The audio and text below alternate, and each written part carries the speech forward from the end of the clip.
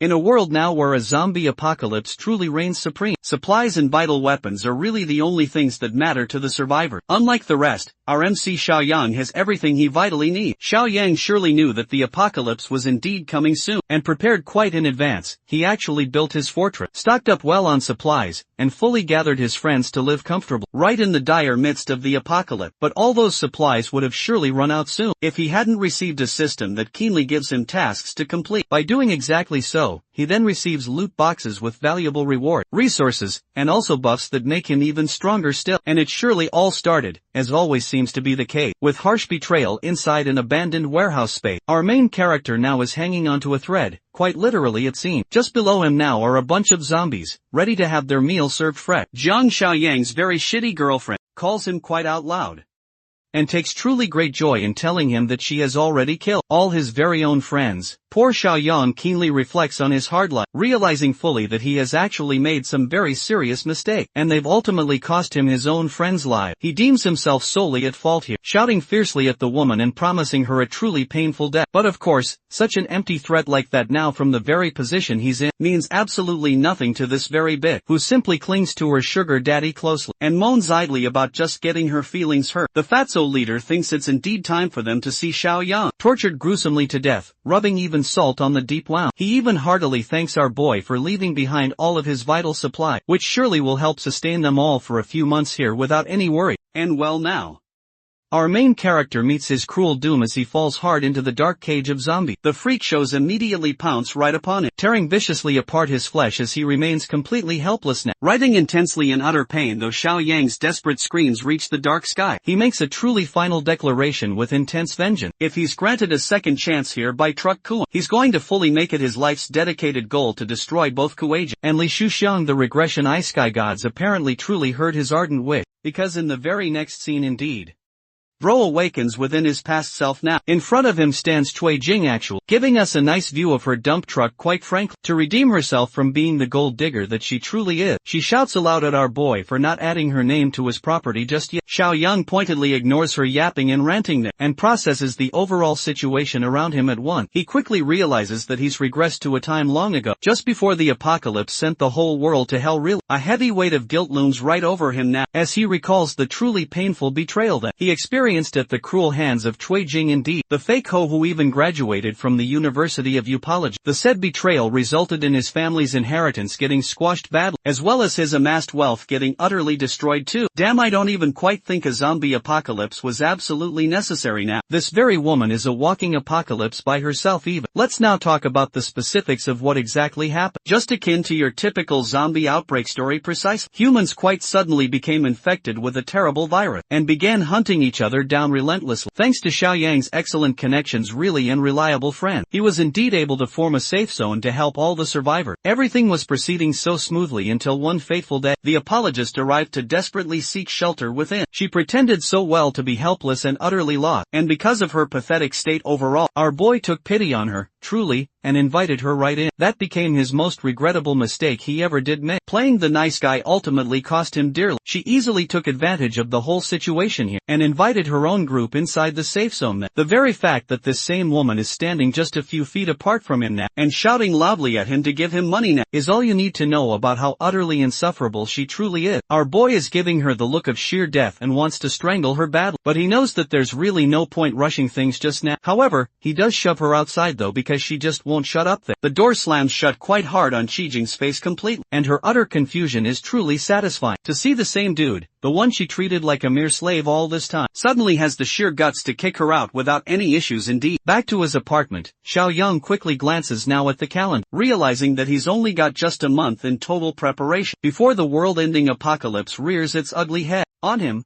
Quite suddenly, something truly strange happens as a system screen simply pops up, activating the apocalypse system itself. His core objective is to own a good piece of land, and prepare a full year's worth of crucial supply. Something just tells me the system must be taking true inspiration from Genghis Khan. Did I happen to mention the reward? It's a mere 10 point, which can be exclusively exchanged for awesome rewards at the store. Seeing the quite happy expression on his face, you can indeed tell how Xiaoyang's really feeling right now. He's really quite glad to discover his fancy new system that certainly can help him manage through this apocalypse. Inside the store now, there are only 3 initial items for now. An enhancement potion indeed, a survival kit as well, and a protagonist supply box, which I truly find interesting now. Each of them, it seems, can be exchanged for different point costs. Things are already actually going better for him than he anticipated really, as Xiao Yong quickly remembers well just how extremely miserable he was during this point in his very life, because he wanted to gather each and every tiny penny for Qijing's dowry alone. He skipped right out on his meals and starved himself to save on costs back then. Imagine doing all of that just for a girl that still ends up betraying you in the end. Anyway, he quickly grabs his phone now, realizing he definitely should order some food now, because the zombies surely won't let him have any of it later anyway. That very same night though, the scene now cuts to him savoring at the mere sight of his fine dinner, personalizing his expensive takeout experience entirely. Bro is quite so eager indeed to taste quality pork now, that the exact moment he just takes a single bite so fast, he gets the immense power of the gods and becomes shredded as hell clearly. Just kidding of course. But that's definitely how it truly feels because of the amazing taste right there. So he readily starts munching down on all the food, like a Victorian-era child who hasn't eaten quite in days now. And the next thing he fully knows is his phone truly blasting out. Xiao Yang promptly checks it over and realizes clearly that it's a call from Cui Jing's best friend. When Shuya, in typical toxic best friend fashion so true, she immediately starts mouthing off directly at him on the phone for dismissing his own girlfriend too. The chick surely gets on his nerves much so that he hangs up on her. Instead, he focuses solely on his objective to acquire a piece of land here. His current primary goal is to build a powerful fortress indeed, that can truly easily be defended well, but also importantly shares the facility of water and forests nearby there. So the following day our main boy gets straight to work. He's now making way inside a real estate company quickly, and talks directly to a property consultant to assist him more with his request. She warmly greets her esteemed customer, inquiring precisely about his intentions to either buy or rent a house, before he himself could quite answer at all. Their ongoing conversation is interrupted quite by Shanning's superior, who orders her to work on bottom-tier tasks there, instead of being right at the front lines. This total asshole is actually the company's sales manager really. He just shoves her aside now and tells her to go work way at the back, even though she was perfectly fine assisting a client manager still. He is a discriminating corporate douchebag indeed, who calls Xiao Yang a brokey indeed. From one mere look at his outfit now, our boy quickly defends himself then, calling out the disrespectful manager's very word. Instead of apologizing, the manager doubles down on his very take, emphasizing that people like Xiao Yang can't even afford a toilet even, and therefore shouldn't really be taken seriously now. Xiao Yang despises this guy's guts truly and promises to ruin his confidence. With his next strong move, bro whips out an American Express card, and proudly declares right now that he's here to buy land here. The mere fact that he's right out here to buy land right now causes all of them to get startled so much, and roaring aloud in pure shock, realizing right away that they've struck gold with this very customer. Definitely. The consultant, sounding precise, nicely tells him then to come along now, as she'll brief him fully with a detailed account. The whole thing then gets under manager Ju's nerves there, who truly thinks that this kid is bragging now, without any real money to back it all up here. In the next scene shown, Xiaoning presents him then with a list of land options for him to purchase presently, but our boy's not here to look around from just a list. Instead now, he plans to speak his exact requirements full, so they can truly get something just for him. First off, clearly, he wants the place to be near the mountains out there, with a fresh and flowing water source as well. A proper transportation system surely should also be there now. And lastly indeed, he'd prefer a factory or a big house situated upon it. With his exact requirements precisely in mind now, Xiaoning carefully considers her options now. Manager Ju then decides to swing in with a recommendation in proper order, to greatly humiliate our boy truly. It's completely true that there's a plot in the East District then, but it's somewhat incomplete indeed, and riddled with unfinished factories, other complications you see. That's precisely why Xiaoning doesn't wish to recommend it now. However, this rather arrogant lad clearly doesn't even care now. He thinks that Xiao Yang is intentionally listing now ridiculous requirements because of a customer exactly like him right now, never really has any true intention of buying in the first place. No. To that, our boy then raises an important question here, wanting now to know if the East District plot truly really does satisfy his requirements after all right now. Xiaoning agrees fully, but she reminds him about those unfinished factories and the project leader himself, exiting that project checking all of the records of the plot very carefully now. Xiao Yang quickly realizes then that he might actually have something going for him surely. This is certainly a nice plot, quite easy to defend with a barbed wire enclosure there, and very difficult to approach or attack it seems. The fact truly that there are unfinished factories is a bonus to him. Right away, he gladly agrees to purchase the plot and sign the contract fast. The polite consultant lowers her own head in swift agreement then, but she's totally just shocked that her customer is about to buy a place with unfinished, factories roaming all around. Xiao Yang doesn't exactly give a damn at all, and wants that contract to be brought up quickly, so he can shove some actual shit in the manager's mouth now. Hilariously enough, in the next scene coming up, Manager Ju is screaming at the bill there, questioning how the hell anyone could leave a giant deposit so easily. It doesn't quite make sense. To cover millions just for a plot with a bunch of rundown factories really on it, and here's the very best part yet. Xiao Yang quickly turns right up to remind him about the deal he made. Since he's purchased the plot fully, the manager has to eat a fresh load of crap definitely, as Xiao Yang is confidently walking away now. Even the other customers are ridiculing that manager still, streaming his raw reaction and awaiting his big performance there. They're also ready to volunteer right for the task too. Let's go back to our main boy now. Recalling his two main vital missions from the Apocalypse system now, he's just freshly taken care of one task by spending his bride money specifically on purchasing land there. His next deep concern is to stockpile a ton of resources for a year total. As he's simply walking away then, Xu Shuang actually sees him now and wonders what the guy is doing here now. Fuji, the great whale, then glances sharply at the ridiculous scene taking place right in front of him. People have Manager Ju truly on his knees it seems, and they're force-feeding him shit right on a live stream indeed. Damn, now that's truly a fate worse than mere death itself. The disgusting scene is swiftly replaced by a seductive one, presenting Suijing in all her curvaceous glory overall. The woman suddenly receives an important call from Xu Xiaoyong, who quickly informs her right away about Xiao Yang's visit over to the real estate company place. And yep, that definitely gets her going because her main immediate question is, how the hell exactly was he able to buy land now and with what exact money? Xu Xiong precisely reports the exact deposit details now, and reports back that this very man probably spent his bride's money fully on it. Su Weiping is truly pissed off now after learning that the money she deserved is being used solely for his personal expenses, instead of just getting her riled up even more. Big Mac attack, yes. Tells her to just ask the guy himself directly and see what's truly going on. Her yapping sadly goes on. And I'll gladly skip that part indeed, because who truly wants to hear that? Back now to our boy, who is quite busy reflecting on his next big idea. The main big problem comes mainly in the form of cold hard money, as he'll need a huge lot of it to cover for vital resources, and skillfully work around building his base for sure. His peaceful pondering is completely annihilated with a loud banging right on his door. Bro probably deeply thinks the FBI discovered something wild in his browser history. But no, thankfully it's just Dumb and Dumber themselves, two of the most truly annoying women on the entire vast planet, and they're incredibly furious with the terrible way Xiao Yang spent Suijing's money, completely and utterly confused by the whole entire situation. The poor dude wonders what the true hell is possibly going on now. Suijing does not spare him a single chance now to actually say anything, and straight up accuses him directly of using her money to buy land. Not just that, she claims full ownership over the land he just bought too. As you all can tell, Xiao Yang finds her accusations truly to be ridiculous. First, he slaps her shoulder rather boldly with a pile of cash, and then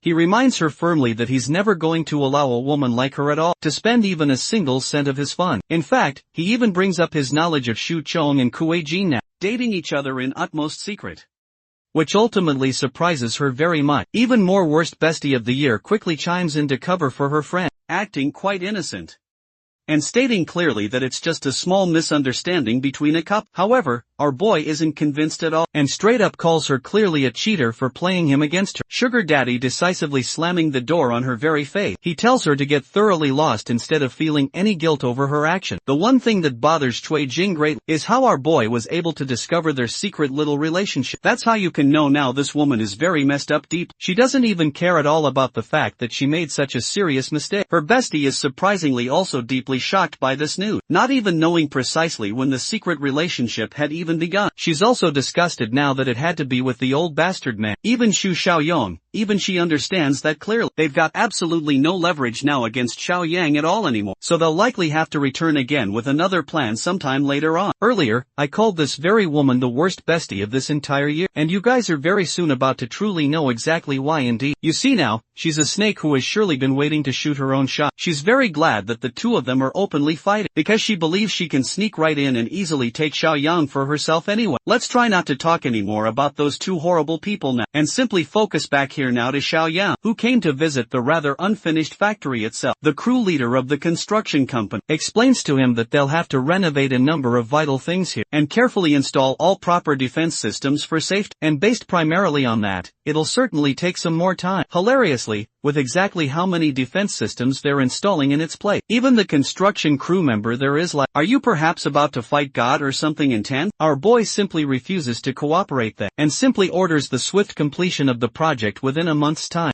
The captain now straight up tells him boldly that it's just not possible to end this in just a month. Despite the manpower numbers they currently have at their disposal, it just won't be enough. But funnily enough in this case, the same captain then bluntly tells him that the kid will certainly have to pay more to truly finish his demands swiftly in a month or so. The project will indeed be rushed, so they'll inevitably need a minimum of 20 million for this very job. Without even despairing at such a price tag, our boy just smiles calmly and asks to firmly confirm it's really all they want from it. The leader then expresses that Xiaoyang will also definitely have to make a swift upfront payment of 5 million to genuinely get things fully started. Our boy is actually on board with this precise plan, and he explains clearly that he'll get the needed money transferred in just 1 week's time, as long as they really don't waste any time and begin work right away without delay. The captain is genuinely at a complete loss for any further words now. He's probably wondering if Xiaoyang is truly the son of some Chinese Elon Musk, or something of that and our boy emphasizes firmly that if he skips out on the full payment, or crosses them in absolutely any way at all, he'll name the crucial plot under their explicit name in order to duly prevent all the damages. The quite attractive deal gets thoroughly sealed. But right then, the ongoing conversation is interrupted abruptly by Qijing's so-called friend, who acts all buddy-buddy suddenly with him and then grabs his arm, asking casually what he's been up to already. Our boy is pretty damn pissed off now, knowing quite well that in the previous life before, this awful bitch was also directly involved in a major scandal, and she helped Shui Jing ruthlessly to steal his family's entire property. He eventually plans carefully to deal with her in his own distinct way later. But for the moment, Xiaoyang now, how she ended up suddenly here, the lying girl refuses directly to answer it, and brightly questions eagerly if this is indeed the very plot he's currently been working on. She wonders aloud if he's going to use it soon to build a grand villa right on top of it all, done completely playing now the nice fake guy. Xiaoyang frees himself strongly and directly tells her that it's none of her urgent business whatsoever. This clearly pisses the bitch straight off even far more. She simply can't believe that he's acting so rude now, even though her own heart is racing for him out of love now. Focusing intently back to his very project, Xiaoyang right here tells the hard-working construction crew to expand some space for the gate now. Feeling totally ignored here, she frowns hard at her inability to capitalize on this golden chance. She certainly knows that Qijing's relationship is in shambles now, but she can still play her dark cards and steal the land from our boy too. I'm really starting to feel convinced that our boy is a chick magnet, definitely, for truly the worst women ever back at his apartment complex. Xiaoyang manages crucial funds by using his house as straight collateral, but even then that's simply not enough to cover the initial payment itself. His biggest current concern is getting a boatload full of quick money now. He even seriously considers the very idea of selling his place a few times, maybe to a select few different new owners again, knowing full well that it won't matter truly when the apocalypse is gonna come anyway now. What are they gonna even do? Sue him in a zombie court or something? His peace and quiet surely is shattered right now, when an utterly annoying old man bangs loudly on his main door, shouting loudly that Xiaoyang opens it at once now. Apparently this dude is supposed to indeed be his neighbor, Grandpa Li, who certainly appears to have some money. The old guy is so incredibly rich that he owns the first 2 floors outright, and now he's currently looking for Xiaoyang's place also. The single reason our boy didn't sell it in the original timeline then, is because he thoughtfully considered this place as his eventual wedding house soon. But considering with how that eventually turned out sadly, and how this old fart is constantly shouting loudly at him now, he's seriously starting to quite change his mind now. Grandpa Li scolds the kid harshly for going out clubbing at night, even though Xiaoyang completely denies such utterly false accusations entirely. Instead of continuing this meaningless argument further, our boy simply surrenders the house directly to the old geezer's name then, finally making the key leap to definitely have it sold quickly. This suddenly brightens the annoying geezer's entire mood rather quickly, as he's astonished truly to hear those unbelievable words coming straight out of the kid's very mouth. Xiaoyang emphasizes strongly that there's a vital condition attached firmly to it though, since his quite new place surely won't be totally ready for another 6 long months fully to come soon. He'll definitely require an upfront payment payment now of 5 million total, so that he can personally pay off his house loan soon. It's actually a pretty smart strategy indeed. If he repeats this a few more times now with different buyer, Xiao Yang fully intends to shut the door on him if he declines. But just at the very last moment now, the old geezer caves right in and accepts the conditions given. However, he wants a contract to be set up quickly, so neither parties experience really any issues later. Of course, something as simple as a contract never bothered our boy at all, especially when he knew this geezer would die after claiming the house too. Anyway, things are certainly looking good thus far now. He'll soon get access to 5 million from Grandpa Lee himself, and with the 3 million he pledged on his own accord too, he now has 8 million to work with completely in total here. Thanks to completing that first requirement given, he can also now claim a good reward for the grand mission. In the next scene now, our boy is speed running the grocery stores presently. This very man has truly become the Max Verstappen of a shopping trolley. Truly, even all the people around him are starting to question now if the little kid is perhaps mentally ill at all, or some stuff. Their reaction is quite solid there, especially clearly when you realize that Xiao Yang indeed had like 7 different carts fully now, jam-packed entirely with stuff packed inside there. The people all think that someone must have fooled him now, with the dire fear of an incoming apocalypse itself forcing him to go buy all of that stuff. Xiao Yang doesn't pay much attention to these fools though, and thus ends up completing the important second task. He assesses carefully where he should be spending all his points. Even though truly he could boost his key stat, it would be really more efficient indeed to get the toolbox of the protagonist. Without hardly any hesitation, he chooses it and spends all points now. The grand result is a beaming mystery box then, which dramatically unveils a powerful space ring here, to easily store his items inside a static dimension. Overall now,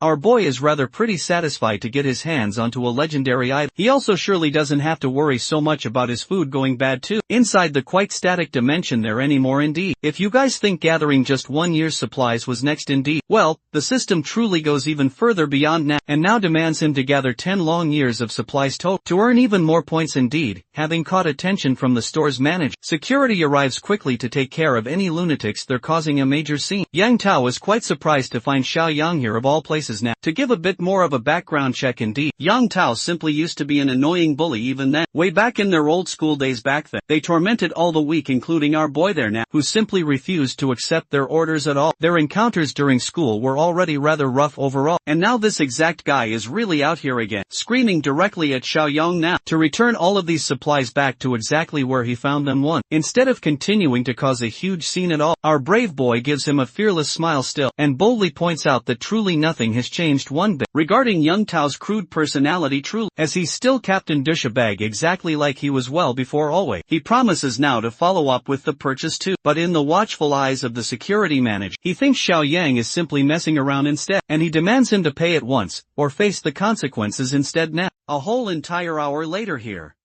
for receptionists finally end up concluding the checkout there. For all the items, it results in a total of nearly 57,000 yuan exactly. Right away now, Yang Tao forces our boy to insert his card and check out at once indeed, acting just like he pulled off some kind of god-tier move right there. Xiao Yang swipes the card with full confidence. To the manager's utter shock and surprise, the transfer actually goes through smoothly, flooring Yang Tao's expectations completely. Humiliated deeply, he takes his men and turns sharply to leave. But our boy's just not quite done yet, as he calls him back for just one last little thing. Xiao Yang expresses that he received unjust rudeness for his purchase now, so he truly wants an official apology now, or else he'll return these purchased items immediately instead. Hearing all this here gets Yang Tao's blood really boiling now, who clearly thinks that the kid is surely pushing his limits indeed, and deliberately looking for deep trouble now. But surely in today's modern world here, cameras truly are everywhere, and people can be quite easily documented now. That's exactly why the other customers now there are indeed holding the rude security manager right on the spot, ordering him now to give a prompt immediate apology then, or quickly become famous on TikTok indeed for his sheer stubbornness. Things are really working out quite great in Xiao Yang's complete favor, who calmly reminds his old classmate that an apology truly won't hurt him. In plain fact, it might just even give him a push to buy 10 times more now. Yang Tao frankly thinks it's such an exaggeration now, but our very boy calmly decides here to prove him really wrong a second time just by showing him his balance then. When he calmly swipes the card, the look on Yang Tao's face is simply priceless, as he's wholly unable to comprehend now how this guy simply has 7 million casually just sitting in his account indeed, with really no other clear way to save his very face then. Xiao Yang now pushes the utterly humiliated Yang Tao just to offer an apology then. The bully caves in now, and lowers his head completely, apologizing profusely now for his ill behavior. To embarrass the bully even more so now, our boy pats his head calmly and reminds him not to behave rudely, for absolutely no reason as he's then leaving. Yang Tao curiously asks him what he bought all of this stuff for. Using the best curt answer straight from the book now, Xiao Yang dismisses him, stating that it's none of his damn business indeed, and that he's secretly planning on something big soon. The humbled manager expresses that he'll need to find a wholesaler then, for even greater large purchases indeed. Like that, this catches our boy's attention quite sharply, as he turns to ask now if Yang Tao has any ties with wholesaler. The guy calmly actually confirms the simple fact now, reminding him indeed of their old leader then, Zhang Xingjie, who currently works in the wholesale business properly. In fact, Yang Tao even makes a call now to speak to him for a big client. The surprising major part then for Xiao Yang here is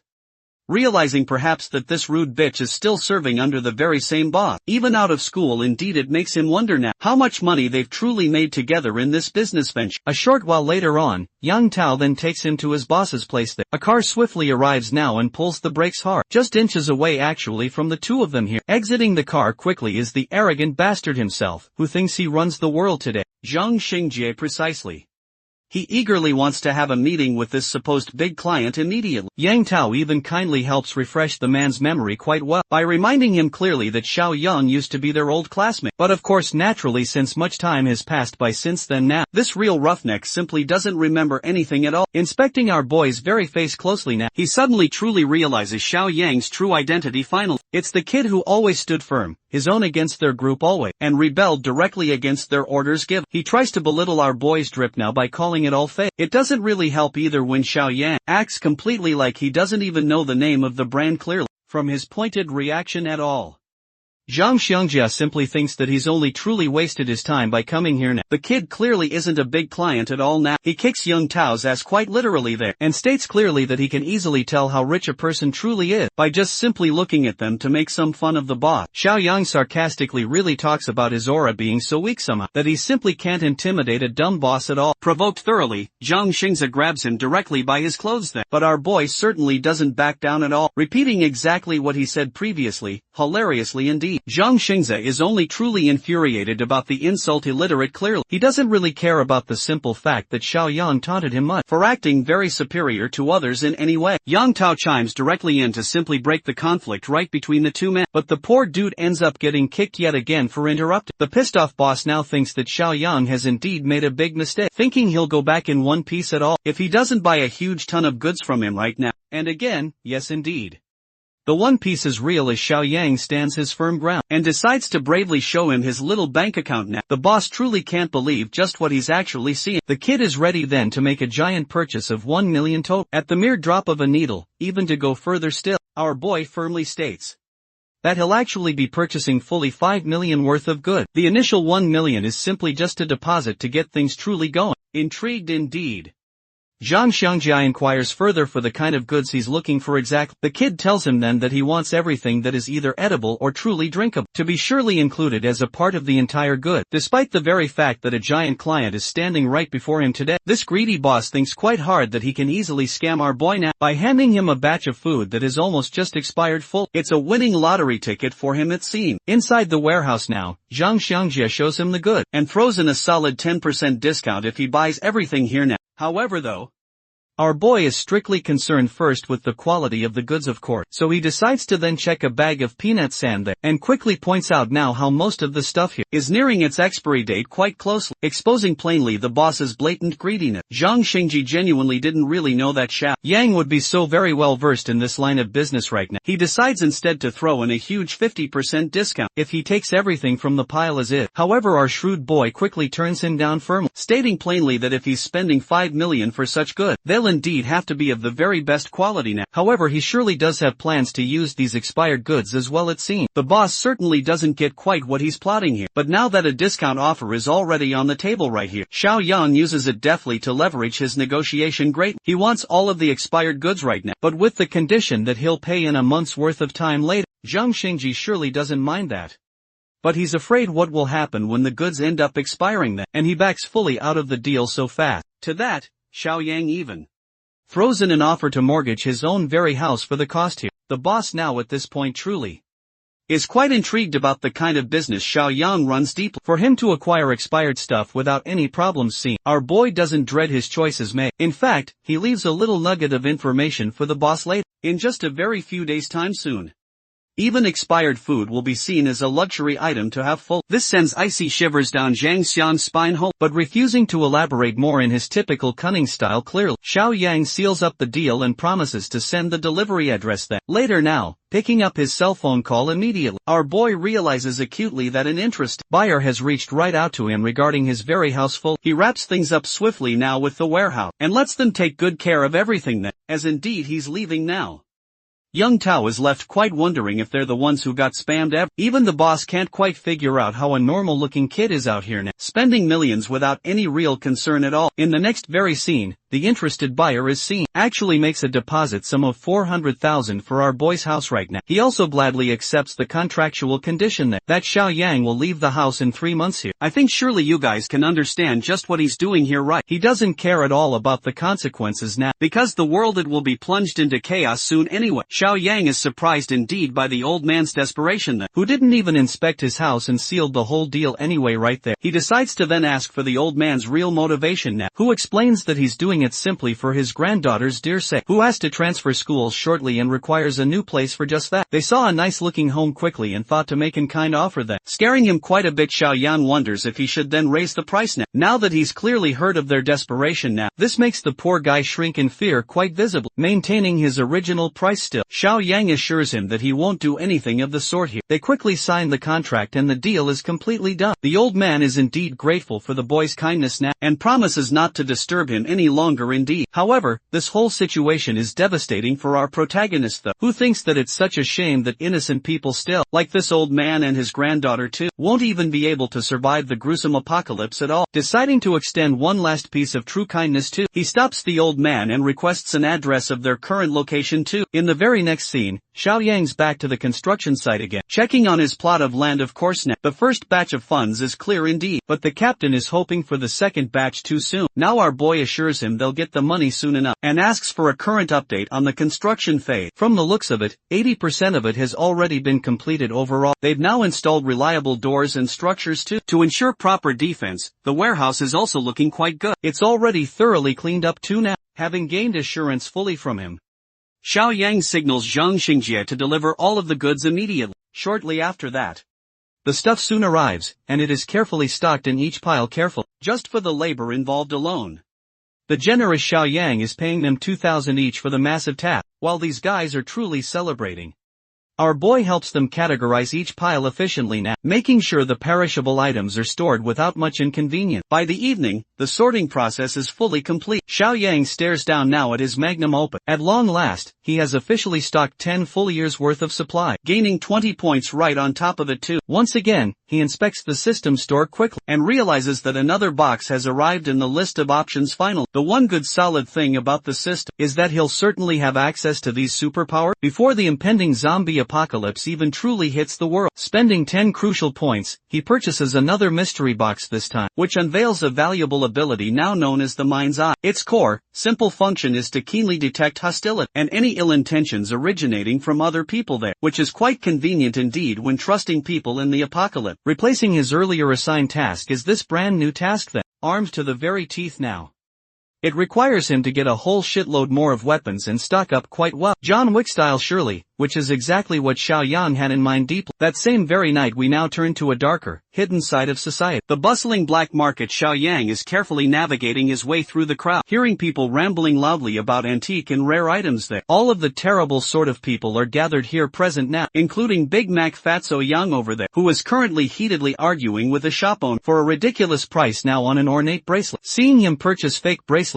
at this market tonight only assures our main boy that Fatso is quite the scammer indeed, and Shui Jing just can't even tell she's wearing quite fake jewelry. While searching carefully around, Xiao Yang finally catches something truly worth his attention. He comes upon a shop owner who is selling melee weapons indeed. Xiao Yang is quite interested in buying the good stuff today. The shop owner recommends a knife sharpener, or just a batten even. If he's looking for something stiff, and certainly not sharp real, Xiaoyang counters that he requires something even harder than that too. The only thing harder than a batten is Dwayne Johnson's bald head indeed. Anyway, the shop owner thinks his customer is simply messing around now, without actually being truly interested in buying at all. To his utter shock, the same kid transfers 200,000 right into his account now, assuring the guy that he's fully interested in buying still. Intrigued now, the seller invites Xiao Xian to keep watching his stall instead, while they go off to speak in private there. In the following scene, they're clearly in his storage room then. The man shows him a bunch of homemade guns that can go for 2,000 yuan also, but they're certainly not powerful enough to kill someone anyway. Of course,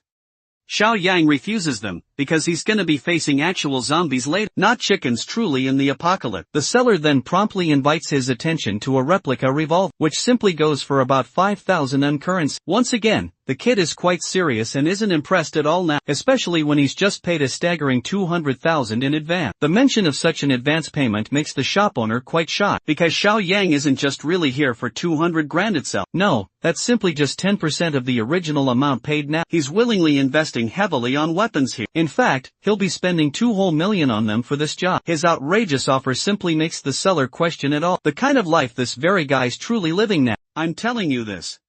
All man's about to become the true John Wick of the zombie apocalypse. Without any further ado, he tells the seller to get on with it then. Deciding to bring out the good stuff soon, the guy covers his entire house very properly now, assuring simply no one is watching them clearly. He also assures Xiaoyang that he's come to just the right place here, as he can easily send him to a supplier soon, who can certainly help complete the transaction with high-quality weapon. The real meeting itself will happen in just a couple of days. As he's walking right out of the storage house now, Xiaoyang then ends up bumping straight into Fudgy Pudgy again, who finally understands now why Xiaoyang is spending such a comfortable life. Lately he thinks that the kid sold off a good portion of his own stuff on the black market in order to become quite rich. Little does he truly know Xiaoyang is uninterested in all his provocation, and simply wants to now use this idiot to test his newest ability, activating the powerful mind's eye. He first inspects the hidden intentions of the seller, who appeared to be actually in his distinct favor, but not so much indeed for the fatso right in front of it. Not so much indeed. Xiaoyang bites right back by telling Shu Xiong that, just like also those second-hand bracelets, he also took in Kuei Jing, who is worth all that fake shit he bought. Someone is surely gonna need some serious icing for that burn now. One simple sharp remark is enough to get Shu Xiong's nerves flared great. The seller openly wonders if they happen to know each other. To that, our boy emphasizes well that it's best to consider him an enemy, since they become quite good friends already now. The seller now offers his full support to our boy here, promising to beat the crap right out of that old fart for messing with them now. Xiaoyang then leaves quite satisfied, while Shu Xiong is truly at the verge of tears now, seeing a bunch of ruthless men fully approaching him with a baton in hand.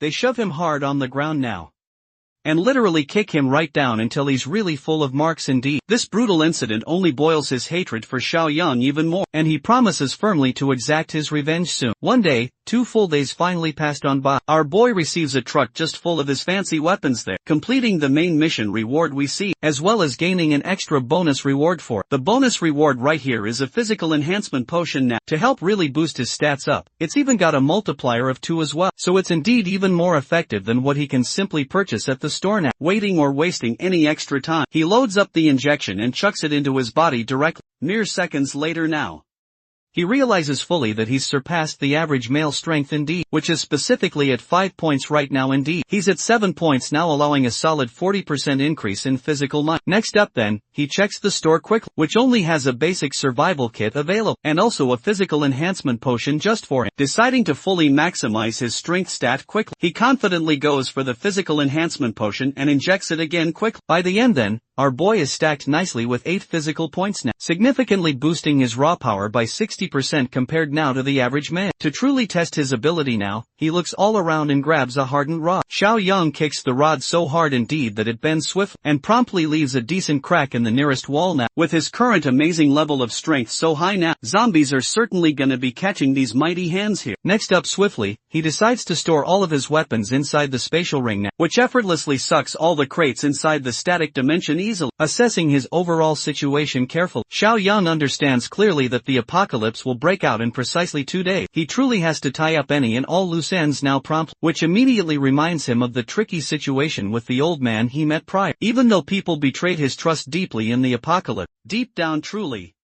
Xiao Yang is a good person who genuinely wants to help others when he can. That's precisely why he intends to send their whole family a bunch of vital supplies now to survive on. But from then onward, it's absolutely up to the people to manage their own. In the very next scene, Xiao Yang arrives quickly at the old man's place. It was certainly difficult to find the exact location, because of just how downtrodden this place appears to truly be. As he's climbing stairs now, our boy understands fully that the old man must definitely be in a really terrible place in his life. As he's now knocking the door, he realizes quickly that it's best to whip out the supplies he brought first, so that he doesn't truly have to deal with it later. His magic ring materializes instantly. The rationing supplies appear just outside now, and finally then, he knocks loudly the door. The old man worriedly comes straight up, apologizing sincerely for the current situation of the rent due. But he's immediately shocked to discover Xiao Yang right at his doorstep. And not just that, the kid has brought tons more stuff alongside him now. Our boy then tells him that he simply doesn't have time to explain further, so it's definitely best if they transfer all the stuff inside quickly now. In the very next scene, the crates are indeed all placed inside, and the old man is quite impressed by Xiao Yang's sheer stamina it seems. Our boy intently inspects his immediate surroundings there, and thinks to himself that the old man's apartment is well secured overall. He then warns the old man sternly not to spill even a word of what he's truly about to tell him presently. Xiao Yang keenly advises them to use all the supplies smartly then, because the world is certainly about to experience a massive change soon. Suddenly then, he glances briefly at a photograph of the old geezer's beautiful granddaughter now. To his utter shock indeed, it's actually Shan in truth, one of his dear friends that he made when the apocalypse broke out badly. To fully confirm her identity, he checks carefully with her grandfather first, who is quite surprised that Xiao Yang knows her very name now, even though they never brought her up at all in their prior conversation. Concerned greatly, Xiao Yang immediately asks for her present location. Turns out definitively that she's currently in her hometown there, studying hard and in the process now of transferring. In the original timeline indeed, he found her with lingering regrets clearly about her grandfather's demise, who bravely risked his life to save her fully and died in the process, as his dear friend Xiao Yang refuses to let the very same outcome happen again now. First off, truly, he tells her grandfather that he's not gonna be able to move now into his house soon. This causes the poor old guy to panic out of sheer fear, but Xiao Yang helps calmly calm him down quite by explaining the end of the world. A zombie apocalypse will break badly out tomorrow, and no place will be safe anymore from now on. That's exactly why he wants the old geezer to swiftly pick up his daughter from school, and then they'll quickly decide where they should all stay. This is simply far too much for the old man to understand all at once right now. Unfortunately, Xiao Yang really doesn't have a choice here, but to greatly help his true understand, he describes the grave situation to be quite similar to a famine now. Starvation will be the grim norm soon for their once quite peaceful world. Xiao Yang practically and fully demonstrates his key point by sucking in all their nice furniture, as well as the crates indeed back to his reign. Shan's grandfather is truly at a loss for words now, until our boy explains that he has special powers you see, and the remarkable ability now to see the future. That's precisely why he wants them to be safe now, and they surely must head to Shan's school right away. In the very next scene, they're inside the car rushing to the school. Arriving here, Xiao Yang quickly asks for her dormitory quickly, as the two of them quickly look all around for her right now. Well, apparently then, Shan is out here getting bitch slapped by a jealous woman right now, because some random dude has quite a crush on her now, even though Shan has already tried clarifying that she shares no real involvement with the guy right now. She still sadly gets struck now for making excuses indeed. These quite evil bitches torture Shan terribly for acting nonchalant sadly in front of their crush. Lucky for her, Shan's grandpa comes rushing to find her quickly. The utterly helpless old man demands the woman to let her go right now, but to deal with them a bunch of high school lunatics arrive there now, threatening the old man further for getting involved here. For his granddaughter's very sake now, the old man rushes in blindly now and faces off against the three men. One ruthless bastard there is about to clock his head with a baseball bat before the vicious attack even connects at all. Xiao Yang fiercely grabs his arm and stops it dead. He boldly taunts the guy for pretending to be a gangster type, when really they're just a bunch of foolish high schoolers only. The complete idiots try to clown on him for this, but Xiao Yang beautifully answers back by kicking the first guy so hard that his very hair now turns quite blonde. Just one powerful kick quickly dropped him to the ground, making the other two total idiots seriously question if they're dealing now with a trained professional fighter. They stupidly try to surround him tightly, thinking that foolishly that's gonna make a real difference. Our main boy there gladly welcomes the foolish attempt here. The dude there with the club attempts to strike him hard from his blind spot, but completely misses his intended mark total, as Xiao Yang swiftly ducks there with great ease instead. Now that he's amplified his strength stat indeed, his reflexes are on a whole different level now, causing him to react even faster now, to return the blow with fierce love. He grabs the guy's collar and smashes him hard into the ground, knocking him right out immediately then. As for the leader of their group, he tries sneaking up with a knife stab quick. Unfortunately for him now, Xiao Yang maneuvers his fist to his advantage quite well, and brutally delivers a fierce kick just below his thigh. Just so you know right now, getting kicked here by a real-life professional fighter is bound to put you down indeed with the worst kind of pain imaginable to feel. Well, in these idiots' case for now, Xiao Yang has been successful so far in helping them take a good nap. Next he walks right up to the girl who toyed with Shan too. A bitch slap hard to the face now reminds her that he's indeed showing his support for feminism so true, and exercising equal rights now. Girl is quite literally seeing stars now for a minute. Bro then grabs the other bitch instead, and shows her quite well how it feels when someone pulls your hair hard. He then puts a blade right up close to her neck there, drawing actual tears out, reflecting the fear deep in her eyes now. And then boom, a sharp swing cuts through as the woman screams out in pain. At first glance, it looks indeed like bro just got his first real body count kill now. Even the intense reaction of Sean right now, Sean makes it clearly seem like he really lived someone indeed. But no, actually he just gave her a little quick haircut. You know how the barbers treat you always when you say, just cut a very little off the top right away, and then they end up truly running a fade check on you instead. Yeah, that's exactly what's happening to her now. She screams loudly at him, promising never ever to forgive him for what he did there. But let's be real here, our boy really doesn't give a damn now, and even hilariously acts like he actually did her a favor indeed by taking off that extra weight there. Hilariously, he tells her surely that she'll finally get what he's talking about soon enough, in just a few days' time for now then. He tells Shan simply that they're heading off now. She doesn't quite know where, but she follows him anyway still. As in the very next scene, they're driving swiftly to their new location again. Grandpa right over here explains the whole situation to her now, talking about just how there's going to be a famine apocalypse soon. Shan is quite conflicted indeed, and thinks there that her grandpa fooled himself perhaps by attending one of the scam calls once more. Again he assures her clearly that it wasn't a scam call at all. Seeing the two of them interact in such a way truly amuses our boy now, who is just glad that she's happy in this current life now. Xiao Yang signals her clearly that he's the one who told her grandpa about everything now. The Shan of this very world has no idea who he even is perhaps, so he introduces himself properly once again right now. She warmly thanks her new brother for really helping out with the bullies too, but Xiao Yang isn't too worried about them much anyway at all, since they won't exactly be surviving in a few short days. Still, the girl there is truly lost and doesn't get what's about to happen in the world next. Xiao Yang clarifies further that he only describes the situation as a famine alone, because it's really the easiest way for her grandpa to simply understand him here. This small bit gives the poor young girl some hope in life, making her deeply believe that everything's gonna be just fine now. Bro quickly reaps her very soul by replacing famine there with an apocalypse utterly shattering all her expectations now. Xiao Yang firmly states that things should already be going south now, according indeed to the news Sean right there. Sean quickly then checks her very phone now, and sees a bunch of videos about some kind of rabies infection now, causing quite people to go mad and attack other people. Her fear quickly grows and grows when she watches more videos, horrified indeed to see the condition of infected people really. Xiao Yang now stands corrected clearly. Once again here, the apocalypse is about to truly begin. Shan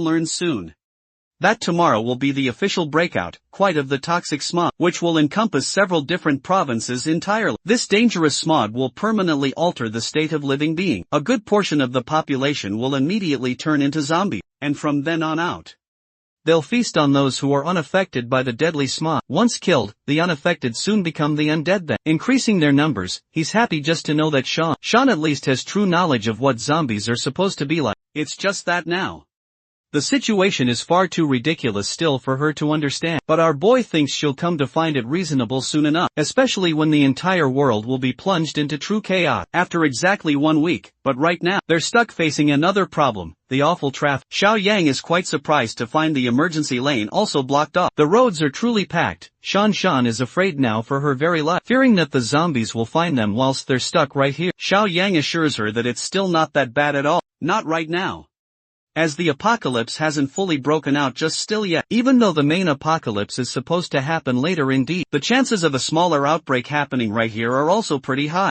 Speaking now of dangerous, A driver decides to ram right into the lanes by forcing his way through there. He ends up slamming directly right into our boy's own car, who is truly pissed off now and retaliates fully on his own. He bravely tries to stop the invader from entering the emergency lane now. The rude guy stops just next to his car then, and starts shouting cruel curses at Xiaoyang loudly, realizing that they're dealing with a snobbish jerk. Rich guy coldly driving a Mercedes vehicle. Shan Shan's dear grandpa recommends they just let it go quickly, but our boy definitely doesn't play around anyway. He truly doesn't mind giving this guy an early death if he bothers them both. Out of the car quickly. In the next scene we see the horrible traffic is finally unclogged and the tense situation is resolved too. After one long hour indeed, Shan urgently warns our boy to watch out for the same aggressive driver from last time, who is now quickly speeding up to recklessly cut through here. Even Xiaoyang is quite shocked by this arrogant guy's stubbornness shown. The rude dude quickly cuts ahead in order to mock them badly. Even Shan Shan's grandpa thinks that this situation is quite unsafe now, and that they really shouldn't stoop to his awful level there.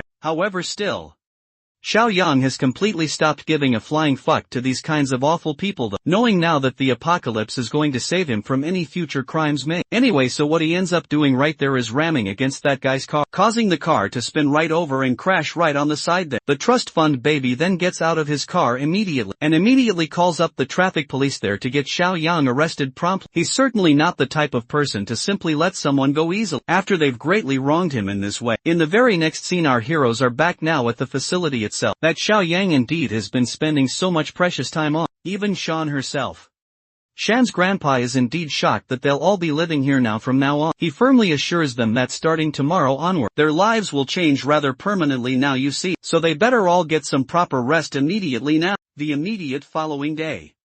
Our boy here is sunbathing outside and sees Shan also coming along presently. She's finally indeed had a good night's sleep finally after a considerably long time. Because of all her classes recently, Xiaoyang is excited indeed to show her all around the fortress that he has built. Walking her all around there he explains just how the walls are made now of concrete. There's also a remote-controlled gate installed, so incredibly durable that no one will be able to cut through. He installs one proper rule indeed, without his specific permission. They can't allow anyone at all to enter inside the fortress itself. This makes Shan quite worried. Worried about all of the survivors who eventually find their long way all the way here now, thinking that Xiaoyang's just gonna let them die alone. To answer her concerns, he then takes them to another safe location, pointing out just how people's nature truly takes a terrible shift. When it truly comes to any apocalypse scenario, it's because of the dark side of humanity itself, that they'll unfortunately have to treat other people with extreme caution. Being too kind can result in their own deaths certainly, if they're not careful enough to take care of any new survivors there. He's actually already installed a buffer zone for them, a place serving as a temporary shelter for all, that can indeed be used to help them while he's away now. Once again, our Xiaoyang strictly reminds them now not to let anyone enter the main fortress at all. With that fully established, he takes them to the food storage facility currently, explaining in detail how they're gonna be handling all the food from now on. Navigating slowly inside the large warehouse carefully, he turns to them then for one final inspection of sorts, activating fully his powerful eye of insight now. He's now able to thoroughly inspect all of their true intention, with both of them fully showing a sign of clear trust here. He's certainly happy to have found such well-intentioned people now. Up next now, Xiaoyang materializes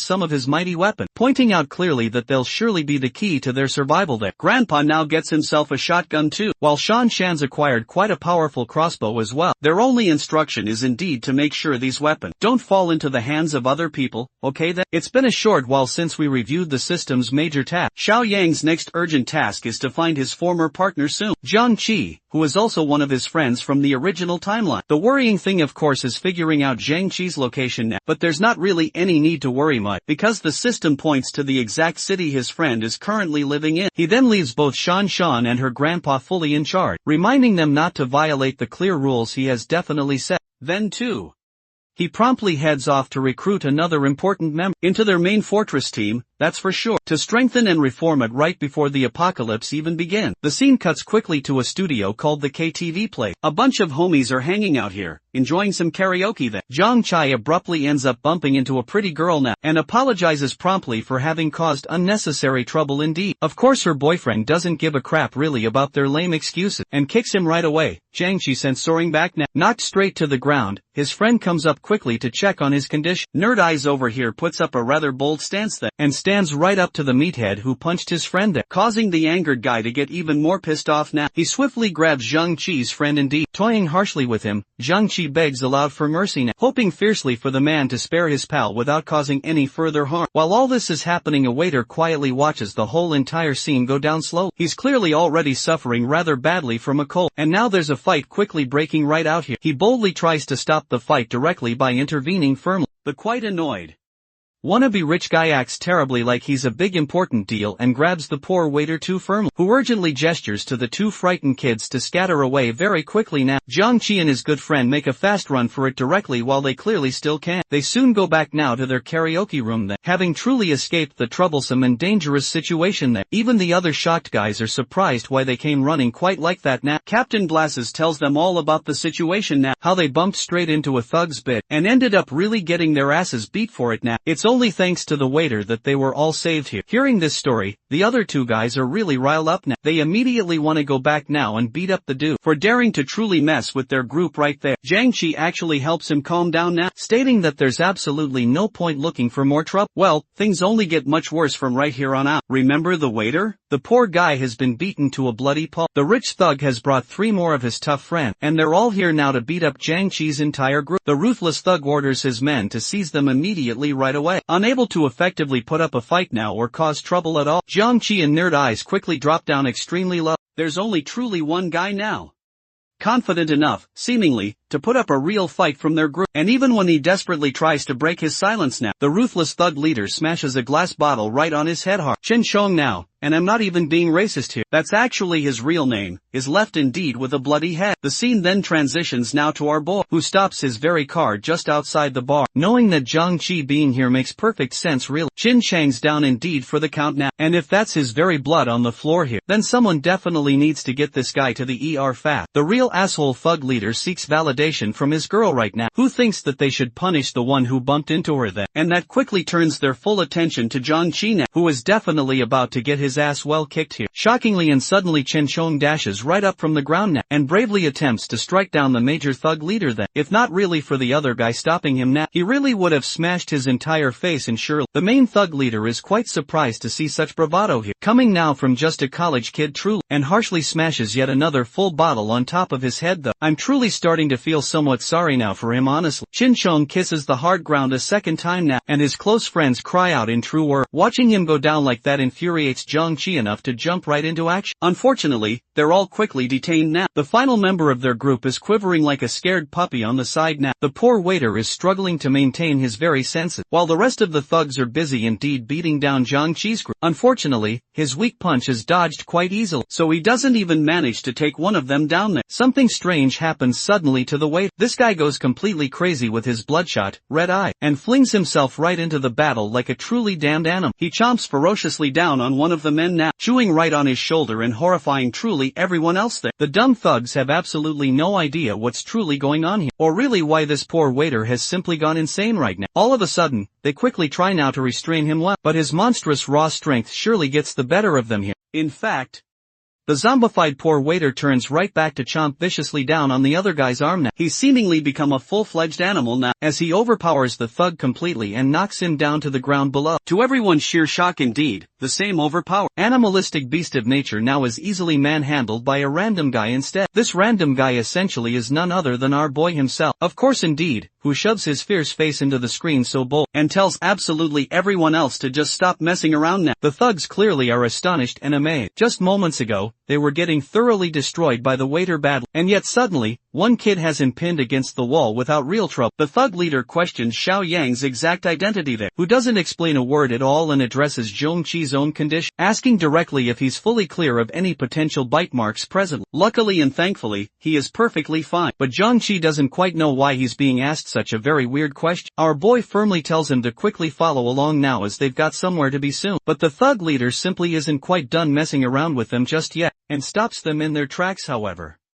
one of his own henchmen starts experiencing a very strange headache then. After swiftly receiving a fierce bite immediately now, our boy comes to firm terms with what's about to happen now. The infection is surely getting worse, and his guy is surely about to turn. Xiao Yang then asks if his shoulder was bitten off by the very same rabid weight. The lucky guy confirms this indeed as a solid fact, but truly doesn't fully understand the real connection. Our boy now internalizes that this poor guy was actually already infected badly, and now that he's received a fresh bite quite close to his head, it's most definitely game over for him now. Xiao Yang quickly drags the zombified waiter away, tosses him hard into the restroom and then slams the door shut firmly. The wild beast certainly keeps on ramming the door quite hard, but thankfully and luckily, zombies at this early stage don't have enough intelligence to even open doors at all. Now turning his full attention back sharply to the thug, our brave boy prepares himself well for a serious ass-kicking right now, questioning Zhang Qi intently which one he truly should take out first right now. The funniest thing here is that Zhang Qi certainly doesn't even know him a bit, and he fails entirely to comprehend what's fully going on right here. Truly pissed off by the young kid's sheer audacity, the thug leader angrily rushes quickly to punch his arrogance entirely down firmly, humiliating him further with a simple brutal motion. Xiao Yang grabs his damn face roughly, and smashes his head into the ground hard. The infected lackey from just before rushes to attack him also, but he's also quickly destroyed with a single smack to the face now, knocking him down cold, with the dude completely and utterly knocked down now. His concerned friend comes to ask just what's truly going on here, as a simple mere punch shouldn't have been quite so effective now. His poor body twists and then turns in immense pain now, as Xiao Yang boldly invites them specifically for the smoke, believing strongly that only after catching these very hands first will they truly understand not to ever fuck with him again. Turning his attention directly to Zhang Qi, he's given some strict firm orders to head to the private room now with his friend, and simply wait right outside there.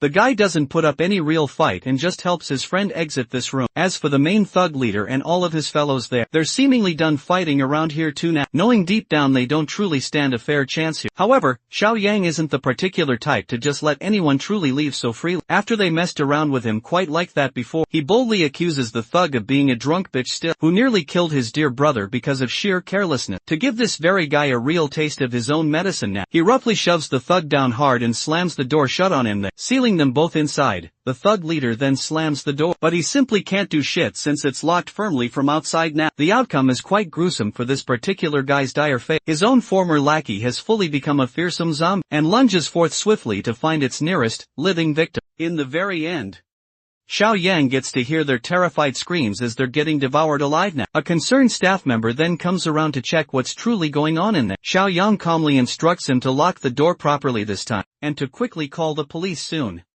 informing them of a dangerous patient now with a rabid infection present. The staff member is noticeably startled at first there, until our main boy shouts at him to just get that job done so quickly now. He firmly locks it fully shut with a key now. Next up, our boy helps young Chi's dear friends navigate their tough way outside then. The staff members are quite concerned now about the terrible noise coming from inside the room. They're wondering what the hell is really going on now. They received word that a rabid flu patient is indeed inside there, but no one really quite knows for sure just yet. Hearing about the flu, they quickly rush to check the live cameras right away, but when they arrive at the surveillance room there, their expression drops then to disgust and true horror now. Every single one of them has become a man-eating monster indeed, ripping apart each other's very limb, causing the staff members to call the police immediately right now. Luckily for our boy and his friends now, they've escaped the dangerous karaoke bar. Luckily, he helps them get inside the car, and they quickly head off now. Even though Zhang Qi is grateful for the stranger's clear help, he still doesn't really get who this guy is truly. Xiao Yang calmly introduces himself well, explaining that he was hired to protect them by a certain client, whose true identity is quite confidential. One of them then asks about the rabid flu patient now, stating that it doesn't exist really, according to the internet now. Xiao Yang reminds them of the dire situation inside the room then, and wonders indeed if that was also a conspiracy theory. Nerd Eyes worriedly asks specifically about the cure for the flu. Unfortunately, from what our boy exactly knows, there isn't truly a medicine available for. In fact, the situation will only certainly get worse from here now, and the entire world will be plunged deep in total chaos. Speaking precisely of which, zombies have already begun attacking the citizen. The infection itself is spreading rapidly like a wildfire, but even precisely as it is right now here, it's just actually a local outbreak at present. Most surely of the infected are presently in an incubation period, soon surely to be awakened eventually in the end. Things certainly will become even even much more chaotic, which specifically is why Zhang Qi and his close friends must strictly indeed follow his own instruction. They all agree faithfully in unison to follow it, when suddenly right now he receives a mission completion message. With this result, he gains fresh access to new very items at this store. Some clearly of them are vital supplies that he could really actively use down the long road. However, the most intriguing one there is the post-apocalyptic cultivator box now. That just doesn't seem to fully go away really. Realizing keenly that all three of these boxes seem promising here, he plans to redeem them all indeed back at the fortress soon. Aside from just that he still has to figure out a clever way to gain some trust too. You clearly see in the original timeline before, Young Chi's own friends were slaughtered ruthlessly by zombies quickly, because one of the group members betrayed them outright. Among them now,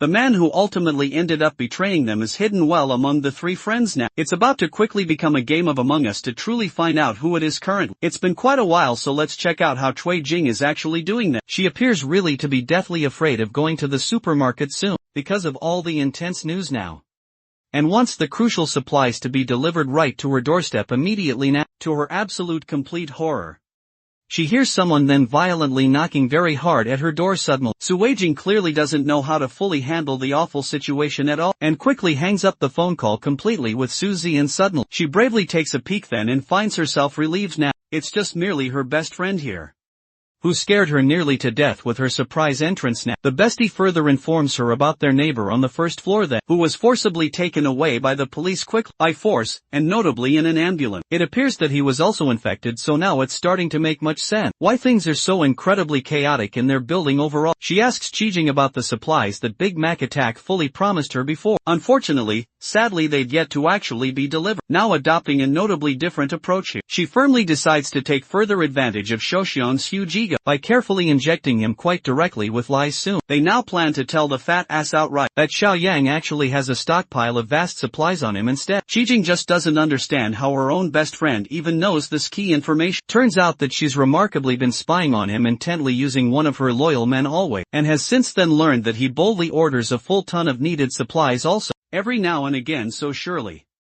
Qijing truly can't believe that her ex knew about the apocalypse way in advance even. Her beastie strongly convinces her then to tell Su Shuang about completely everything now, so they can freely loot Xiaoyang's crucial supply, and make a real fortune for themselves quickly. Yep, these fake ones know no morals now. Arriving swiftly back to his glorious fortress abode, Zhang Qi is quite stunned by what indeed he sees. He can't quite imagine someone building a true fortress for themselves here, taking truly great joy too. Xiaoyang now explains that it's everyone's natural reaction that Shanshan and her grandpa are rather glad to see his return home at last. He tells them not to fret as things are all under control surely. In fact, he gladly shares the spotlight on his newfound friends too. Zhang Qi and his group, these guys will be joining them from now onward. Of course, he also introduces Shan and her dear grandpa to them all. They're now happy to accept them all surely, as long as they are directly chosen by respected Xiaoyang, who also goes further on to instruct her grandpa to show these guys around now, and to kindly help explain every single simple rule. One of the group members soon raises a request then, asking clearly to be issued weapons for their own protection now. Now this guy is indeed already on the suspect list for Xiaoyang surely, who understands fully that Zhang Qi's group surely has a secret mole inside now. Nerd Eyes calmly tells Yiming to just calm the heck down now, as it's too risky now to ask for weapons when they haven't even truly earned trust yet. Xiaoyang sincerely promises to hand them weapons in a few days' time soon, but for now they urgently need to tend to the injured Chen Chong too, and carefully nourish him back to full health soon. Inside the very fortress now, each of them freshen up fully and change into some new clothes. Yiming is actually quite annoyed by his own friend's interference now, believing firmly that they would have quickly acquired weapons by now that, if he hadn't intervened abruptly. The plain thing is just this. This very guy truly thinks that they're simply being held as captives inside the grim facility instead of really being protected full. However, Nerd Eyes carefully reasons with him now, explaining calmly that Xiaoyang ended up surely saving their own asses then, so they really can't say lightly that they're all too curious about his full background now, as so far, they only really know about a secret client hiring him to fully protect them then. Yiming is just a hard ass for absolutely almost no clear reason at all, and truly feels pissed off that they're certainly not even treating Chen Chong fairly now, because of the looming fear of a potential infection now. Hilariously, the kid truly thinks that Xiaoyang's whole group is secretly trying to harvest their organ for personal dire benefit, and to prevent such a dark situation from happening, they absolutely need to make the very first move quickly. Nerd Eye solemnly reminds him that if they end up being wrong here, they'll surely be betraying spraying him in the back because of. Yiming is quite obsessed with his grim approach and doesn't give a damn at all. In grim fact, he's drunk on raw power and wants to seize true control of the fortress itself. He truly thinks it's a good sharp idea to dismantle the poor young girl then, as well as the frail old geezer man. While Xiao Yang's simply away with the way he's seriously acting now. Zhang Qi and even his other good friend here are quite literally staring directly at him in sheer disbelief now. This guy's a straight freak show now and they're really only just realizing. Yiming quickly directly acts like he's purely joking around right now, and that he simply didn't truly mean a single thing he said, relieving his close friends of some heavy tension just then. Four Eyes there once again rightly reminds him that if Xiao Yong ever really wanted their organ, he wouldn't be letting them roam around so freely at all. Little do they even know now. Yiming is quite a slimy bitch indeed, and intends to act completely on his own anyway. He fiercely wants to take over the whole fortress, believing that ruthlessness is ultimately going to serve him rather well. In the next immediate scene, Xiao Yang shares a serious meeting with Shan Shan and her beloved grandpa, who inform him that Chen Chong is currently resting in the infirmary now for his particular condition precisely as per his prior instructions given. They've definitely made sure to lock everything up securely for added safety. Glad our boy sincerely thanks them and promptly suggests they finally get some proper rest, as they'll soon have plenty more problems coming directly their way from tomorrow onward. One more crucially important thing, he keenly advises them to be extra wary at all times of Zhang Qi's other two close friends, because he keenly suspects that one of them may possibly betray them badly that very night. Our keen boy heads swiftly to the vital rationing warehouse. Here, he carefully checks out his personal system store again. First up promptly, he taps to fully open the cultivator box. Then he immediately spends money eagerly on the sugar, oil and entire protein supply box now. Finally, he fully takes control of the armed deterrence box set. With all three purchased at once now, he gains rewards in the form of 50 corn seeds here, and tons of other quite valuable food items now. He even gets 15 rounds of ammunition too, so he surely doesn't run into problems later then. The rewards are pretty damn impressive indeed for what they're worth here. With this massive huge pile here, they'll give him a supreme advantage in the apocalypse to come now. The following day, trouble quickly finds our boy again soon. Remember the rich asshole who swore harsh revenge against our boy earlier? Well, he's shown up now with his friends to break the whole place down now. He orders all of his lackeys now to smash the main gate open fast. But it's honestly pathetic indeed when you truly realize that, despite their very best efforts overall, they simply can't even dent the truly thick gate still. The boss is completely infuriated now, unable to believe the structural integrity of the door. Quickly whipping out their overall best gear they then decide to use Molotovs fast, sending them flying directly inside now. It doesn't take long at all for the flames to truly erupt now. Chaos ensues with the Molotovs dropping right inside. Shan and the rest of this group quickly attempt to put out the spreading fire. With this whole situation, she gains even more conviction in Xiao Yang's very word, who predicted that things will certainly get more chaotic from here on out. But you know our boy here, he doesn't like backing down at all. This man brought a rifle to easily deal with anyone who stood in his way. He swiftly goes up to the watchtower and checks out the identities of their assailants there. Shan Shan's grandpa is the first one to then realize that it's the very same rich bastard from the highway previously. His men also spot them clearly from the watchtower. The snob roars at them, demanding that Xiao Yang come right outside, or else he'll completely burn the whole place down. Responding now with a cool head, Xiao Yang warns them that they now have about 5 minutes to just fuck off. His repulsive response ignites even more raw anger from those men, who threaten boldly to use 2 crates full of Molotov to burn down the fortress suddenly now. The system tasks our boy Xiao with another mission now. Grandpa doesn't quite know what to do, and recommends a warning shot only. By the way, right now, the mission objective is to eliminate completely the threat that is attacking the fortress here. Our boy thinks right now that a warning shot isn't gonna cut it, especially when they're dealing with scumbags, indeed, who are directly right now committing a crime. Knowing fully that these guys have truly no moral or real consideration for people just like them, our boy takes careful aim, and believes that he can't allow them to continue brazenly to threaten the very lives of others. Saying so firmly, Xiao Yang fires off a shot now, eviscerating completely a guy's arm, causing him to cripple down, shouting in pain. Xiao Yang actually really wanted to aim for the guy's head first, but because he hasn't used a gun now in a while, it'll surely take some more time indeed to adjust his aim anyway. The mere fact that he took off the guy's arm clean is surely enough to eliminate that immediate threat fully. They run off just like scared little bitches right now, even though they're the very ones who came here for a true fight. Xiao Yang simply doesn't want to prolong this situation here, and knows that these guys will just show up at his own door tomorrow, so he shoots every last one of them quite mercilessly now. The few who even escape to their vehicle they quickly assist their boss now to get safely inside, who screams loudly at his driver now to step on the pedal hard. I'm telling you all, this man is actually John Wick indeed, and it's refreshing to see a main character who isn't so stupid. Despite their own best effort now to escape using their car, Xiao Yang shoots them swiftly down using his automatic rifle now. With the way he's handling that gun with extreme proficiency though, it makes that old geezer really question the kid's own background. Well, it's a quite miserable ending for these bad guys indeed. Their car is completely wrecked, and they're all quite dead. They brought themselves straight to the Grim Reaper here, and the Grim Reaper clearly delivered the final blow. Next up right now, Xiao Yang tells Shan clearly, Shan's grandpa,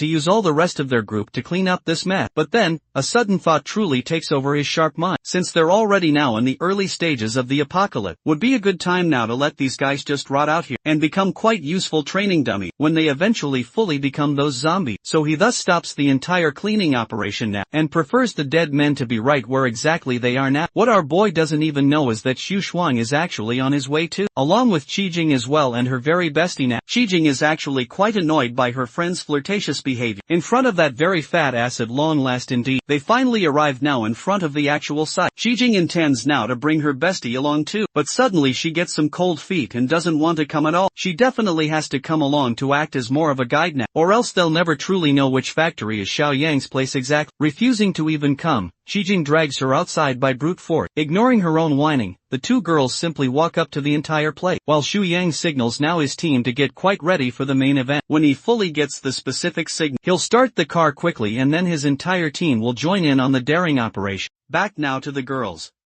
The evil bestie over here truly wants to know exactly why she was dragged along. Kuei Jing reminds her sternly that both of them share the very same dark nature, so she is quite wary indeed of her true intention. The evil bestie gives a sloppy, rather flimsy excuse, stating now that she intentionally behaves this way always, so they can quite easily manipulate Xiao Yang smoothly. To their utter shock they see a grim bunch of dead bodies on the cold ground. It doesn't truly take a genius now to figure out that there's been a shootout. Both of them now stand absolutely terrified. They initially think it's a good idea to quickly go back, but then quickly realize that this party must also have certainly been trying to steal Xiao Yang's supplies. This makes them truly wonder if Xiao Yang also died grimly in the resulting fierce shootout. They care very little indeed about what happened to it, as long as his much-needed supplies are still around somewhere. At first, they ponder carefully going back and then using Shoxiang to move forward. However, Suijing keenly recommends they move forward now and sneak their way inside. The girls then walk right up to the main gate here, but it's just so thick and tightly shut indeed, that there's truly no chance they'll ever get inside now. This just makes them wonder if Xiao Yang ended up surviving after all.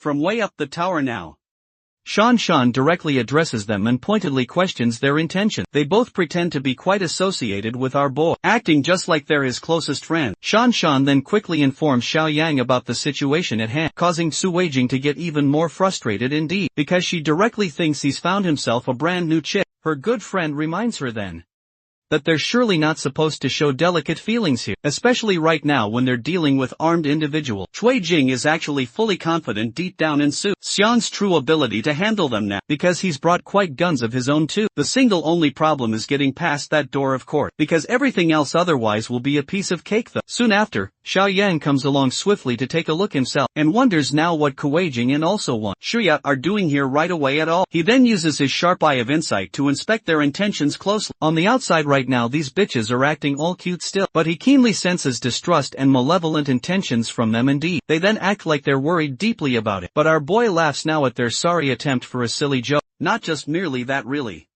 He blatantly shares his knowledge of the very fat as Shu Chongna, also hiding quite nearby along with all his lackeys too. Both of these hoes showcase a surprised Pikachu expression truly, not knowing exactly how the hell he was indeed able to know that. He doesn't even offer them mercy and starts firing off a clear warning shot. Shijing as well as Wen Shuya both can't quite believe that he's actually going to such lengths right now. The ever-evil bestie maintains a cool head and reminds Qijing to stay calm always, because they're dealing directly with someone who has a real gun here. But of course our clever boy doesn't desire to kill the two of them now. That surely would be too easy for the very likes of them. Quite suddenly, one of the bodies of the dead men turns into a full-fledged zombie now. But not just that, the rest of them are turning to it seems. The same rabid flu they saw on the news early is miraculously bringing the very dead back to life now. This is the moment of ultimate satisfaction it appears for our boy, who truly wants these two bitches to suffer the ultimate demise here, at the hands of some bloodthirsty zombies now clearly. Kuwaijing and Wenshuya make quite a desperate run for it, trying their very best to escape these prowling murder machines swiftly. They pace their way quickly back to Xu Xiaohong then, who truly has no idea what's going on just yet. That's until he sees a zombie horde rushing after them rapidly. Both of these women are reduced to the very brink of tears completely, begging the fatso frantically to become their savior quickly. Xu Shuang truly didn't expect to run into the infected patients that, in the very middle of nowhere indeed right now. It causes a slight change of plans as he alerts his men to pull back swiftly. He doesn't even save the two women, and completely disregards them sadly. Qijing is literally too angry indeed to die somehow. The scheming bitch callously throws her purse at her own best friend now, causing Wenshuya to trip on her feet and cruelly fall hard to the ground there, defenseless completely, with nowhere to truly go now. The zombies certainly make quick work of her there, tearing apart her fragile flesh and enjoying their gruesome meal so much, while she's being viciously torn apart alive now. Wenshuya bitterly curses Qijing aloud, swearing solemnly that she'll face an ugly death when her time truly comes. Making her own selfish escape now, the crazy bitch swiftly runs away fast, thinking foolishly she did the right thing indeed. Witnessing such a horrific, gruesome scene unfold now, Xiao Yang achieves valuable system points for eliminating another true threat, while Shan Shan watches everything in complete horror there. He also gains immediate access to another mission now, to kill all the lingering zombies around the main base now. Shan Shan can't quite believe that the infection is so very potent now, that it causes the completely dead to return back cruelly to life. With this grim event, the apocalypse has officially begun now. Xiao Yang tells her directly that mutations will run rampant wild now, and the poor people who are infected surely will turn into ravenous zombies soon. Even after death, sensing that he vitally needs to update his team, he urgently calls for an immediate meeting forthwith. In the next scene, they're all sat solemnly discussing what to do next urgently. Xiao Yang instructs everyone there to stay extremely vigilant now, and lock everything down completely and immediately, making sure that their bodies carefully adapt to the source of this infection. If their bodies can healthily adapt successfully now, they'll be at far less risk of a sudden mutation too. Even then, Zhang Qi is worried incredibly sick for his injured dear friend. Chen Chong is still resting presently in the infirmary now, and unfortunately now for him it seems, his infection there is slowly taking firm hold over him. The entire city is visibly up in flames now. Chaos is ensuing horribly outside and ravaging the very world out there. We turn now to young Xingja, who orders his worried family to stay directly home there, while he's definitely gonna go swiftly to the warehouse nearby, and carefully collect all the vital supplies he certainly had. He also strictly tells them sternly not to open the front door for absolutely anyone. But things are not looking so incredibly great indeed for them though, as someone's already fiercely banging loudly on the front door loudly. Gesturing urgently for his family to stay quiet now, he approaches the front door with a golf club firmly in his hand, ready to knock the shit right out of any infected person there. He realizes it's just young Tao indeed outside and lets his guard down low. That sadly ends up being his ultimate mistake now, because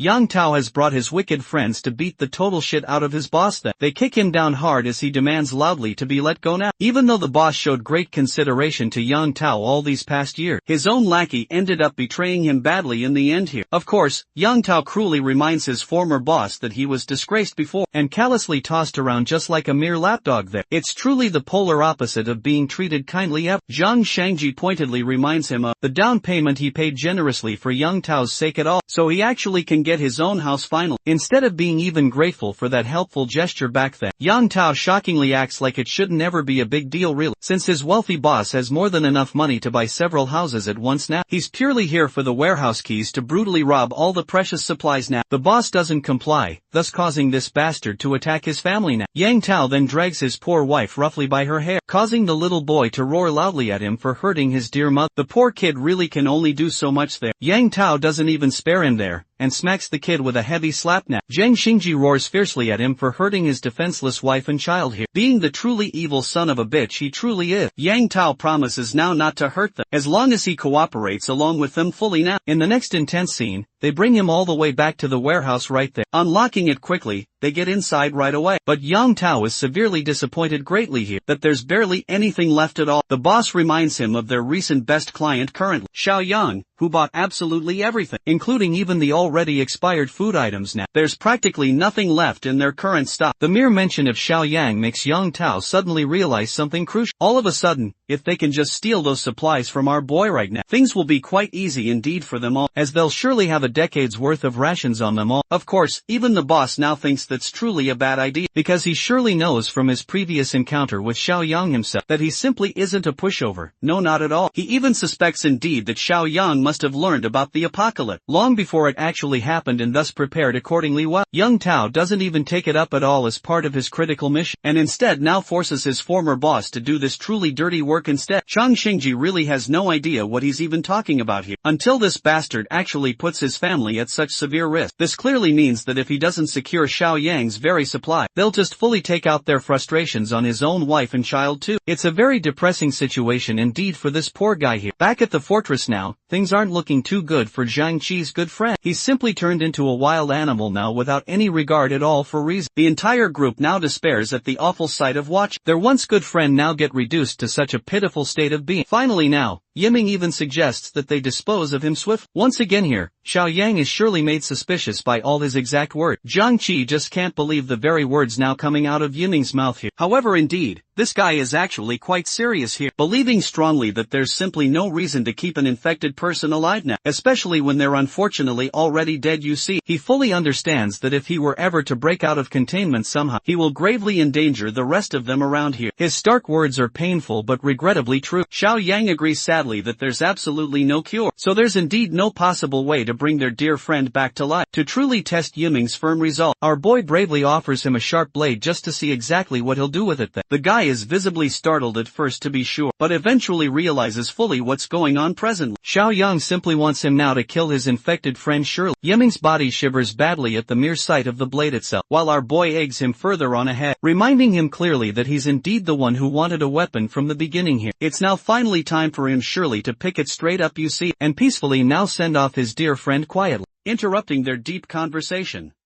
Zhang Qi bravely forces the sharp blade out of their very hands at once. He understands well the weight of the responsibility truly involved, and volunteers readily for the grave task instead. Our boy quickly reminds him now that if he follows through with this job, he'll become a murderer indeed. It's not something to brush off easily now. But Zhang Qi is fully prepared to trust in Xiao Yang's very word, and that's precisely why he's ready to bravely do the job now. Seeing his sheer confidence, he allows Zhang Qi to make his big move. In the quickly following very next scene, he loads the deadly blade and is mere seconds away from slashing his face hard. But shockingly now, Xiao Yang stops him at the last second. Even though they had agreed firmly on everything before, suddenly, unexpectedly, he changed his own mind. It turns out now that Chen Chang's condition is quite special, which is truly why Xiao Yang doesn't want to simply end his valuable life, as he has still got indeed some use for it. It's actually mainly because the system alerted him about a quite rare mutation. In his specific case, now alone in the dark room, our clever boy now checks his current state. Chen Chong is just a savage beast as he is right now too, but clever Xiao Yang is completely fearless always. This man boldly goes right up to his face, and reminds him that he still has got one last job to do now. The following day, a car crashes straight into a pole hard. It's actually the boss who appears to have such terribly shitty luck today indeed, that he simply can't even drive properly as it seems. Thankfully, he's pretty close now to the fortress itself, so, the remaining distance can be traversed by foot. However,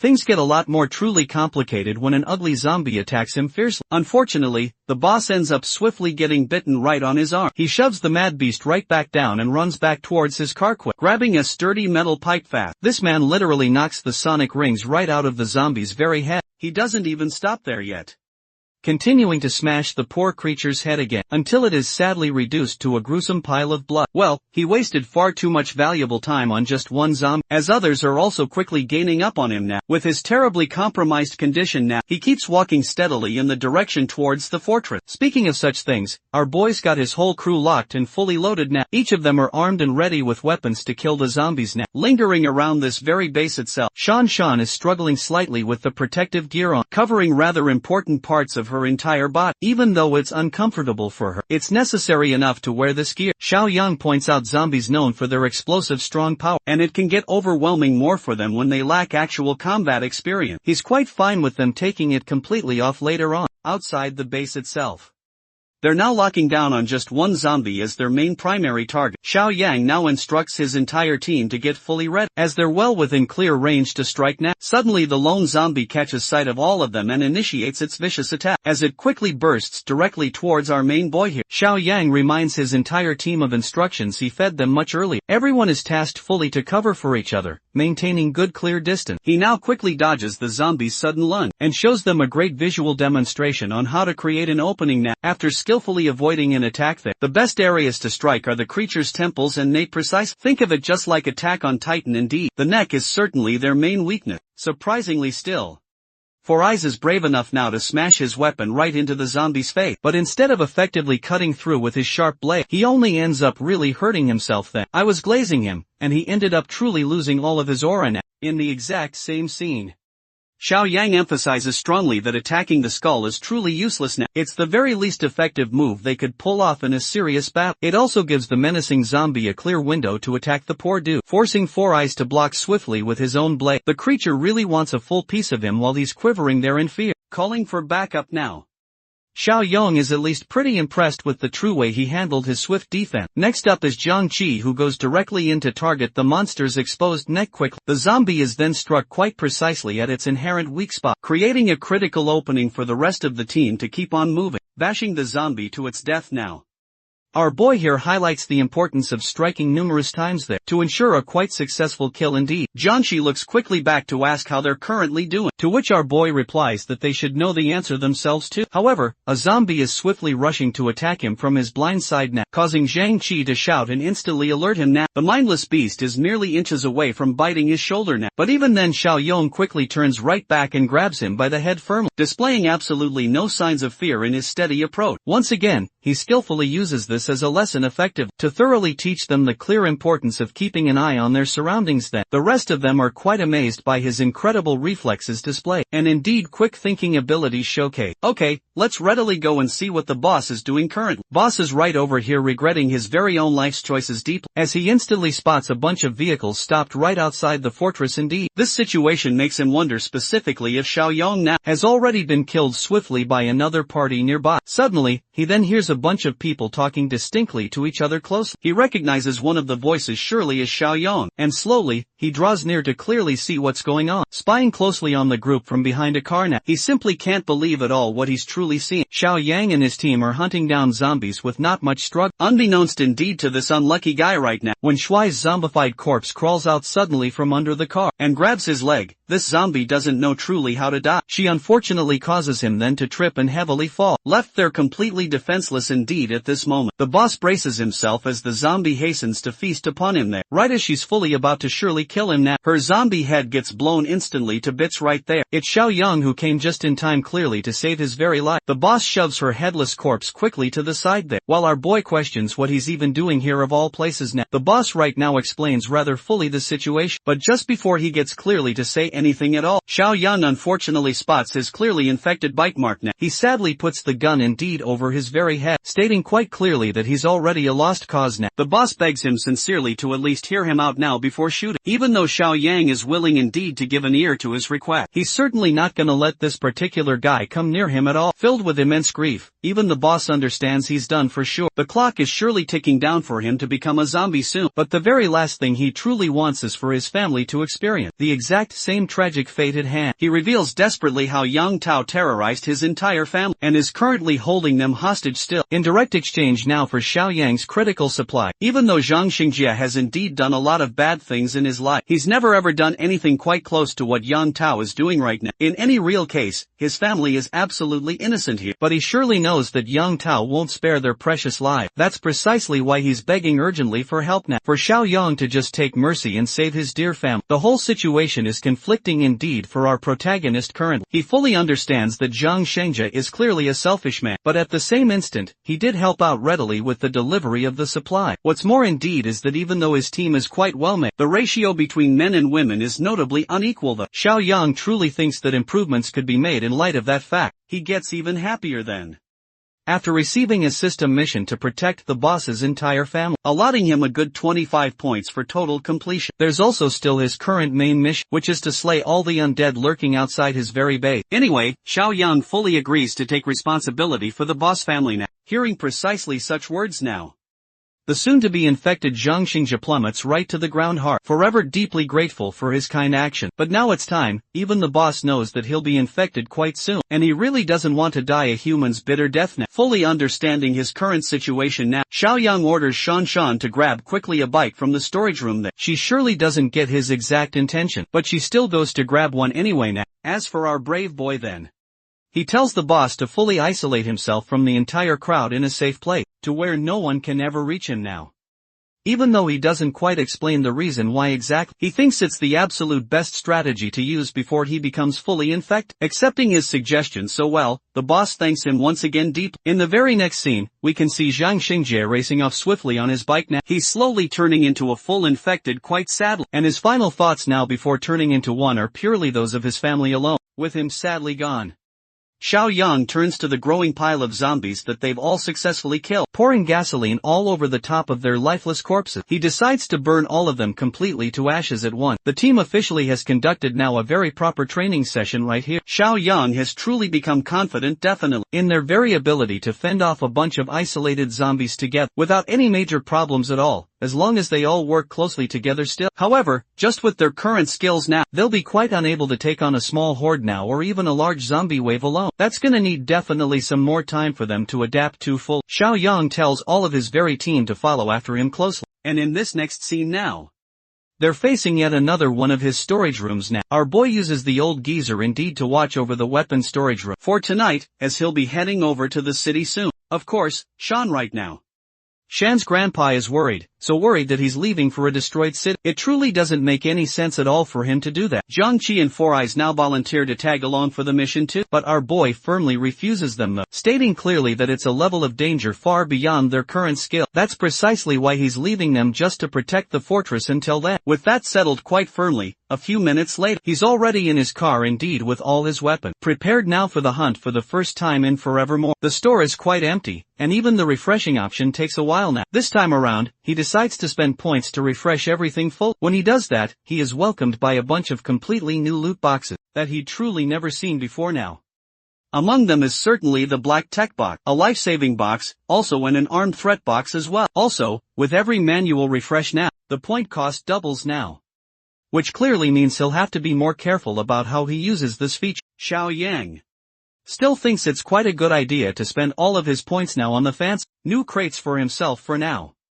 He purchases only the black tech supply box alone, leaving him now with 6 points left exactly. He opens this box and discovers a physical enhancement potion there, this time, specifically with a 5-point increase. It's an even bigger jump forward from last time, reaching truly superhuman levels of strength now. Xiaoyang injects himself swiftly with the potion. His body fully succumbs to the potion's powerful effect, making him significantly stronger than ever before now. Our boy's real destination is actually the boss's house now. His wife and young child are quivering terribly in fear now, hoping dearly for Zhang Xingjie to resolve everything soon. After a short while, young Tao and his goons arrive right into the room, while the defenseless lady fearfully questions what they're gonna do next soon, forcing his wicked way upon the weapon neck. This piece of filth directly tells her that they're going to enjoy her then, while her own husband is clearly away now. The poor woman tries her best to fend them right off, begging them intensely to stop just what they're doing there. We pick up the story with these thugs tearing Xiao Li's clothes apart, without even a hint of shame at all, while her desperate son bravely struggles to shove one of them away now. Right at that moment, the guy with the ponytail, known as Li here, shows up strong, asking rather intensely what all the noise is about now. One of the goons answers him sharply,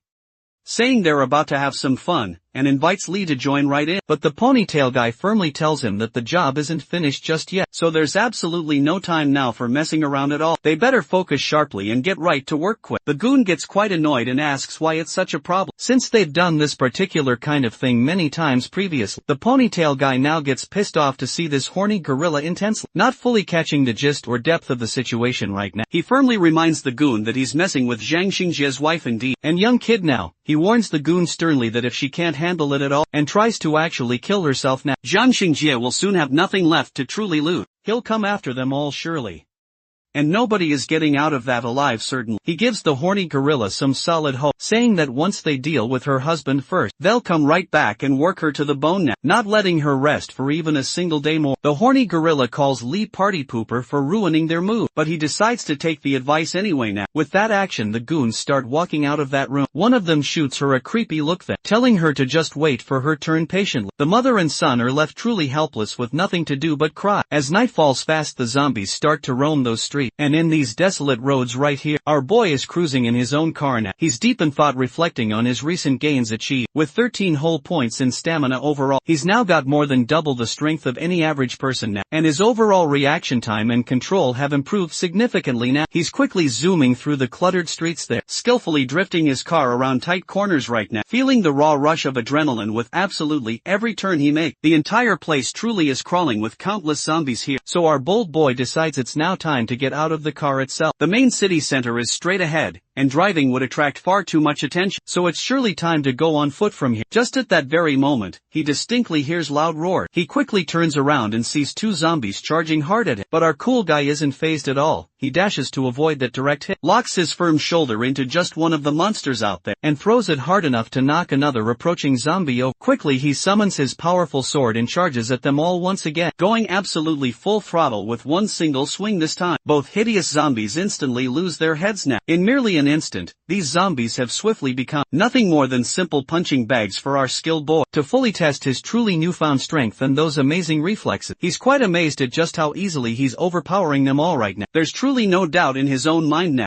that he's surely gained more than twice the raw physical strength of an average person out there. On top of all that, his very instincts have sharpened so, and indeed with his enhanced hearing now, he can definitely tell that the place he's looking for now is only approximately about 800 meters away now. Meanwhile, a group of zombies is relentlessly banging their rotting heads against the glass window door of a local grocery store just inside. The few remaining survivors are doing their absolute best to fortify the front gate, piling heavy weighty objects right in front to keep it secure, so hoping it'll truly hold long enough for them to figure a way out soon. The terrified little brat asks his dear father if they're going to die right here, to which the worried father tries his best to reassure him gently, saying that these vile sons of witches simply cannot get in now, and even if indeed they do come in, it's still a sure win really, because they'll be reunited with his loving mother now. Of course, the father's words simply don't offer much real comfort, and the little brat just starts crying out even louder still. The officer gets quite annoyed and can't believe it, what the father just said, completely without thinking it all through now. He's irritated truly by the brainless nonsense this father told his son, but the sassy father shoots right back quickly, saying if he had enough brain cells to think before even speaking, he would have certainly been a property manager by now. By now even the officer starts to worry they might actually truly die here. Right here, just as all the tension peaks drastically, they suddenly hear some loud gunshots.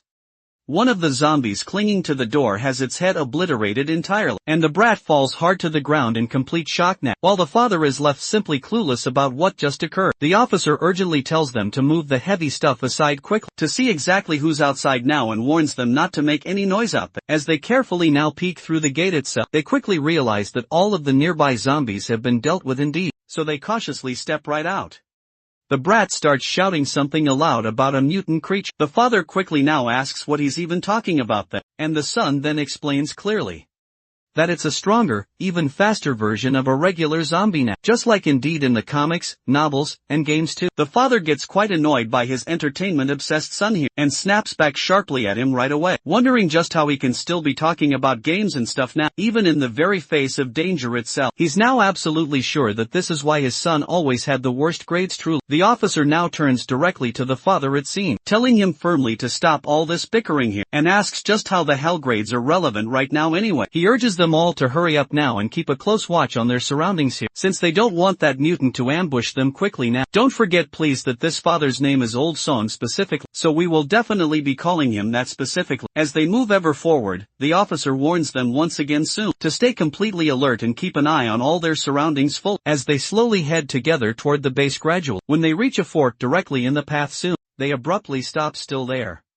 The father looks across the street quickly and spots a boy standing there openly. It's none other than our very own boy, who's clearly quite busy with his system interface, adding points and adjusting all of his stats right now. At that precise moment, the brat starts shouting it's a mutant zombie out there, but the officer, being the only one with enough brain cells it appeared, quickly realizes that this guy definitely looks just like a survivor out here, not a zombie. It seems like these guys now have caught our boy's keen attention. He chuckles lightly at the brat for mistaking him for a mutant zombie now, and tells the kid directly to stop letting his wild imagination simply run wild. The officer perks right up with some relief, realizing it's actually a survivor indeed. Moving cautiously now, he approaches our boy directly, and tells him it's far too dangerous now to be out here all alone. He advises him keenly to come along with them now, as they surely need to stick together tightly if they want to survive this now. He invites him warmly to join their whole group there. Zhang Xiaoyang then asks the group directly about their clear identity now, as he seemingly has no clue at all who they may actually be, or why just a few of them are actually stuck here. While carefully scanning all of the area out there, the officer explains calmly that they're simply out looking for supplies here, and that there are still quite a few civilians around, gathered at Rongxian Garden nearby now. The mention of Rongxian Garden triggers a vivid memory for Zhang Xiaoyang, and he keenly recalls that there's a Junyu mansion quite nearby, not far at all from where they are present. Old Song readily agrees, saying it's just across the street there. He then urgently tells John to come along with them quickly, stressing firmly that there is strength in their numbers overall. Officer Lee even has a gun too, and with their shared experience dealing with mad zombies now, they're quite confident they can protect him full. Seems like they simply just don't know about our boy's true background yet, and even our boy himself does not try to boast of his real type, and just humbly agrees to this request right now. Later on, they move forward together very cautiously now. Old Song directly asks Zhang Xiaoyang why he wants to go to Junyu Mansion soon, wondering aloud if there's someone very important he's trying so hard to find. Zhang Xiaoyang replies now with a simple and firm yes, and Old Song then follows up with another pressing question, asking intently if it's a relative indeed or perhaps a girlfriend. Old Song rather grimly reminds him that it's simply the end of the world, so whoever he's looking desperately for is probably already quite dead, and he'd better thoroughly prepare himself mentally now for that grim fact. The officer simply grits his teeth and somberly agrees, saying quietly that even if they weren't killed by the fierce ravager, they still could easily have encountered those horrible beasts. The mere mention of those beasts now catches Zhang's sharp attention, and so he pointedly asks for a quick clarification now.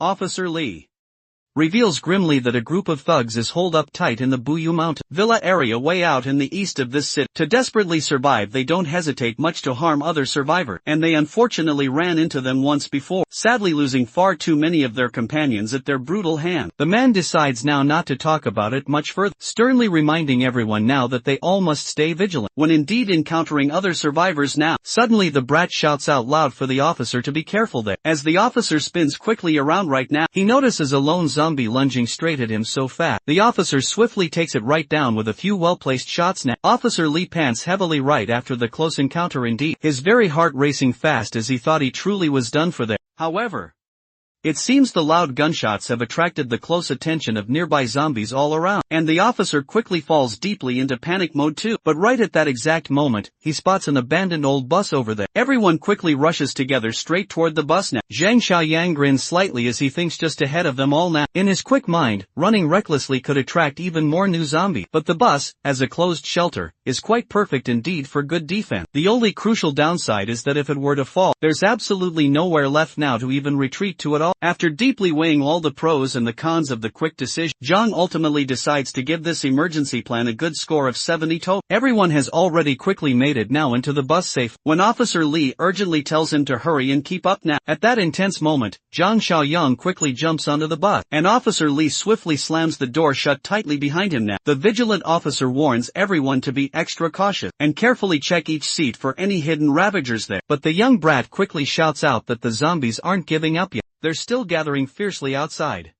Officer Lee grimly grits his teeth in frustration here, realizing that despite their fast, hurried escape, the relentless zombies are still hot on their trail close behind. The growing horde of zombies begin banging hard on the bus now, trying desperately to break in with each passing second swiftly. The overall number of zombies just keeps on increasing quickly, and the officer does his absolute best to keep the entry gate closed tight. But it now looks like this is simply just too much even for the poor officer here. That's precisely when Zhang extends out his hand firmly and slams the door with such raw force that the pursuing zombies are immediately pushed far back now, and the bus door is very completely sealed shut. Officer Lee is utterly left stunned speechless, his very jaw hanging agape in complete disbelief at such incredible amazing strength shown. Zhang Xiaoyang then comes up with quite a plan, and states firmly that he's blocking the door, keeping it shut tight, suggesting bravely that they should smash the windows and fight back hard. Surprisingly indeed, The officer agrees fully, deciding to place some real faith in Zhang Xiaoyong. At that tense moment, they shatter the bus windows completely, and the zombies,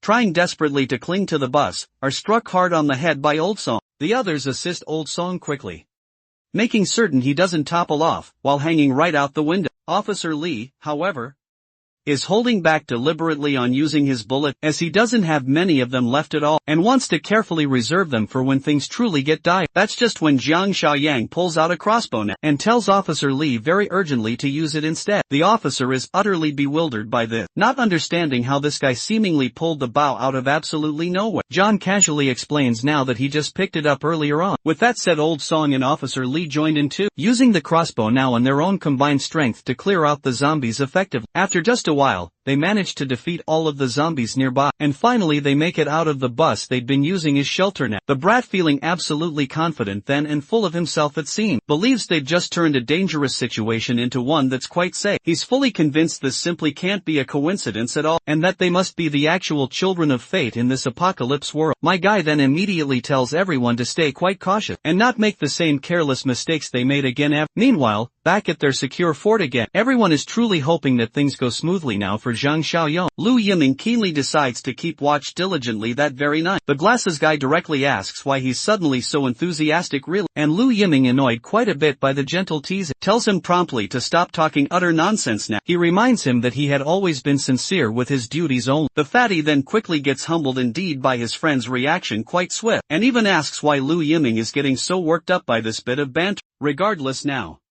Uncle Shang decides that since Lu Yiming is taking full charge so bravely, everyone else truly should head back to their rooms and get some rest now, so they can fully make the very most of Yiming's valued help. Uncle Shang then directly advises Lu Yiming to wake everyone immediately too, if anything happens as the deep night truly darkens. Lu Yiming now sits idly reflecting on exactly how late it's gotten indeed, knowing perfectly well that everyone simply must have already drifted off to sleep now. He decisively decides to get right back to the real main goal at hand now. He's entirely focused on wanting to settle everything swiftly before our boy returns back soon. Meanwhile, the old man now sleeps soundly indeed with the key of the weapon room there, lying just near his very pillow. The old man doesn't even notice a thing, when Lu Yiming extremely quietly opens the door softly just to enter now. As Lu Yiming approaches quite near the old man's soft bed, he reaches his hand out quickly just to grab that key of his there, but to his utter surprise, the old man proves to be far more alert than really expected, waking suddenly up just right before Lu Yiming can manage to grab it finally. The old man fiercely asks what the hell he is actually doing there, but right before he can even get any more crucial words out either, he receives a solid punch right to the face firmly from Lu Yiming swiftly now, with the crucial key now securely in his very hand. Lu Yiming runs off as fast as he possibly can while the angered old man calls loudly after him, demanding the key back now. The commotion fully wakes others up, and the old man quickly reports this to everyone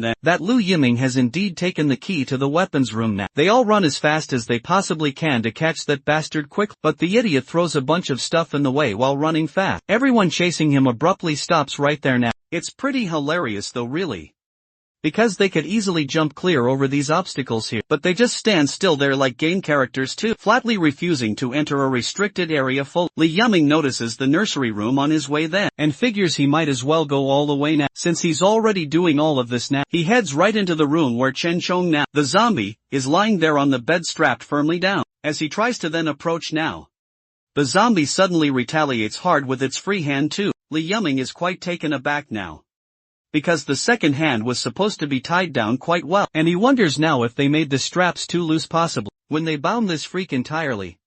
This actually makes him even happier though now, because it saves him the real trouble of untying the zombie right. Meanwhile, the others finally make it past all the obstacles now, and what they find in the corridor is far from truly pleasant. They're frustrated that Li Yiming went way out of his way it seems, just to let Chen Chong out from the infirmary itself. The old man is truly regretting now, not realizing much sooner that Li Yiming was such a snake truly, but Shan Shan tells him there's no real point in regretting now. They need to focus hard on what to do truly next, since all their weapons are locked up in the warehouse, so they should start first by making sure that this zombie gets locked. Back in the infirmary, Uncle Shang decides to now use the method Zhang Xiaoyang taught all of them earlier. They stay careful always and avoid letting the monster bite anyone. With that thought in mind, they start walking toward the zombie now. Jianqi quickly grabs the real bastard by the neck quickly, while the other two help hold its hands completely down too. The old man contributes highest of all their real, pointing directly towards the infirmary there, and telling them firmly to drag that zombie back now. With a clear countdown of 3 seconds now, they push the zombie back inside the infirmary room, and lock the heavy door as securely as they possibly can. Once that zombie is fully locked inside there, one of them now wonders if it's really just him, or if restraining the zombie wasn't nearly as hard as expected initially. Everyone else truly shares that exact same thought too, but the old man reminds them that they've wasted so much valuable time here now. That little brat must have gotten all of the weapons by now surely. Right at that very moment, Li Yuming bluntly shows up there, and questions the old man's sheer audacity to call him such a little brat. Sadly for everyone else, the bastard finally has a real gun in his hands now. However,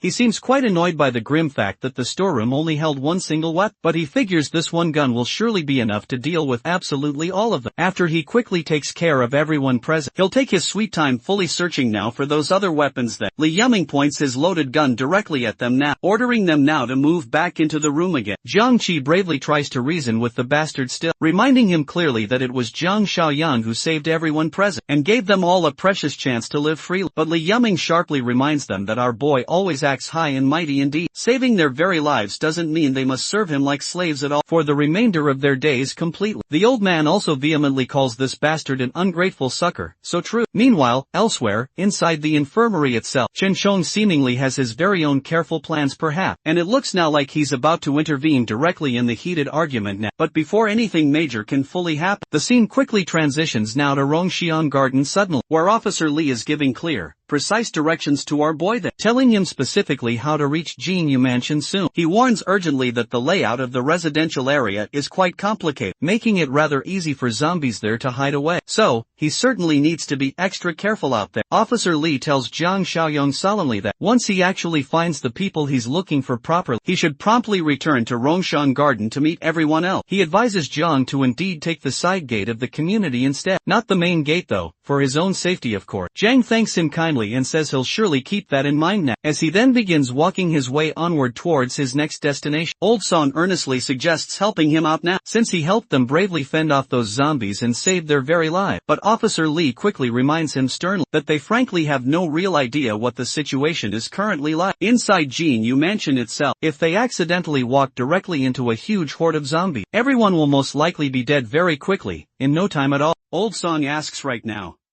why they're simply letting Zhang walk into what truly seems like certain death. Officer Li replies that he's already strongly warned Zhang as much as he could possibly, so all he sadly can do now is just feel some pity for him indeed. He adds though now that they really shouldn't overlook all the skills Zhang clearly has. He's clearly quite capable in the meantime. Outside, the entire area is seriously crawling with zombies presently, and inside, the goons now taking Zhang Shang's family hostage are getting quite annoyed, seeing that Zhang Shang has not come back yet. The other thug simply doesn't really care, and says he's held his frustration in long enough indeed, so tonight he's letting it all out there on his very own wife. Otherwise, he figures he won't be able to even sleep. Seems like these terrible idiots are just waiting for a dead man's return now. One of them, though, seems just smart enough to realize that Zhang might be truly dead, since he went outside all alone. The other disgusting thug adds that when they clap her that, they'll make absolutely sure to tie her up real tight, so she won't have much of a chance to kill herself then. They have virtually no idea when things might possibly go south, so they decide now to make the very most of the time they have left here. Meanwhile, the poor lady trembles now, hearing the goons plotting against her. Ponytail finally gives his friends the green light, telling them to go, but he tells them clearly to be quite careful, and to certainly not let anything happen to the woman, especially not now, while doing anything particularly naughty. Suddenly, Ponytail keenly notices something unusual outside now. As we peek outside ourselves, we see that all the zombies have mysteriously dropped dead right there. While this true reason may be unknown to that particular bastard, we surely know exactly what's truly going on here. Ponytail then decides to take a look right outside, wondering hard if it could be a true rescue team indeed. But before he can possibly go any further at all, his life's very chapter ends right there quickly. As he steps outside swiftly, he's met brutally with a dagger slash that cuts his very throat clean off there, and his severed head rolls over the hard ground quickly. Meanwhile, the other vile thugs in the room are ready now to claim their pride. They look absolutely quite thrilled and truly aroused right now, as they start eagerly undoing their belts. Then they yank her own son away roughly from her, then slap her hard across the face indeed for loudly yelling. They throw the small kid aside, but the little brat has some true courage, and he is quite willing to fight back now with everything he's truly got. However, they cruelly kick him out then, clearly not wanting any more trouble now, and slams the heavy door shut right behind him quick, leaving the poor, terrified kid alone outside here. At that very moment, the headless body of Ponytail just collapses to the ground, leaving the young kid frozen completely in shock there. But what truly stuns him even more so is the looming silhouette standing over the doorway now. But there is actually nothing to fear about, because it's our boy here, Zhang Xiaoyang himself.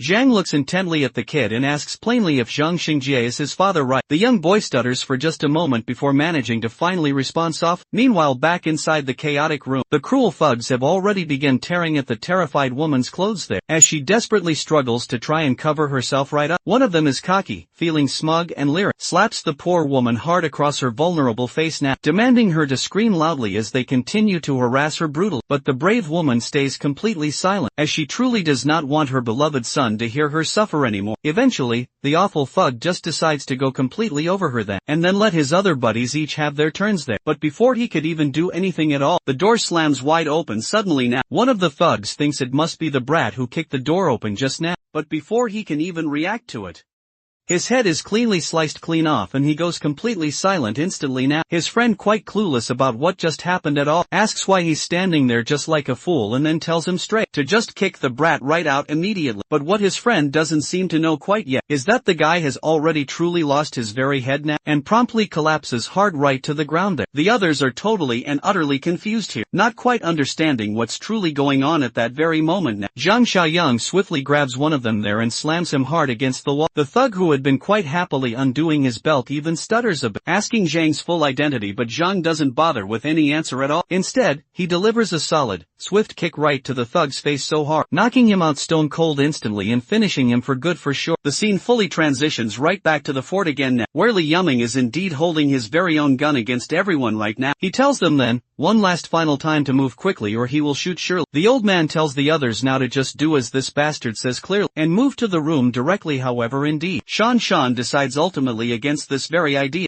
The old man, though, certainly insists she follow his orders closely since Li Yuming has the loaded gun, but reassures her calmly that he'll think of something later for sure. Li Yuming just smirks quite disgustingly now, and reminds them firmly that there's truly nothing to figure out at all. He threatens all of them now, saying they haven't seen his sheer ruthlessness and decisiveness quite yet, and that he will most definitely establish his true dominance over all. He decides indeed to take the old man down very first, since he's simply the one yapping the absolute most now. The other two standing right behind the old man try hard to talk him out fully of, but just as they're actually speaking then, they hear a strange sound suddenly nearby, the lock on the infirmary soon.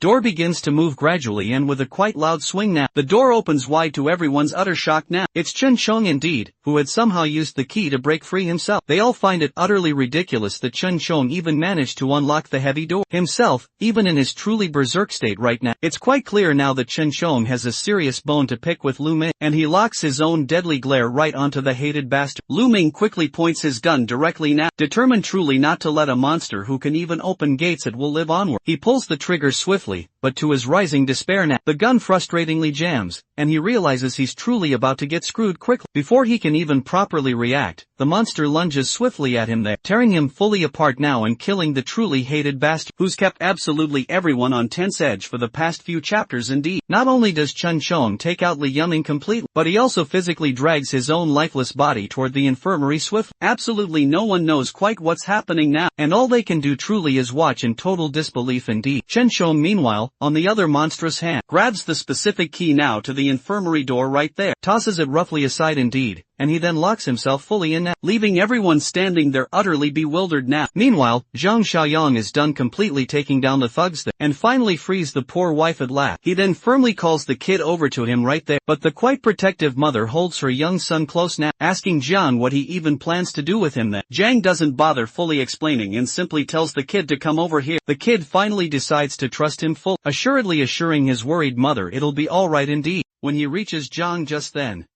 Our very boy hands him a sharp dagger and tells him to kill these bastards right now. The thugs quickly realize what is now coming for them all next, so they start desperately begging for their own lives. Even the worried mother tries hard to protest now, saying he's merely just a child still. But John states that he's no longer just a kid though, and that everything changes entirely from this very moment. He tells the young kid that from now on indeed, he's the sole one responsible for carefully protecting his dear mother, so he urgently needs to gather his true courage then, and eliminate the monsters who cruelly hurt her. The disgusting smirks of those thugs flash now in the boy's vivid mind. Fueled powerfully by all his anger and courage he feels, he charges right at the bastards and in the end indeed, he takes them down, finally avenging his mother's suffering greatly. The mother looks utterly horrified as she watches her only son, while the kid himself is completely consumed with raw anger still. He knows fully well that even after killing these bastards now, his father sadly isn't ever coming back now. In a heart-wrenching moment of grief and frustration he asks Jung directly if his father is pushing up daisies now sadly and solemnly, Jung responds with a somber, quiet yes. The boy, unable completely to handle the immense weight of it all right now, throws the bloodied knife down hard to the cold ground. He rushes quickly toward his mother and hugs her as tightly as he can, seeking true comfort now in her desperate embrace. The mother is desperate to keep her only son truly safe, pleading urgently with Jung to take him safely with him elsewhere, offering to do anything he wants indeed in exchange for her dear son's safety overall. But the boy is determined now to stay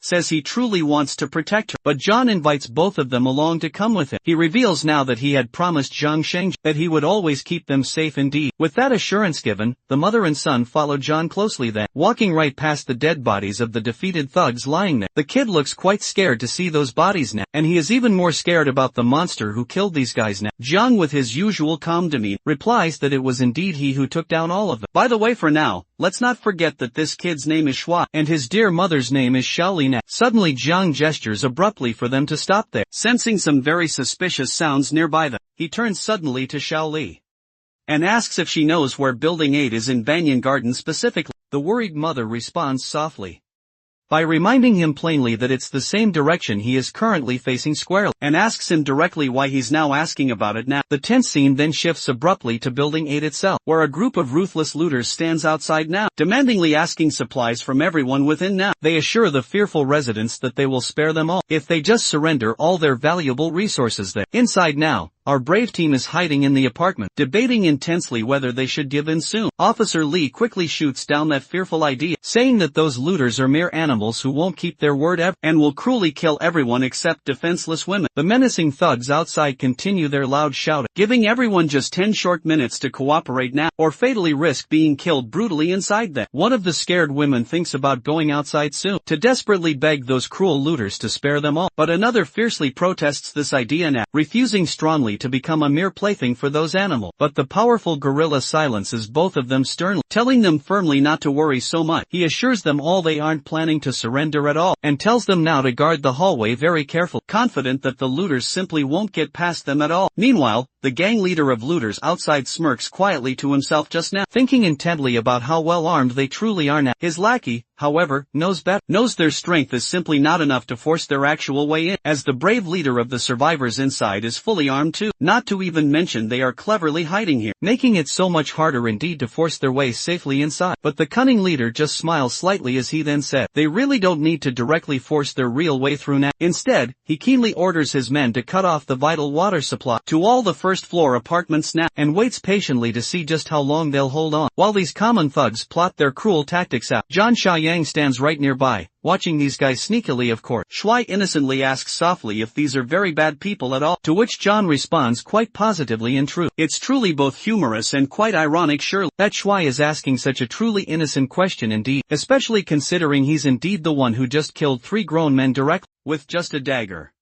One might expect some truly solid character development from our kid, but he still seems to wonderfully have his childish charm now. Zhang then reminds Shuai that these are the very same kinds of people who bullied his dear mother, and that's precisely why they need to be dealt with swiftly. Meanwhile, elsewhere, Officer Lee tells absolutely everyone to guard the stairs and stay fully hidden, as he plans to carefully check out what these guys downstairs are really up to. Officer Lee then walks right over to the window and sneaks a quick peek outside, noticing that all 7 of them are quite heavily armed, with 3 of them clearly packing their gun. But then a loud bang echoes directly through the very air, catching Officer Lee completely off guard entirely. The rest of the group is just as utterly confused too, not knowing at all what's actually going on now. As we know clearly though, These guys are now getting ripped apart by swift bullets from Zhang Xiaoyang, and one of their key men goes straight down. The others are left completely clueless about just who took them fully out. That's precisely when Officer Li spots Zhang Xiaoyang now, gun firmly in hand, making his way directly forward now. My guy starts doing open fire instantly, and one of the goons takes a direct, brutal headshot. When they spot him standing boldly in the middle of their ring, they start shooting back fiercely with their pistols then. But Zhang just keeps walking straight forward, completely unfazed as not a single stray bullet even comes close to grazing him there. This only makes him smirk grimly at the very sight of these amateurs. He raises his gun swiftly, aiming directly at the boss of the lackeys hiding well behind the concrete block now. But his bullets merely hit the block instead right there. The frustrated boss shouts angrily at his lackeys then, telling them to start firing now while our boy is so busy shooting it. The lackey eventually stands straight up, fully determined and ready to take John down himself soon. But John quickly shifts his aim swiftly, pointing the barrel of his gun directly at the guy now, and with just one or a few bullets fired, he blows the bastard's head clean off with force. The leader of the squad sneers darkly from behind the concrete block now, feeling quite smug, as he thinks Zhang must be all out of bullets by now. Confident indeed, he decides to then make his move there, aiming his own gun at Zhang. But Zhang Xiaoyang meets his gaze with a cold glare, unwavering stare, standing tall and firm right in front of the guy too. As soon as the cruel thug actually pulls the trigger swiftly, Zhang quickly moves his head with lightning speed itself. Avoiding the sudden shot, he grabs the thug's strong arm, the one tightly holding the dangerous gun there, and in a fluid motion, aims the very same gun right under the bastard's neck now. Without hesitation at all, Zhang immediately pulls the trigger fast, sending a single bullet straight through the guy's wicked head. And just like that fast, the entire ruthless squad of criminals has finally been taken care of. Zhang then rummages quickly through the dead leader's lifeless body, searching diligently for absolutely anything useful maybe. After that moment, he quickly makes his way into the building soon, only to then find that there are still some goons left from this squad now. The remaining scared thugs launch themselves right at him without a second, desperate indeed, to try and take him down now. But John doesn't even flinch at all. He stays rooted firmly in place, unfazed now, and all that breaks the silence are 3 quick gunshots fired, each perfectly placed, dropping those thugs right on the spot. Watching this all unfold, Shui is truly over the moon with real excitement, clearly impressed so much with how our boy handled the entire fight. He can't help himself but admire him even more deeply. Right then, a system task quickly appears in front of our boy indeed, revealing his very next objective now, which is definitely to recruit survivors from Rongxiong soon. Completing this specific task promises a reward very soon. Zhang Xiaoyang asks then about these very people, and Officer Li responds now, explaining clearly that they're originally from the Baikishan villas now, located precisely to the south side of the city. Officer Li then quickly calls over the 2 yellow-jacketed men now, Lu Chao and Chen Ji, telling them to brief Brother Yang about Baikishan soon, since they ran quickly over here from the south later. The 2 yellow-jacketed guys then reveal that the people there are truly a gang, armed rather well-resourced, and holed up securely in Baikishan Villa, taking in, of course, nearly all the survivors now from the south. This revelation makes Zhang Xiaoyang pause deep, thinking back now to his previous life then. He wonders now if Baikishan could be where Li Shuxian and Qijing settle perhaps. Were they, and whether it could be them who took over everything? He pointedly asks the yellow-coated guys present, if they're indeed implying that Baikishan is the only true settlement left down in the south. Now the yellow-coated man carefully replies that it wasn't always so, but that vile gang sadly had weapons aplenty, and the smaller settlements couldn't defend themselves then, as they brutally took over each and every place full. They coldly killed almost half the population size, and then abducted the young and pretty women outright, and anyone else who was willing to be complicit too. Zhang Xiaoyang is quite certain now about who is behind all this, and when Officer Li keenly hears his confident declaration now, he quickly asks what exactly he fully means by it. Zhang replies plainly that the 3 guys they just took down there, each clearly had handguns you see.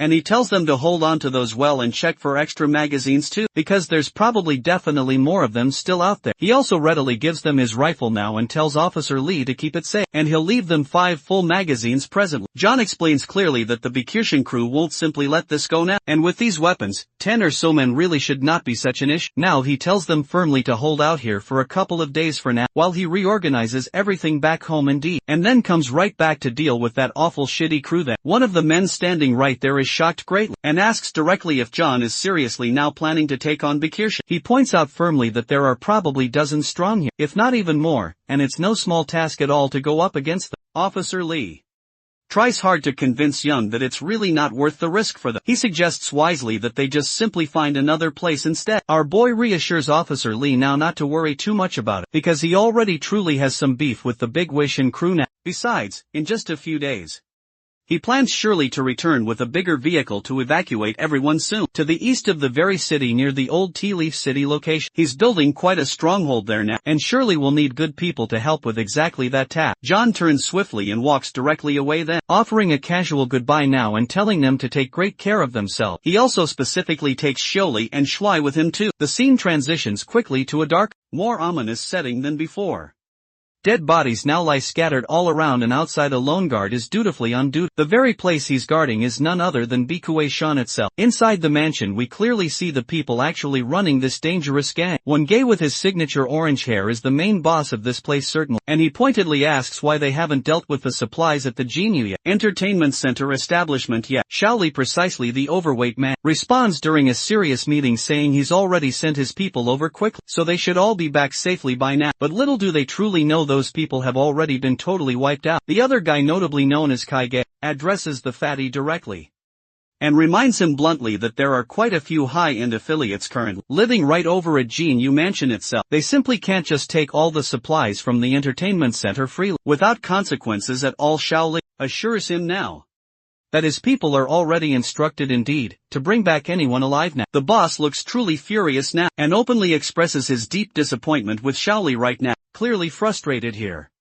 that he still hasn't quite completed a single task assigned to him. Feeling deeply the weight of Wen's anger, Xiaoli humbly promises that this time here, everything for sure will be handled perfectly so, while Kai Ji smirks quietly in the background now, pleased truly to see Xiaoli sweating under immense pressure. Once Xiaoli steps just outside for some air, one of his lackeys notices his quite sour mood now, and asks him why he looks so defeated instead. Xiaoli snaps directly back, asking if the 7 men he sent have returned at all. The lackey informs him now that he sent people an hour ago exactly to check, and they reported back that the whole squad has been sadly wiped out now. The shattering news leaves Xiaoli stunned and utterly terrified. He simply can't believe that regular civilians from Rongshin Garden could actually take down those 3 armed men indeed. In a real panic, he commands his lackey Tayosi now to gather absolutely everyone who can handle the weapon. This time around, he's determined not to let the mission fail at all. Meanwhile now, Zhang Xiaoyang finally makes his long way back to the base. As soon as Shan Shan hears the distinct sound of the car come, she quickly realizes now that it must indeed be Brother Yang returning there. When John truly enters the boundary of his fort at last, the mission window immediately pops straight up indeed, notifying him clearly that the mission has been completed successfully too. Shan Shan happily greets him right there, happy indeed to see him now back there. But John quickly notices that Lu Yiming truly is missing from the crowd. My guy feels absolutely rather glad to see all of that now. His strong hunch about that snake was absolutely spot on there. Everyone truly is shocked badly when they realize that Zhang knew about Lu Yiming all along too. Zhang then definitely points to Xiaoli and also Shuai, asking the others specifically to show them to their rooms promptly, and then meet him directly in the infirmary straight away. Once he's totally alone now with his party late, Zhang then explains that he had known from the start that Lu Yiming had ill intentions indeed. While he admits that he wasn't entirely sure it was him specifically, he was certainly certain that one of Zhang Qi's friends was a scumbag type of person. Zhang Xiaoyang then throws a big gun quickly towards Zhang Qi. As Bleachhead catches it swiftly and examines the bullets closely, he quickly realizes that they're rubber bullets specifically. The old man's keen mind clicks then and quickly asks about the kid there, Chen Chong, who's currently inside the infirmary itself. Zhang strides confidently forward directly toward the infirmary itself, casually mentioning that Chen Chong is not an ordinary zombie type. Instead, he's a fairly rare mutant indeed, a fact my guy had already confirmed some real time ago. He had asked this zombie to blink precisely 3 times, and to his utter surprise, the zombie complied directly. Zhang explains further that after the apocalypse, those infected now by otherworldly sources itself have a relatively slim chance of becoming rare mutants indeed. These mutants usually possess far greater raw intelligence and potential than regular ordinary zombies in general. They may even retain fragments of their past cherished memory, and Chen Chong truly is exceptionally rare among the rare ones. Zhang then quickly opens the door itself, and the very first thing they see now is Chen Chong standing right over the head of the man causing real trouble. The zombie then quickly waves his hand upon seeing Zhang come. Zhang directly orders him to fully stop holding back now, saying there's absolutely no need to restrain himself here, and he really should just get rid of this bastard quickly. Now as the mutated guy begins actively dragging that snake out, his bleached head friend there asks him if he remembers him well, and the zombie's feet falter slightly as he stops, looking at Zhang Qi. No one around can quite figure out what's in the zombie's mind right now. Abruptly then, he swings his full hand at the bleach head, who who barely dodges it in time now. It seems clear that Chen Shong is simply messing with his old friend now, which fully explains to Zhang Qi how even as a zombie now, he still truly can't keep his own hands to himself indeed. Later, Zhang Xiaoyang is carefully staring at his system screen right now. Zhang Chai unlocks a hidden achievement titled Mutual Companion Shirley, and the achievement is now fully complete, adding system points now to Zhang's current total. Zhang is quite surprised to see that he's unlocked a hidden achievement here. A nice little bonus perk, curious indeed. He decides then to check if the shop has anything brand new. Upon looking closely, he notices a level 2 box labeled high-tech supply box. Something new, he's never seen this before now. However, it's rather expensive definitely, and Zhang hesitates to spend his hard-earned 50 points on it yet. Instead, he opts to open the remaining 2 boxes first now, figuring they won't take up much space anymore. As he opens both of them, he receives 2 unexpected items indeed. The Lifesaver supply box now grants him an interdimensional infection blocker now, which offers a great chance to block otherworldly infections out, but it can't reverse mutations that are already complete, sadly. The armed deterrent supply box surprises him even more here, as it contains a Barrett M82 rifle, a powerful sniper rifle indeed, along with a bundle of bullets too. Zhang is amazed at his crazy good luck right now. Not only does he receive a game-changing weapon it seems, from just a level 1 box, but the infection blocker truly is a real deal breaker indeed. The exciting idea that it could potentially perhaps stop someone from fully turning right into a zombie now excites him greatly. This stroke of fortune fills him with great confidence, making him even more very eager now to open the level 2 box. He can barely even contain his mounting excitement right now, but he knows he surely has a vital mission to focus on first. His current immediate task is to recruit survivors from Rongxian Garden then, and he's eagerly looking forward to soon completing it tomorrow then. Outside now, Chen Shong tosses the snake far out of their fort's vicinity, since there's absolutely no place for vile traitors like him. As bright morning arrives, everyone quickly gathers in the training grounds soon, from the old to also the young ones.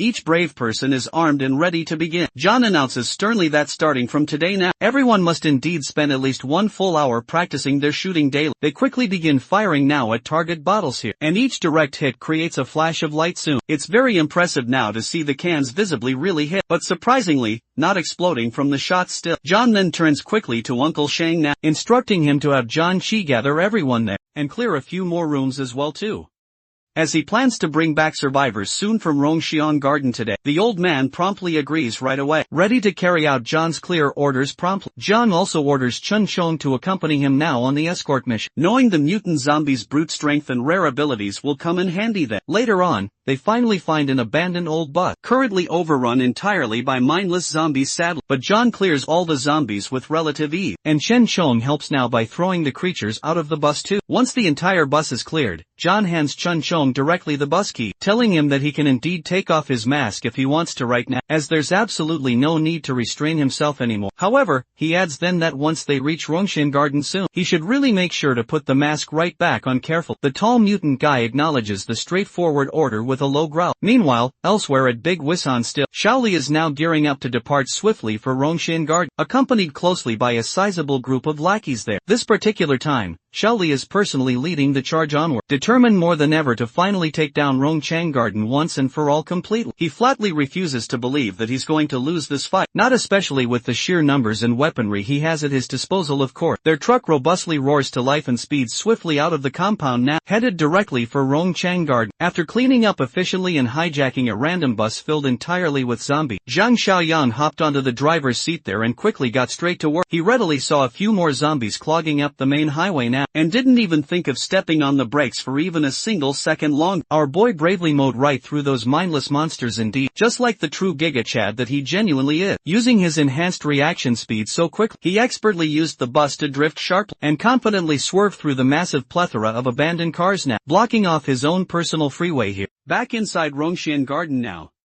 the impressive high-rise building seemed peacefully quiet from the outside view. Inside, this group of weary survivors, led firmly by the reliable cop Big Bro Lee there, are currently munching quietly on their rations now, careful not to burn through their limited supplies all at once here. Their tense mealtime was interrupted by the loud sound of a car engine outside. Coming from outside, the kid reckoned that brother Xiao Yang must have come back swiftly to rescue them all. Thankfully, Big Bro Lee indeed has a good head. Between his broad shoulders, he grabbed his trusty AK-47 and signaled firmly everyone else to be utterly silent now, while he carefully checked out the dire situation first. With utmost caution shown, he slowly peeked his head above one of the windows, with a clear, unobstructed line of sight outside now. What he saw outside was not their awaited savior, but a nasty group of vengeful thugs hungry for revenge here. They are tensely checking their various weapons, looking specifically for building number 8. Upon grim confirmation, the fierce thugs took arms out, and upon confirming their intended target location soon, Li Shuixiong sternly ordered his dangerous men to move swiftly out. Big Bro Lee was extremely stressed out badly, just when he thought they could finally leave their hiding spot to join Brother Yang's imposing fortress soon. The bastard straight from Bichway Mountain then showed up. Old Song raised his pilfered pistol high, ready to face the scumbags who just can't ever learn their lesson now. Now that they have a few guns distributed among this group, the survivors have gained quite a bit more of confidence here. Big Bro Lee yelled at the fake tough civilians now, to not get too cocky. Right outside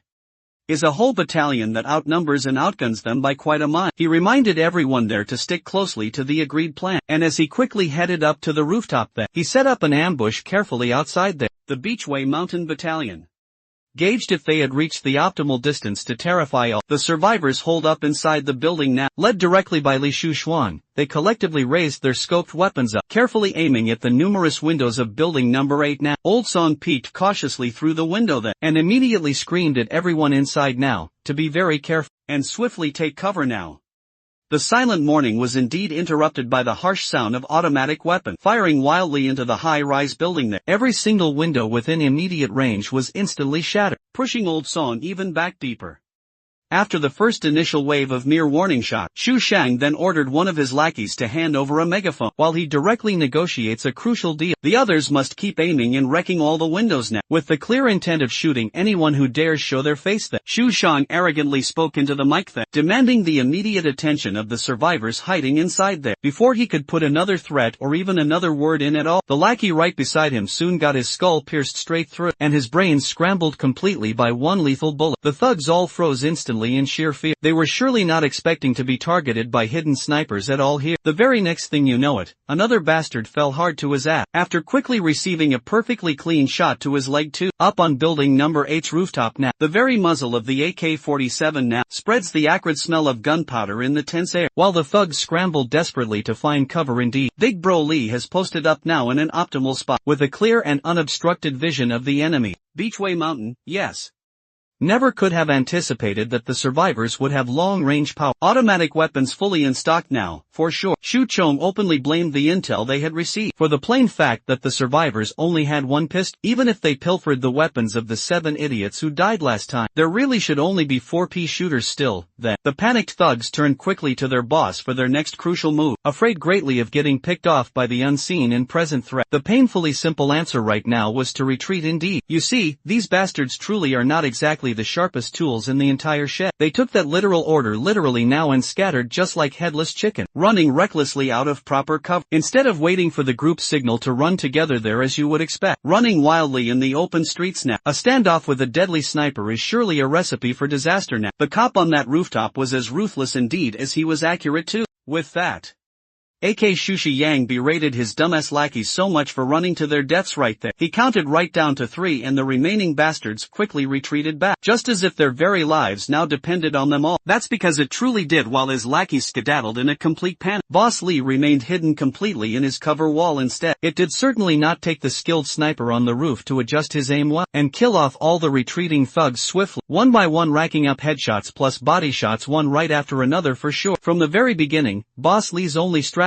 was to use his own men as fodder now, until the skilled sniper fully ran out of ammo completely, so he could safely and swiftly run back to his car quickly. A certified scumbag move indeed, as he fully expected to. The sniper had definitely run out of ammo and had to reload with a fresh clip quickly. For just a bit, Shushang's fat ass surely managed to reach the car safely this time. From a whole battalion alone, they are sadly down to just 4 people total. And unfortunately, for the very last one that lagged a few seconds behind right now, Li Shuxiong is indeed in the driver's seat currently, and he simply could not be bothered to risk getting domed there. While waiting for just another expendable unit, sadly, Catboy had his poor brain pierced clean by the high-caliber bullet, and it was lights out now.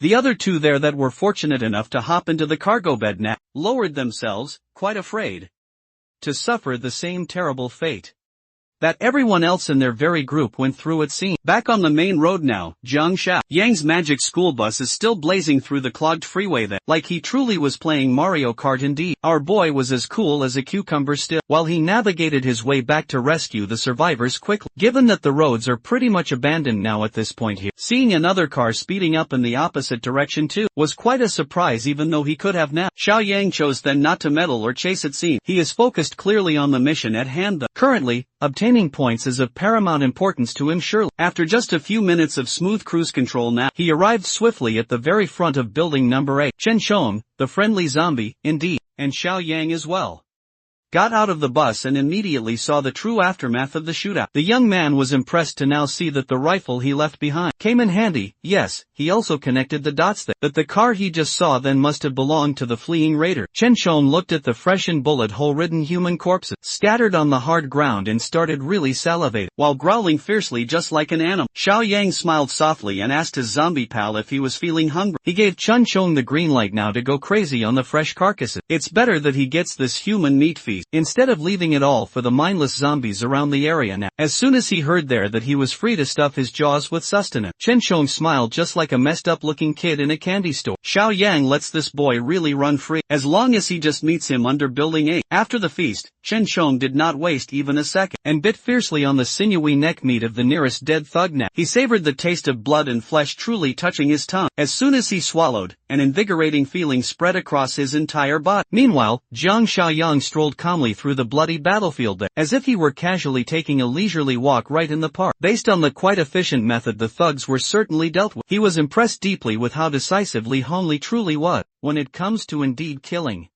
The kid poked his head ever so slightly above the broken windows upon hearing footsteps just then, and he immediately lit up brightly upon seeing Xiao Yang come. Upon full confirmation that it was their savior now, the rest of the thankful survivors showed themselves full and enthusiastically beckoned him forward to come much closer now, with the super cop there in the front. The survivors packed up quickly and met the young man downstairs below. Big Bro Lee here formally thanked Xiao Yang gracefully for lending him the counter-strike weapon itself. That saved absolutely everyone's asses indeed. As it truly turns out, before this particular dude retired, he was known as an expert marksman indeed. Their happy reunion there was suddenly interrupted by a loud noise, a guttural roar reverberating loudly from afar now. It was followed closely by the distinct sound of steady footsteps. The few survivors were frozen completely in terror right now, as soon as they clearly saw what was inching closer to them. It's our favorite tough badass zombie indeed. Chen Chong limping slowly over with a very strange look on his face. Big Bro Lee was definitely the fastest one to quickly react. He quickly grabbed his trusty old AK-47 now, and swiftly aimed it at the fast approaching zombie now. Xiao Yang calmly held down the rifle and told the survivors to relax now, since this particular guy was actually one of them. He now says the beast is really one of them it seems, but everyone there is having a hard time fully believing in such a quite ridiculous statement at all. Can you even blame them at all? Xiao Yang then directed Chen Chang's full attention to the rest of the dead thugs nearby, telling him clearly to fill up on some more totally free grub. Big Bro Lee was both amazed and utterly terrified. He then asked if Xiao Yang actually has the ability to talk to zombies, or absolutely anything truly of the sort now. The young man asserted quite firmly that Chen Chong was not an ordinary zombie indeed. It's a complicated matter overall, so he urged everyone to get on the bus first now, and promised to fully explain everything to them along the way. As they walked quickly to the bus now, Xiao Yang reminded his zombie buddy to eat quickly now, and come right back to the bus as soon as he was fully done. Chen Chong gave the OK gesture swiftly, as if he couldn't really be bothered to stop his gory chomping sound. After putting every dead Beachway Mountain thug into his very stomach, Chen Chong fished out his muzzle then and put it right back on. The survivors could simply not take their eyes off the bizarre scene ahead now. The kid could not even begin to fathom how just one of these mindless things, berserkers, would even have the lucidity to put a muzzle over their very mouths entirely on their own. Xiao Yang warned the young kid not to let Chen Chong hear him now, call the specialized mask a muzzle if he didn't want to actually get hit hard. Loki the kid is starting to now find the mutated zombie exceptionally cool. After his impressive one-man feast overall, Chen Chong then stepped onto the bus like a normal, chill dude now. Upon consuming so many people indeed in one go, his total mass had increased quite a lot then, and the large bus noticeably tilted to the side as soon as he got inside. This very time, Shong had even managed to speak slurred words clearly, while he handed the key of the muzzle right back to his bro there. Even Xiaoyang simply wasn't expecting that Shong now would gain the ability to speak just so soon later, even if it actually was just a single word still. He ate a grand total of 6 corpses now and must have started evolving further up, right at this very moment.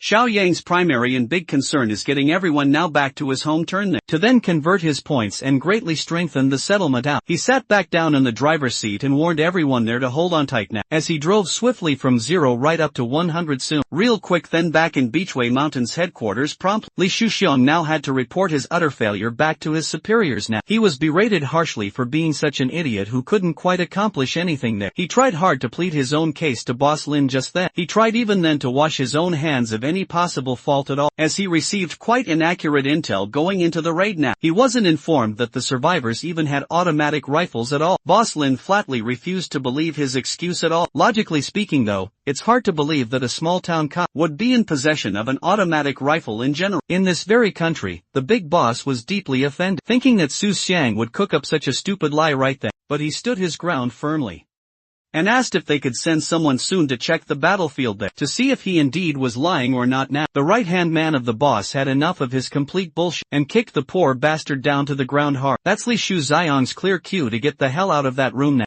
Mr. Right Hand himself has been even starting to get quite sick of Shu Chang's idiocy and uselessness now for a good while now, since the fool cost them very heavy losses in manpower. They could always just nip the problem directly from its source and kill the miserable bastard. Another Beechway Mountain executive then, Boss Shu himself, called out the right-hand man's real reason for resenting Li Shuchong too. This perv right here now has been eyeing Shu Shang's girl quite a while. The pervy fox, indeed, proposed they share the bastard's girl amongst themselves, even to think of her then as shared property. Boss Lin smiled then. He seemed on board with such idea, but insisted that they do not have to rush things. They have to find that perfect opportunity first, you see. Unbeknownst now to the corrupt thug, Li Shushang never left at all. He was just listening intently to their disgusting conversation from the entranceway. He gritted his teeth there in anger.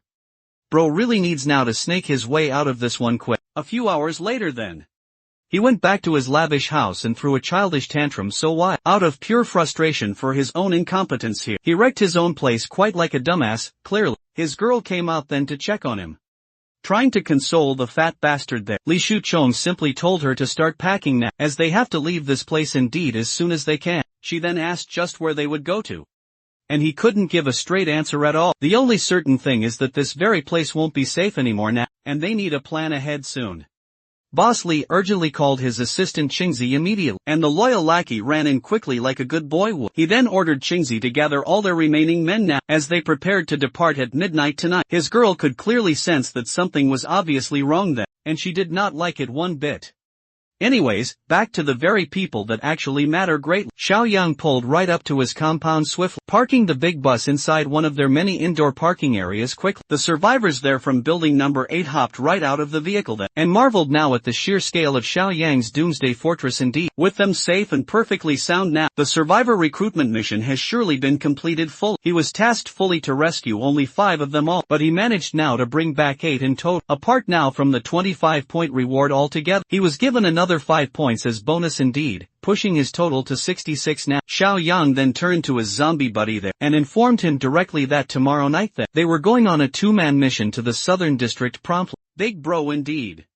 Li overheard the human-zombie conversation just then and curiously asked right away, what exactly was in the southern district anyway? The young man simply told him that he had to go take extra care of some unresolved thing. Cross-time grudges there with the people at Bichui Mountain Villa specifically. By nightfall that day, Xiaoyang locked himself now in his room completely, while closely eyeing the level 2 high-tech supply crate closely, worth precisely 50 points surely, which he now has adequate points to purchase. Then without hesitation clearly, he promptly clicked the item's logo there, quite excited to find out what was inside his first level 2 crate ever. Upon redeeming it successfully too, his current points plummeted directly down to only 16. A bright light quickly swirled all around his body now, as Zhang Xiaoyang prayed he would not be let down after spending a fortune. Thankfully, the level 2 high-tech supply box did not disappoint him at all. The Gacha God smiled warmly upon Zhang Xiaoyang that moment, and gifted him a physical enhancement serum outright. This big-ass syringe right here contains a miracle drug that certainly can boost his physical prowess quickly by 20 whole points without much hesitation at all. He jabbed that very thing right straight into his vein, and let the glowing contents flow quickly through his bloodstream. Then it was truly a lot more painful than he initially expected there. Right now, he's roughly at 33 points in physical stats currently. That would be directly equivalent to well over 6 times the physical strength of your average man. Truly, it surely did not just simply improve his raw brute strength though, it also noticeably enhanced all of his senses greatly too. He keenly sensed a mosquito buzzing softly around his room now, and reflectively grabbed the little bug firmly by its stinger there. His enhanced hand indeed.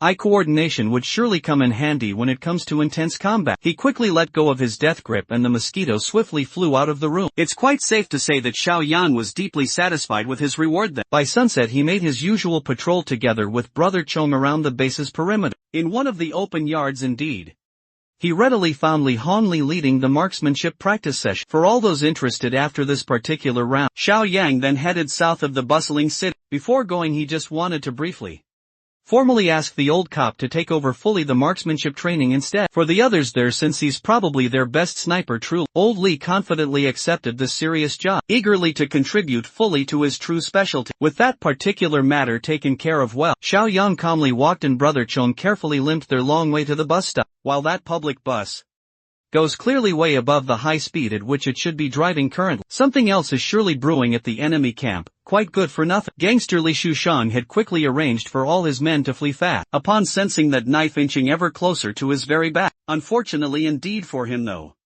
the escape plan was not as absolutely foolproof as he thought for sure. The big bosses of Beachway Mountain Villa pulled right up to his driveway. Blocking his exits now inside the lead car were all the ringleader, with the mere addition of a very familiar face, bitchy figure for sure with a mocking smile and a gun in his hand too. Boss Dong Shu confronted Boss Li as to just why he was leaving in the dead of night. Like some expert liar, Boss Li crafted an excuse right there on the spot. According to him, he just gathered his boys to head for Rongshin Garden fast, under the complete cover of darkness indeed, to finish precisely what they started indeed. No matter how truly good he is at crafting such lies off the dome though, it surely won't work this time here. One of his own boys had already now been caught and sucked dry of valuable inside information on everyone in Boss Li's entire faction. Immediately recognized Chinzi's limp and lifeless body now, still clearly thinking that he could wash his very hands of any faults now. Boss Li desperately tried to pretend that he had never seen the corpse at all, lying right there on the floor in his entire life. Truly, Li Shuchong awkwardly scratched his head then, secretly hoping so much that his dumb act would indeed fly somehow. Tired now of listening to his utter bullshit, Boss Shu gave the kill order to each of his men promptly, and mercilessly showered the pig's faction with deadly bullets. Boss Li stood there just shivering in complete fear as his boys fell one by one. Up until the bitter end he tried his very hardest to play dumb totally. Luckily for them, Boss Shu knows quite well just what would break that entire act. He then asked Li Shu Shuang quickly to take a very good look indeed at the person sitting calmly in their car's passenger seat there. The wannabe gangster caught a chilling glimpse of pure karma at last, beating his head soundly with an obvious damning conclusion clearly. Shui Jing, the witch who always seemingly finds a way to attach herself to a bigger fish still, had betrayed her treacherous way to the very top once more in line. Boss Kai could definitely not help himself at all. That pig just kept on trying to act dumb now, when Shui Jing had already snitched the entirety of their escape plan now. He really should have seen this one coming now. That very girl latched onto him after making Xiao Yang's life miserable too. It's just common sense to think that she would do it again here. Finally, Boss Kai turned to Boss Zhang for the last order given. Boss Zhang casually and wordlessly did so, gave the go-ahead for Li Shushan's execution. Sadly, the chosen method they chose was a barbaric one indeed. They tied a noose tightly around the fatty's neck, and had one of their strongest men pulling until Li Shushan's final defiant breath. It was a painful and miserable way to go indeed. Once the last bit of life escaped his mortal body now, he was left to hang right at the gates of his own mansion here, under the darkness cover of the night.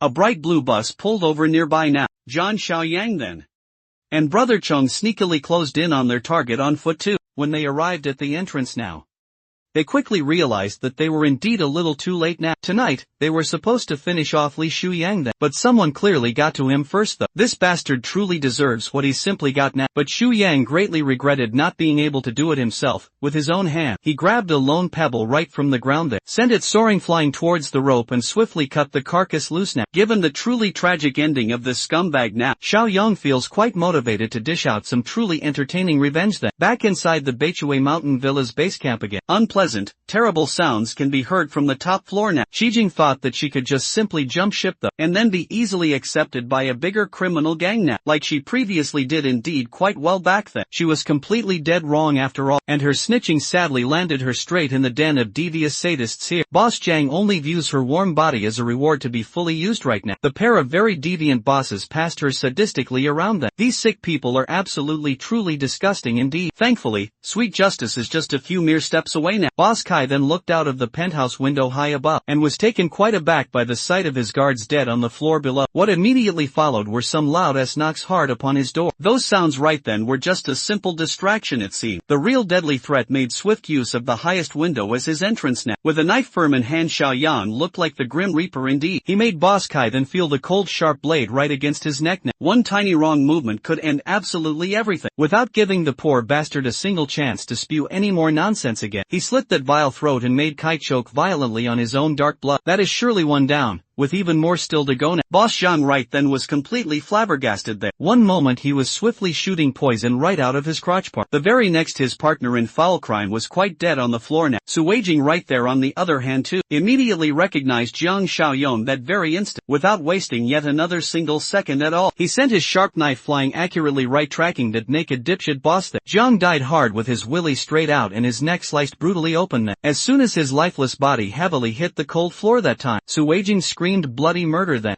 Thankfully indeed, Cui Jing was not delusional enough to think that Xiaoyang came by to save her now. On the contrary, she only felt more dread at the very sight of him now. Xiaoyang shot her a mocking glare just then and headed for the door fast. He slowly opened all the locks, wondering just what that scum, Li Shuxiang, would think if he saw her in such a terrible state right now. As soon as that door was opened now, the mutated fatty just entered.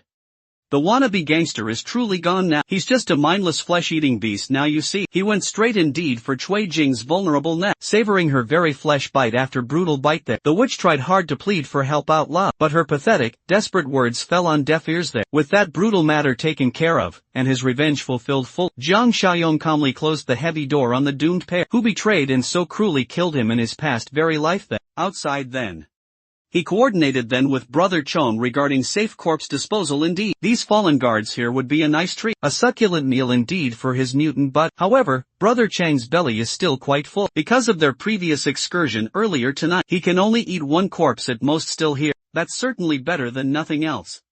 While Brother Chong fully indulges now, Xiao Yang's enhanced hearing then causes him to pick up some intriguing sounds now. From afar indeed, in a building just outside of Beachview Mountain Villa now, a group of scared survivors has been gathered against their very will. Looking over them closely was a fearsome chef and a creepy goon. The goon picked up a little girl then, choosing her soft and tender meat to be their next dish now. The chef scoffed at the goon and turned down the little girl promptly. She's just way too skinny truly.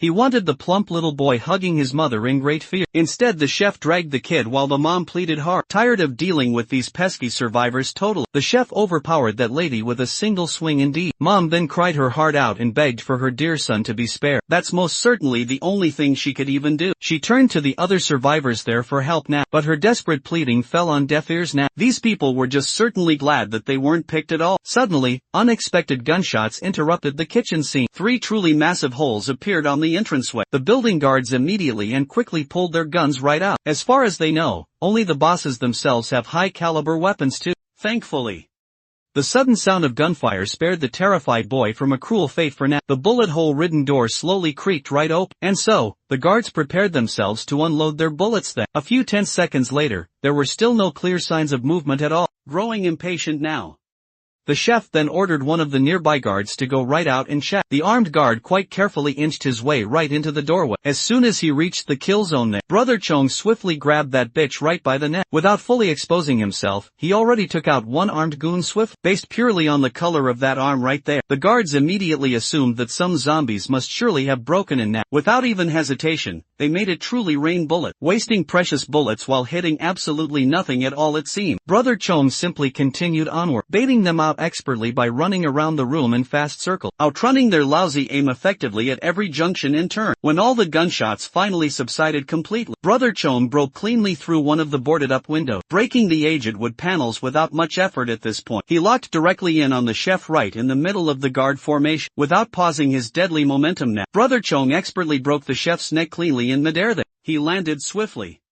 and used his momentum further to springboard his way into the very next target. Within just a couple mere seconds, the untrained goons were all massacred ruthlessly one by one indeed. When Brother Chong was fully done with his deadly rampage there, the captive survivors simply cowered in abject fear and utter confusion now. The zombie stormed fiercely into the room to kill all the goons now, but he didn't even touch any of the other survivors present. Once the loud commotion died down then, Xiao Yang casually entered into the room also, and praised Brother Chong for such an impressive takedown indeed. Even when he had his mask fully on then, the mutated badass hoarsely replied to him that his mask just makes his moves look even cooler now, and he's certainly not wrong at all here.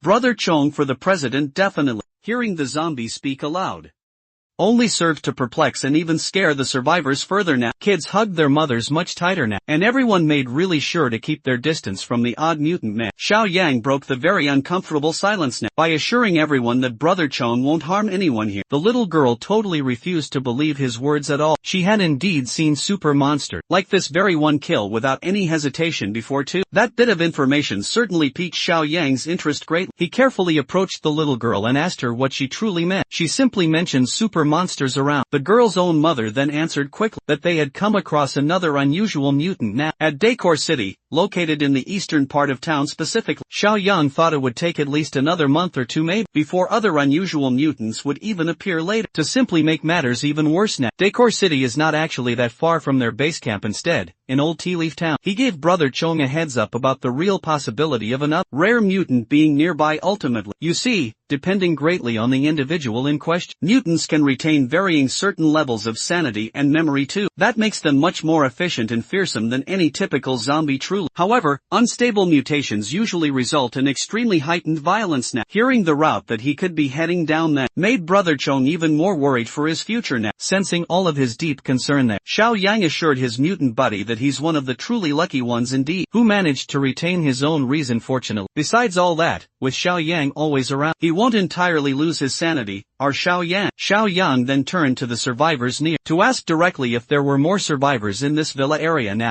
As far as they all know right now, a few are currently locked up in the sales office down in the basement. Since that place surely was the nearest one, they headed straight for the basement quickly to check for other possible survivors. When Xiao Yang opened the cold steel door itself, the thick smell of fresh blood assaulted his very nose. Everybody instantly recoiled at the utterly bloody sight, hiding awfully behind that cursed door there. This truly must be where those Beachview Mountain Villa bastards store all the people they slaughter solely for meat. Now that simply makes some sense why there are absolutely no other gathering spots anywhere in this bleak part of the city. Still, the current rate at which they kill helpless people just doesn't make much sense. Well, a few of the other survivors saw the goons themselves regularly transport large quantities of processed meat right out of the city. Xiao Yang then could make a very rough estimate of the total kill count now, based precisely on the leftover corpses down below in the basement now. With such considerably large quantities of meat here, they could indeed be engaged in some far shadier stuff still. Seeing as surely the basement is simply not a place to live, the very only place left now to inspect more closely is the sales office. It's about just a kilometer from their spot near the south gate now. When survivors unfortunately flock into the villa itself, they are then first locked up tightly in that area there. Those deemed utterly useless are sent directly to the slaughterhouse then. Suddenly now,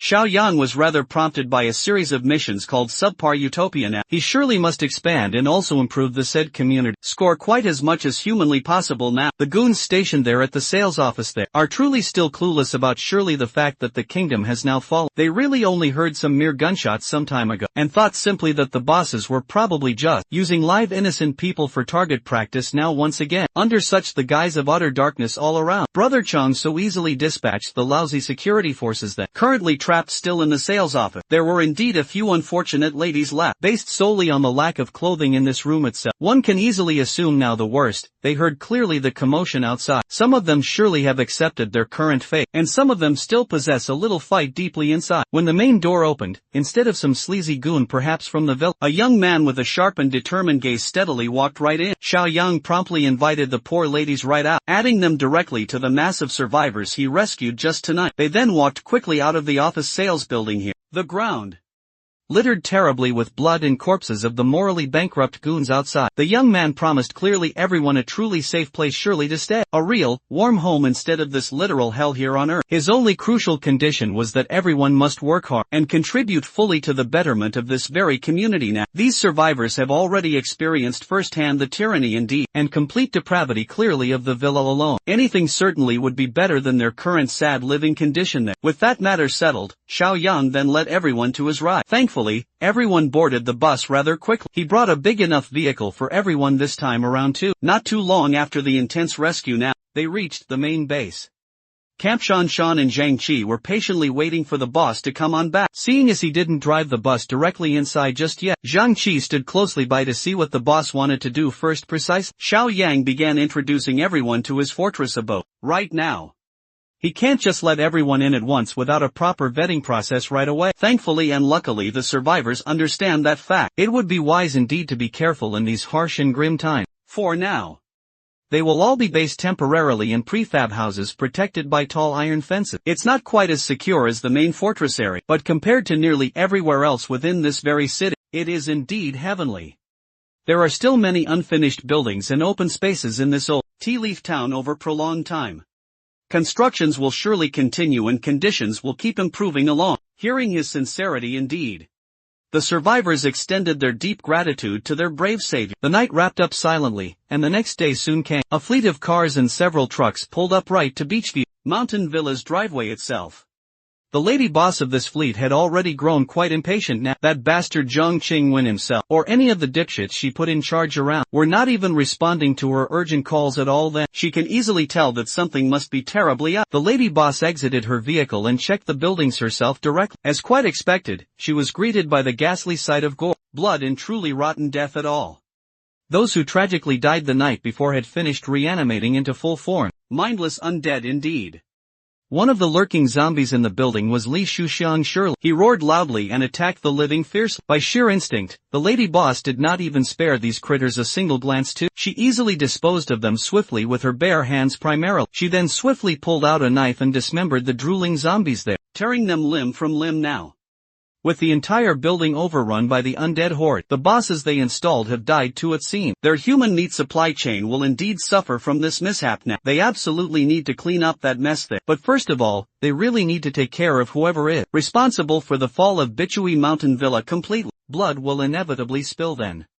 After a thorough check all over the villa, they concluded that not a single living person was left alive, and they reported back to Lady Boss Rui right away. The good news truly is that there's still meat left for today's shipment here. All they have to do now is bring the truck over and load that bad boy quick. While her men loaded the truck with trash bags filled with human meat indeed, Boss Rui pondered over her next move carefully. Upon surveying around the area, she found some tire prints heading straight out of the villa now. With this clue, they could track down the man who crippled their entire operation now. Back inside the fortress, Xiao Yang indeed is mulling over his current critical mission now, to expand the community. Despite adding a lot more people to his fold at the time, his community score remained at just a mere 2 points it seemed. Population size truly should be a key factor right here. Thankfully enough, he has plenty of land indeed to work with now. That snobbish guy, who sold him the title then, did him a really big favor it seemed. Aside from just his expansion mission itself, there's yet another matter that surely needs to be addressed now. The quite rare mutant, that appeared in a nearby town right away, along there with Shan Shan and also Zhang Qi. The boss then went to the prefab area and was greeted with real reverence. After settling right into the temporary housing with full complete amenity, some of those survivors even knelt down at him in such gratitude that Xiao Yang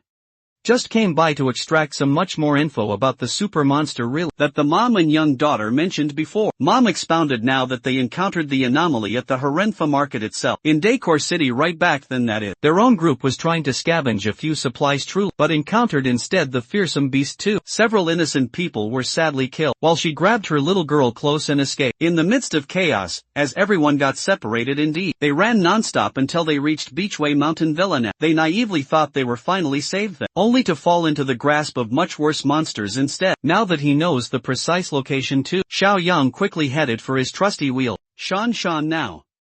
And Zhang Qi tried hard to discourage him from taking such a massive risk now. They have plenty of vital supplies on deck after all here. Well, he's certainly not heading out to get some loot now. Decor City is less than 2 kilometers away from its base camp. He can't let such a massive threat in close proximity here continue to simply exist at all. Hearing his declaration, the survivor who encountered the super monster herself also tried desperately to stop the young man from immediately going. Xiao Yang assured everybody that he truly knew what he was doing now. He only truly needs Brother Chong right by his side now, so they can surely pay that vile thing a proper deadly visit then. Currently, a group of competent-looking stragglers is roaming Morenfa now. In search of vital supplies, they found a big supermarket indeed, and were quite excited at the very prospect of looting a bunch of stuff now. It would certainly be wise to rein in their expectations somewhat. The supermarket might already be completely cleared out sadly, and so, the stragglers entered the supermarket cautiously, confident in their group's overall capability here to move quite freely in this apocalypse. As soon as they quietly sneaked inside now, they were truly met with complete and utter darkness. Once their very eyes adjusted to the dark now, it became instantly clear that the supermarket had been looted somewhat, but certainly far from completely sadly. To account for other survivors or any hidden zombies out there, the group stuck extremely close together and made some noise afterwards now. They kept their ears and senses open for all movements there. A few short seconds later here,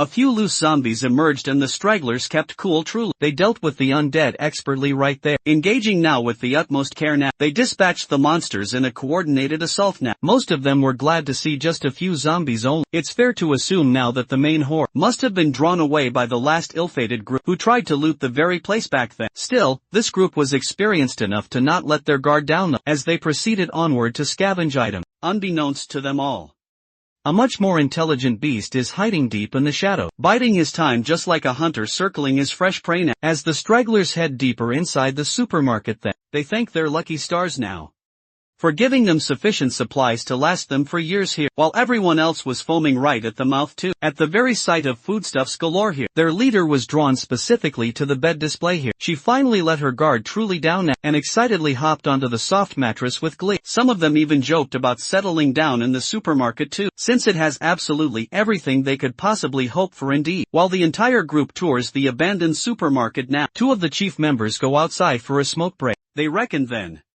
no matter just how badly they wanted to settle down here in this mall, it was just simply not ideal. The place indeed has too many entrances, making it hard to properly defend with so many supplies around. It would also be a hotspot for other raiders surely. Thankfully, there's a 2-story building situated nearby. That seems pretty suitable enough for fully settling down. Unfortunately indeed for these stragglers here, settling down certainly requires being alive in the end. The hunter had finally stepped right out of the shadow, beginning his hunt now for the tender flesh of the living. One of the stragglers somehow managed to yell for some help, attracting everyone else's attention immediately now. He ran right back inside as fast as he possibly could, but it was just impossible to truly outrun a super mutant. The savage beast dug its sharp claws right from its back through its chest. With one swift and brutal motion now, the cruel mutant tore the poor guy like he truly was made of paper. The stragglers were stunned in utter terror now. Someone even yelled retreat, but everyone felt their legs weaken so much. The group fought through the sheer terror and moved their legs forward. Their pathetic attempt at escaping was indeed a tragedy unfolded. They fell one by one, starting from the slowest runners in the back line. They channeled their very will to live in their every desperate step, hoping greatly that it would be enough to escape the apex predator close behind, gnawing away at their collective heels relentlessly. A few agonizing seconds later and a few more meters had elapsed then. Everyone else had been slaughtered aside from the girl boss over here today. She ran fast without even looking back once, and eventually got quite close enough to the exit now, so that she could see the bright light coming from the outdoors ahead. Girl boss pushed onward with every single bit of strength she had left still. Unfortunately indeed for her it seems now, running in heels surely is not the most ideal way to cheat death completely. At this crucial point that's just simply your own fault clearly. The super mutant shadowed right over her directly. The dark entity that feasted on her comrades savored her raw fear. She cried aloud and raised her arms in a futile attempt to defend herself desperately, but when she then raised her head high,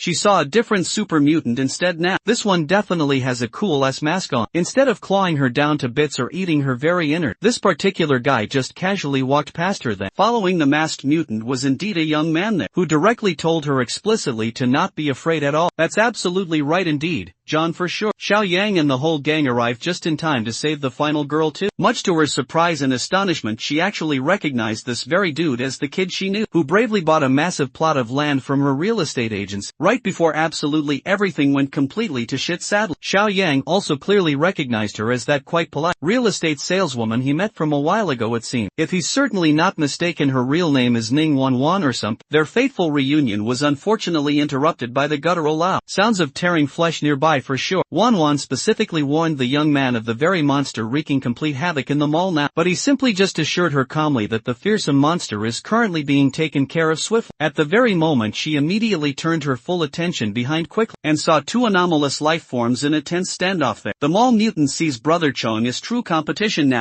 but our friendly mutant friend simply sees this opponent as just an obstacle to toppling full. This is definitely the first time meeting someone quite of the same kind, for either of them too.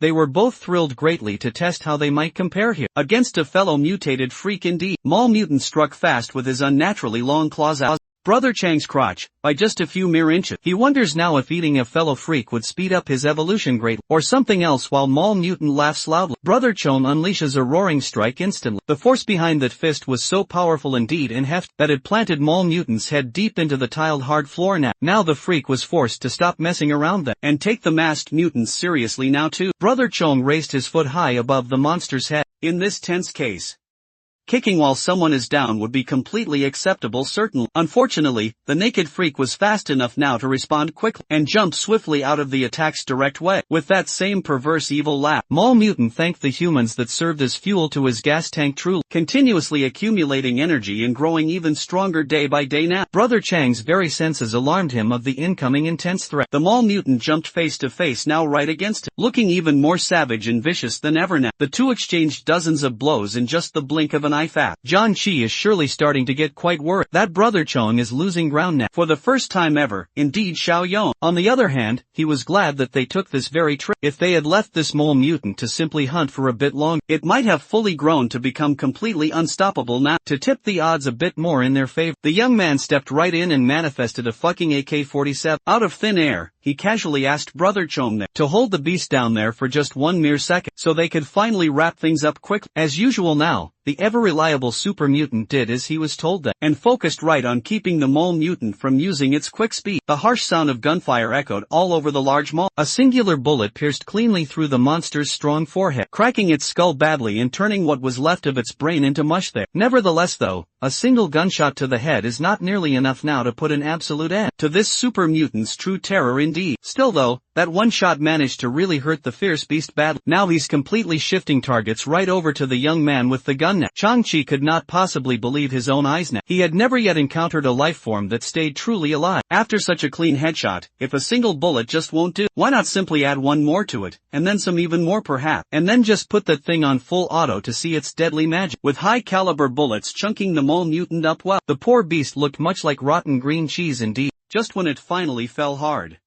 it shivered violently as the last bits of life left its body form. Xiao Yang then proposed outright that Brother Chong should try eating the super mutant now. Who really knows, maybe it'll provide a hefty power-up boost. Much more to the young man's utter surprise greatly. Removing such a dangerous element now, such as this strong beast, also counted toward greatly improving his community score, and further advancing his current critical mission now. Since they're currently in a relatively untouched supermarket indeed, they might as well pick up quite a few more things now. They simply can't just leave empty-handed at all, can they now? This is where Xiao Yang's storage ability truly comes in hand. There's really no need for hauling truckloads of supplies then. He can just simply suck it all up and transport it in a separate dimension. Truly, it's a little crass indeed. But instead of just letting the straggler bodies turn into zombies now, they might as well give Brother Chong some dessert too. After munching on his main course of course, while Xiao Yang was away, some pesky rats were trying to play boss here. Rui herself and a few of her subordinates have set off swiftly to follow the tire tracks now, and carefully scout the enemy from afar. Certainly, they carefully assess the stronghold's total capacity and capabilities overall. Boss Rui's loyal hand indeed evaluated that the fortress clearly has a decent number of people though, but they are surprisingly poorly armed now. Their only clear advantage is that sturdy warehouse right there. If that's truly all they have then, It's quite a mystery how they took down Zhang Qingyun too, Lin Guankai and the entire Beichui mountain villa there. Boss Rui reckoned that the rats must have used sneaky tactics truly. They must surely have lured a horde of zombies in there, or perhaps something filled with such arrogance. Boss Rui is already thankfully thanking the heavens for spoon-feeding her now some juicy prey and also a new base location. For now, they truly must head back quickly, regroup and gather all of their weapons and people now before strike. When the fortress surely expects at the very least, the scouts promptly turned around and simply drove off. Opposite their route exactly, Xiao Yang's group is then heading back. Cheng-Chi now tells Wan that their base camp not only has mattresses, but also quite hot water for proper hot shower. It's simply not every day you actually see other cars on the highway nowadays. The group tensed right up as they prepared all of their weapons carefully. Two cars heading straight in the opposite direction now. None of them really slowed down, but just for a mere split second. Zhang Xiaoyong and Boss Rui's aura quickly checked each other out. A totally new mission has just been initiated for Villain Nemesis Volume 1. Xiao Yang surely must resist the invasion to be rewarded 50 points exact. He immediately had such a very strong gut feeling inside that the invaders definitely must be those people there, suspiciously driving indeed all around the overall area. To confirm indeed, he sought Shan out in the watchtower itself to ask about any sushi activities around their perimeter there. As far as the young woman was aware now, there was a car that passed by distantly, but did not get close enough to ring any alarms at all. That's enough confirmation then for Xiao Yang to act soon, so he called promptly for Uncle Shang then, and Old Li to gather everyone now for an important announcement today. Meanwhile, the southern suburb coal plant business is surely running smoothly now. With the aid from a choppy radio broadcast signal, a group of survivors found themselves trekking along towards the plant instead. The broadcast claims surely that this is a safe zone to go to, where a settlement is seeking manpower now for development work. The group of survivors were quite vigilant though. If they survived indeed this long now, they must be capable definitely. They spotted a car indeed driving towards their destination then. The car pulled up swiftly. Boss Rue and her goons too, fresh straight from their scouting mission today, welcomed the survivors, all lured in by the optimistic radio broadcast there. As soon as the survivors just saw her obvious asset, all common sense simply left the entire room then. They just truly wanted to be a part of whatever she was running now. Boss Rue also clearly knows how to flaunt that, and use her womanly charms to drop any sort of resistance now. With a warm smile, she invited the group into her base camp too. While they were all walking towards the old coal plant, the survivors exchanged a knowing glance. Perverted look, they were escorted right into the camp then, and were wide-eyed at just how spacious and tidy everything looked around. They finally have a real place they can now call home certainly. One of the survivors politely excused himself first, claiming that he had to use the restroom quickly. Boss Rue offered to take him to their indoor bathroom immediately, and the poor bastard just immediately folded promptly. She did indeed not just lead him to the urinals though. Boss Rue stayed over while the guy simply peed. Her eyes lingered on his package the whole entire time, seemingly scanning all the goods very closely. Seeing all this as some invitation perhaps, the survivor then asked Boss Rui to stop being shy really, and sample the product. If she wanted him, he bragged that he was super strong and tough, but all it truly took was one lightning fast step there, and a stab, for his lewd words to stop coming indeed. Boss Rue was efficient enough with her quick kill. The poor bastard simply never saw any of it coming then. Initially she was actually interested in including him into her group surely, if he was a good solid catch, but after seeing just what he was packing real, killing him was a no-brainer after all. Imagine dying to have a little pecker outside ever. Her underlings have also taken good care of business right. Every single survivor that was lured by the radio broadcast now bled like a pig right back in the fortress surely. Everybody had heeded Zhang Xiaoyong's call out, gathering around now to discuss the upcoming war then. Old Li asked who exactly would be dumb enough to be targeting them out here. Well, right now indeed. The enemy is quite unknown, and they could face a strong attack at any moment soon. To prepare themselves, Jiang Qi and Brother Chong must stick close to the boss so to clear out the unfinished buildings southeast now. They simply have to temporarily stash all the refugees there now. If they stay put in the temporary housing area instead, they surely will be exposed during any given attack here. Shan, along with a few others, volunteered to join right in. Even the twins did so. Those who looked nothing alike, yet were swept up by the air in the room itself. Even Lil Shui bravely volunteered to join them as well, much to the utter annoyance of his very own mother just then. Of course, clearly eager to contribute more, Ning Wanwan also offered to help with the full clearing operation here, while they venture bravely out now.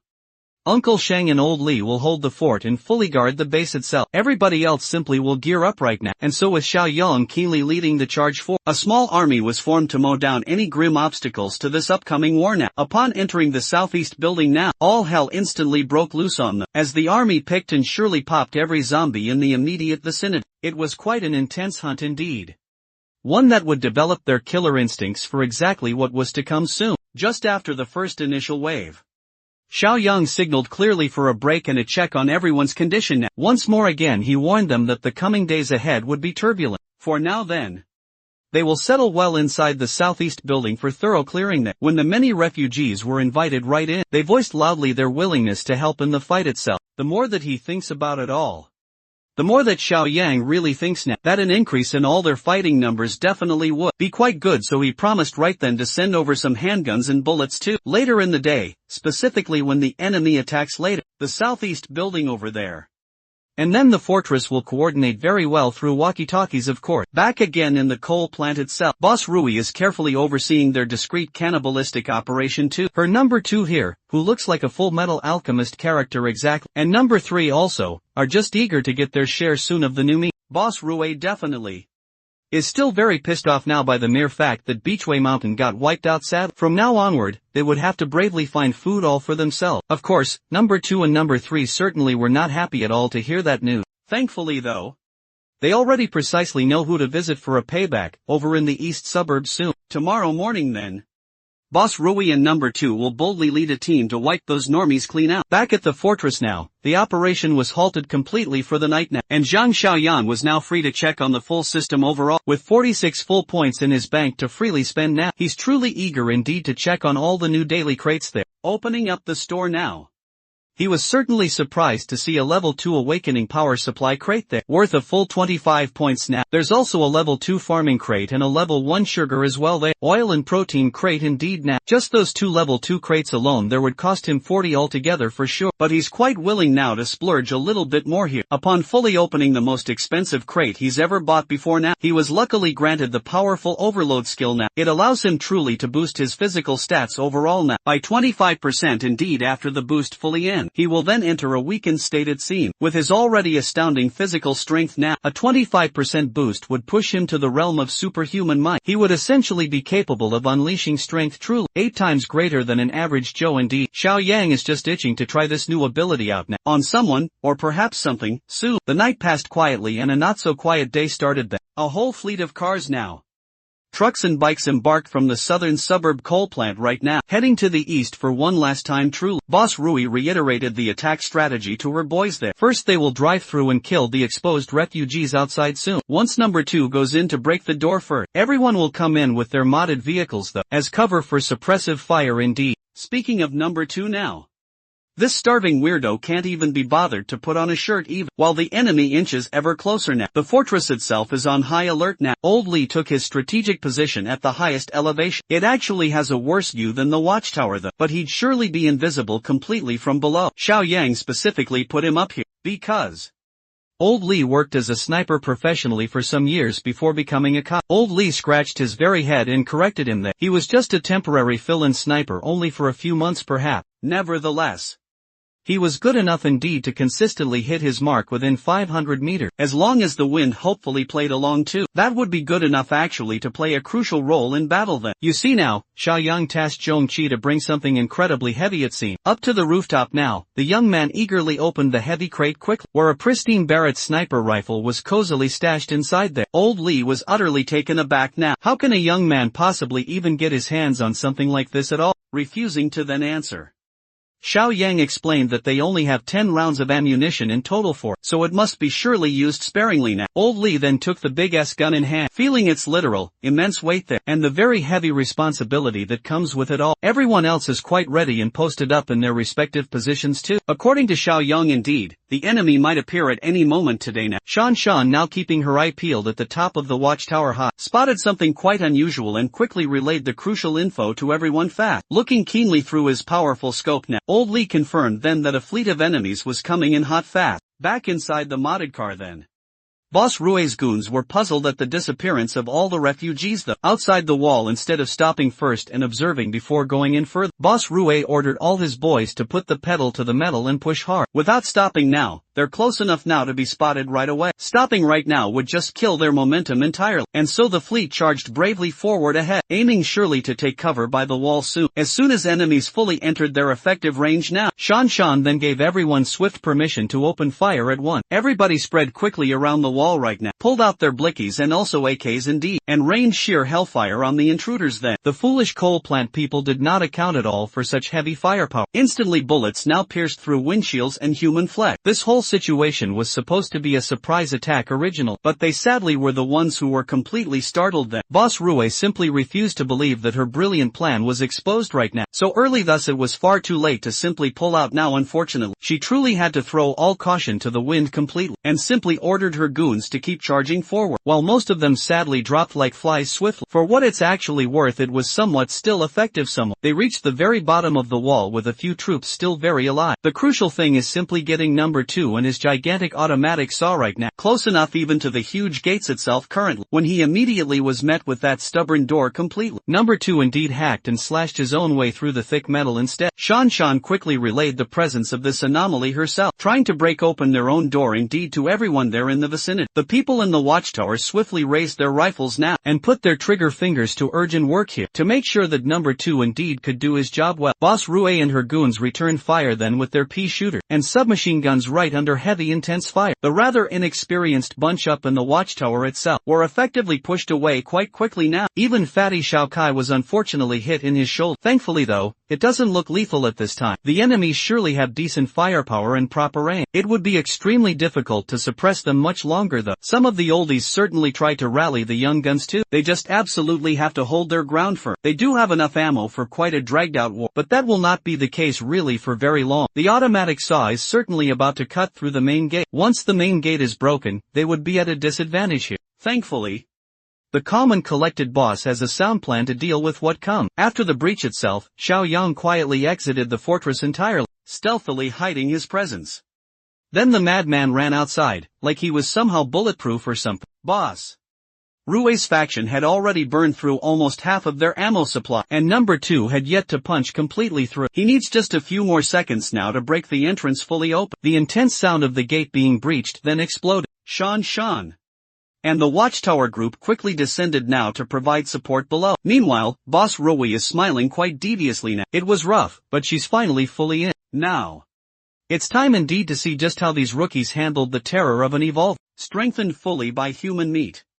Using number 2 now as a moving cover, she ordered her boys to follow closely and stay right behind. The anomaly ditched his heavy automatic saw and muscled his way through to make the opening even big, with a very clear sightline of the enemy. Xiaoyang gave old Li a heads up for his key time to shine, masterfully controlling his own heartbeat and breath. Li Hongli locked right in on the big guy instead. Once that big ass head just came into view, then old Li's crosshair snapped, like he had a literal aimbot. Number 2 roared loudly. He sounded more beastly than truly human now. The survivors who laid eyes on the monstrosity surely would agree now, as very soon as that beast breached through the gate, they were so demoralized, they tried their hardest to deter the fearsome charge. But the bastard truly had impenetrable skin instead. Their measly bullets were totally ineffective really. Number 2 barged right in and tanked the fierce rain of lead fire, without even needing a Kevlar vest ever. No matter what the caliber weapon was, it just bounced clean off to the side completely, leaving a meager mark behind. Even those marks were quite quick to vanish. With number 2's unfair regenerative abilities indeed, Boss Rue was quite pleased now with the reaction to her hulking shield. She reckoned that this very bunch must be seeing the raw power of an evolve for the first fateful time in their entire lives indeed. Finally, the go signal was relayed onward to Li Hongli at the rooftop now. He has supreme confidence indeed in his aim and his destructive bullets now. The Barrett buckled mightily at the true strength of its raw shot. Just one press of a trigger was simply all it really took to erase the monster's massive head right out of all existence now, turning its awful face into a mush of fresh blood and brain. Number 2, who seemed quite seemingly invincible there before, fell to his quick death. Boss Rue and the goons were so flabbergasted now. The big guy truly was their only form of solid cover now. Who even would have expected that? That this little peaceful community could really get their hands on weapon of this high caliber, with the absolute biggest deterrent fully out of the picture. Xiaoyang then finally made his awaited grand entrance, flanking the helpless intruders with his old trusty AK-47. He started open firing, waking up the enemies from their true initial shock. It was quite like shooting fish in a barrel for the young bold man. Boss Rui was very well aware that they were surely in this precarious situation, solely and entirely due to her miscalculation. Now, she underestimated the true enemy, and now they simply must pay the ultimate price. Still, a determined woman just like her refused to go straight down without a final fight, with a submachine gun right in hand.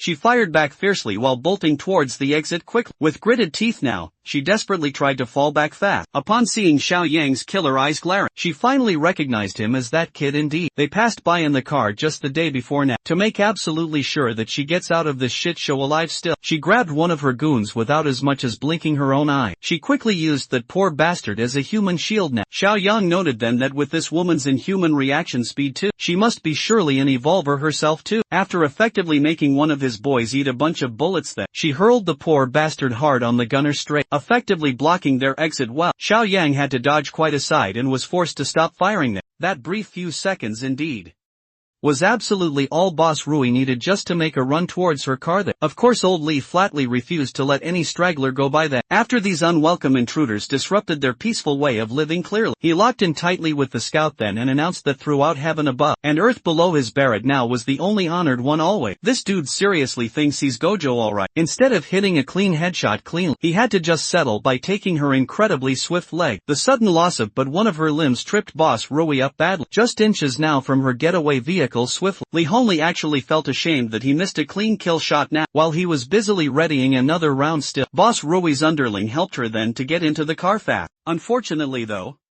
these two seemed indeed well versed in escaping deadly situations still, and were truly able to swerve away with their tails tucked quite between their legs just now. Xiaoyang then ordered everyone to stop firing just there. He doesn't really mind though if these dumbasses come back now for round 2. He's just quite pleased that his system mission truly has been cleared finally. He was rewarded swiftly with 50 points overall, which significantly boosted their morale there. In addition to that, the second volume of the Nemesis mission has been unlocked here. Now then, it's fully his turn to go on the true offensive and attack the cannibals base hard for another quite easy 50 more. Everybody in the fortress then celebrated their massive W indeed. As for casualties now, they have a few people injured by gunfire still, but thankfully no one died this time.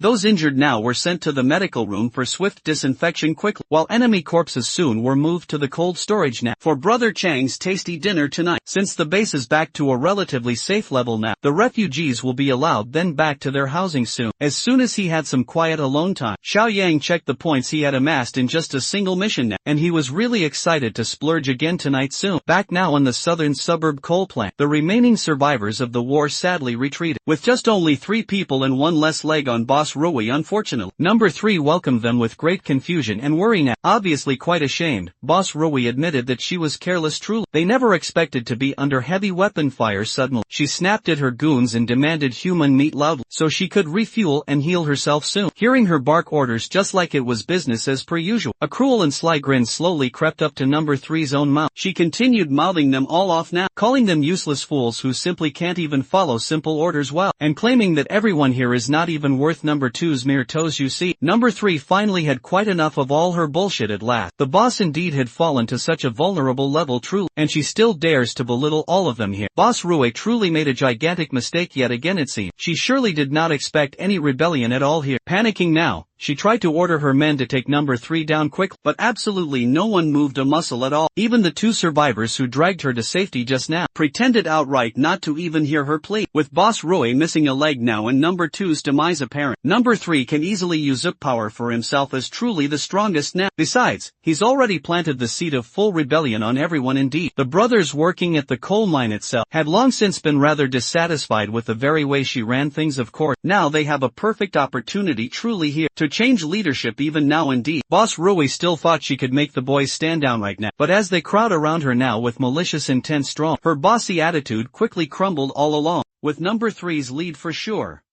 The coal plant bastards unleashed their frustrations then. On their cruel boss they laughed and cheered loud. As they bashed Boss Rui's entire body with their metal pipes they jeered at her miserable groans and screams aloud. Since she's still an Evo girl with an inhuman body quite so. This torture went on indeed for a long time true. When she finally croaked right then, Number 3 could not stop smiling while he wiped her blood off his hands tight. One of the goons called him Boss 3 so that, and he nearly pummeled that guy to death quite low. From now on though, he won't tolerate goons who won't call him by his new title ever. Big Boss. Well, yes. The boys are wondering indeed about their next move as a group, you see. With the witch in number 2 out of the picture now, the coal plant's overall combat strength has been greatly reduced indeed. Everyone's biggest fear now is not the Eastern Fortress specifically, but that one they all call the Tentacle Man. Actual Big Boss decided firmly that they would just abandon the plant itself and seek urgent refuge with the West Steel Group now. A full merger of sorts was planned a day later certainly. Zhang Xiaoyong and a few carefully selected members of his battalion then sneaked off behind those enemy lines, just as he expected. Those annoying pests are camped out in the coal plant clearly. He then warned Zhang Qi and Old Li to lower their voices and stay very close to him closely while they sneak inside the main premises carefully. After surveying the area intently for a short while now, they noticed clearly that there was truly no human activity inside the entire camp area. All they found out there was that hateful woman actually leading the charge yesterday fully. It was quite evident then that she was killed directly by her own cruel people now, while those other two there were completely appalled certainly. Xiaoyong already expected nearly as much full. Curious Zhang Qi asked urgently about the big guy especially who had broken the door full. That powerful beast was obviously quite different indeed from Chun Chong ultimately, yet he had completely absurd and unique powers there. Xiao Yang had already broached the main topic of evolvers with his people before now. Even Old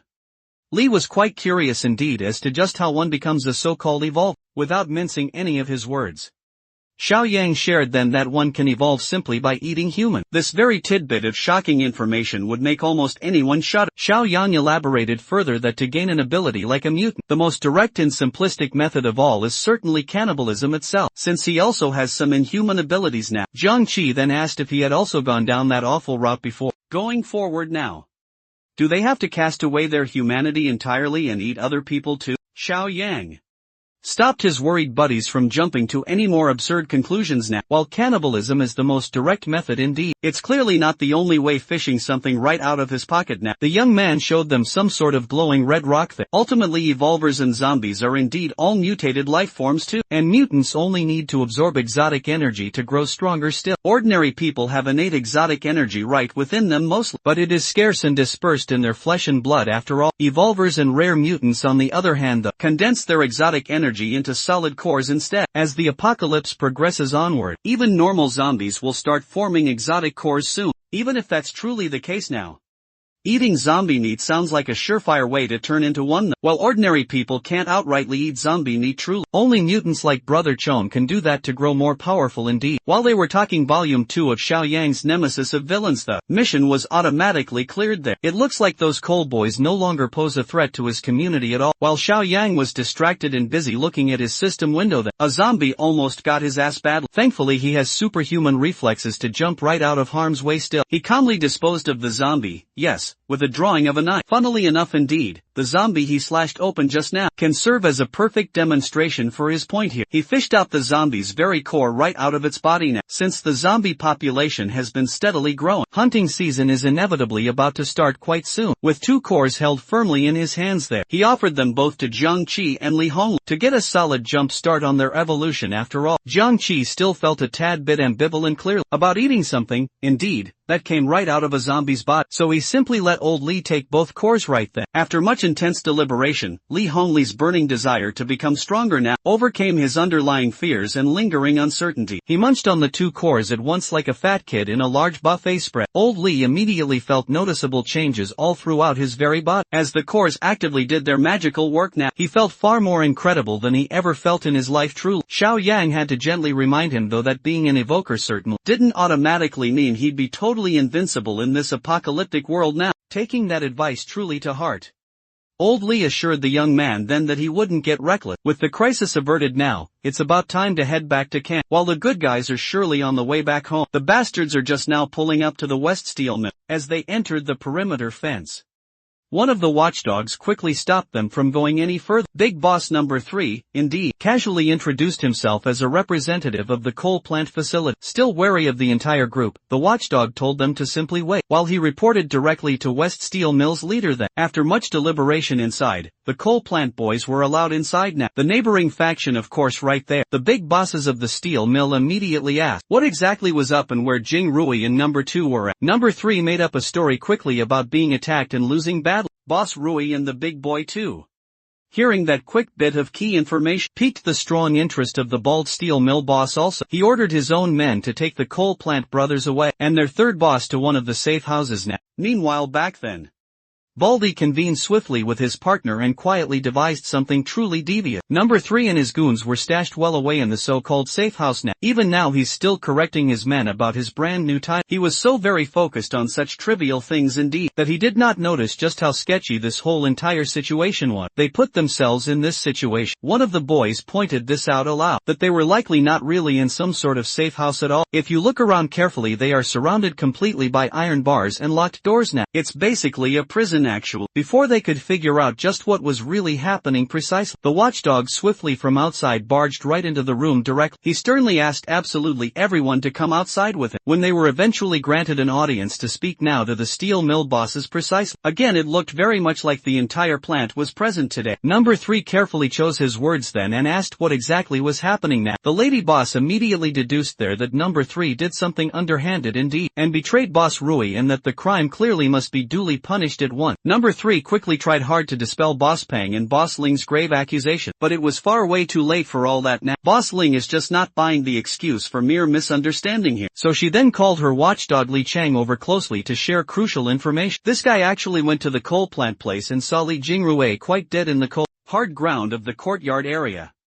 While number 2 was fully missing, there were absolutely no signs of struggle in that grim place. The most reasonable explanation is indeed a betrayal that went awfully grim, killing the former boss even with all the cold facts laid down bare. Number 3 still chose strongly to deny the serious allegations here. In this brand new world, solid evidence is absolutely no longer a very real thing. You could get brutally punished for anything and absolutely everything now, without even a proper trial. Honestly now, the West Steel Mill would have fully wiped out these coal boys quickly, if it weren't only for Boss Rui's special abilities overall. With her now out of the whole picture now, number 3 basically entered straight the den of extremely hungry lions so grim. One of the goons desperately then tried to plead urgently for mercy now, even actually offering critical information just purely for a chance there to be saved. Boss Ling keenly let the goon talk openly, wholly disinterested indeed in whatever the guy might offer up. The snitching goon then gave her intel regarding the settlement in the east side, ripe with many supplies, where the boss and number 2 were defeated outright. When asked then if the settlement compares to the steel mill in raw strength, the goon estimated simply that it would be about equal quite now. Baldy and Boss Ling simply can't just brush aside a real threat nearby now.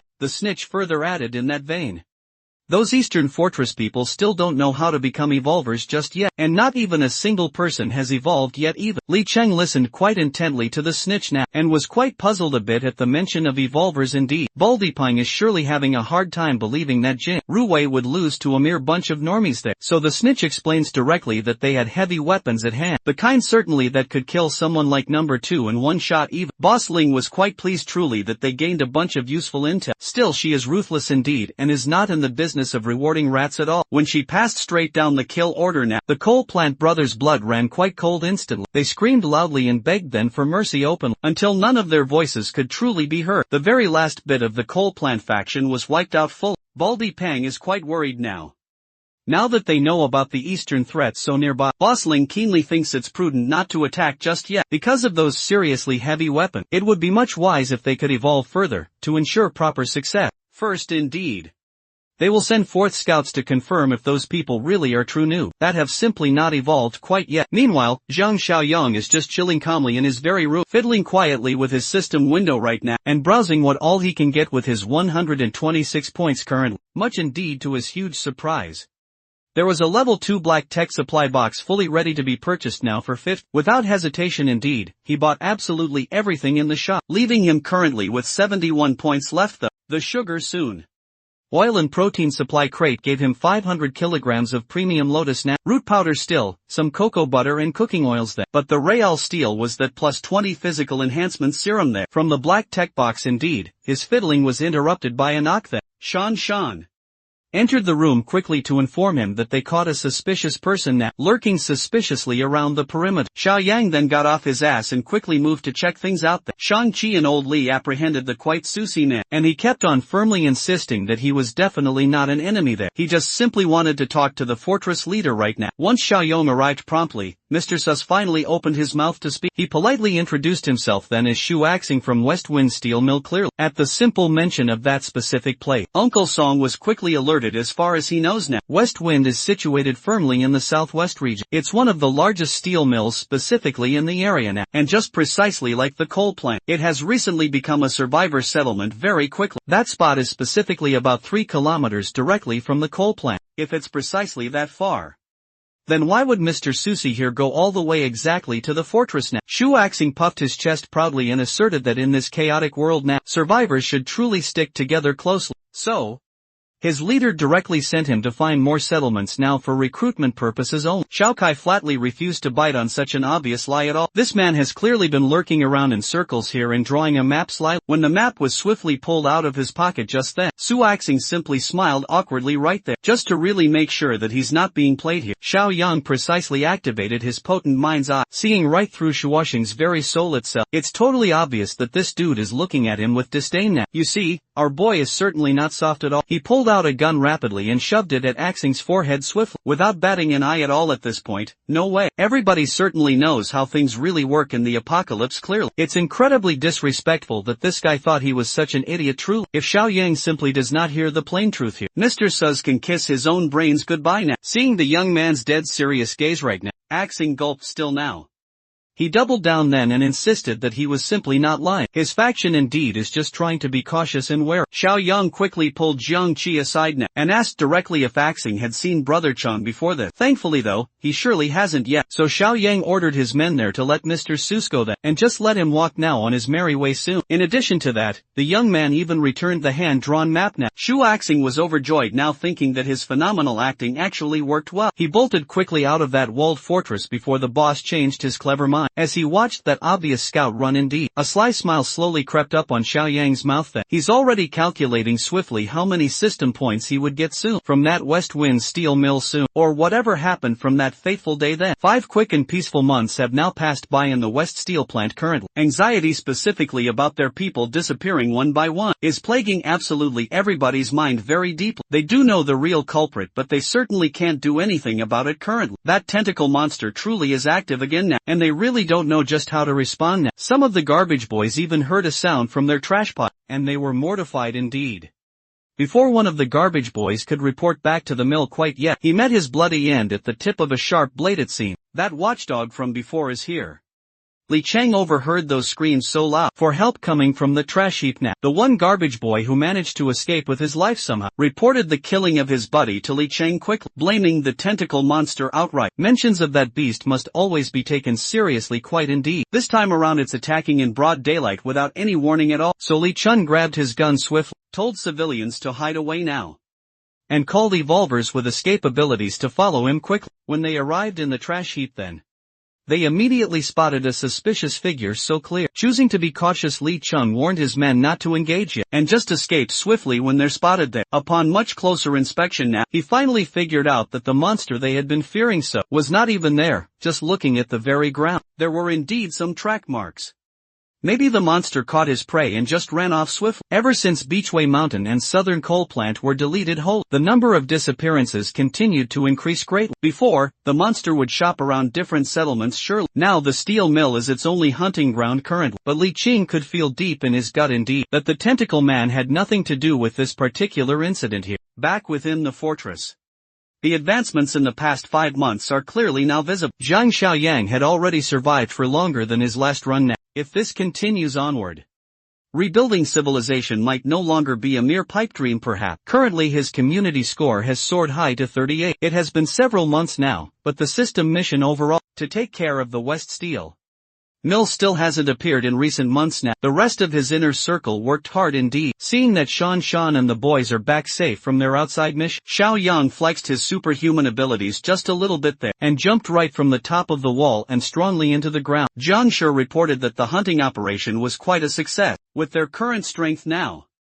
There's absolutely no way someone could fight or even track them. Little Shuai had also started joining in hunts with the grown-ups now. Wan Wan has been looking after him carefully in the field, and he's truly growing up to be a formidable fighter indeed. Today, he even took down a zombie quite on his own now. As a crucial part of Villain Nemesis Volume 3 now, the Fortress Battalion has been steadily going out there, hunting zombies to eliminate current threats and help any potential ally, while taking every mutant core they might come across now. Until now, Xiaoyang has been confused a bit by the potential allies part indeed. Maybe it's specifically referring to the West Steel Mill, since the system simply isn't giving him the clear go. Xiaoyang decided to take full initiative and infiltrate the mill himself. By himself, yes of course.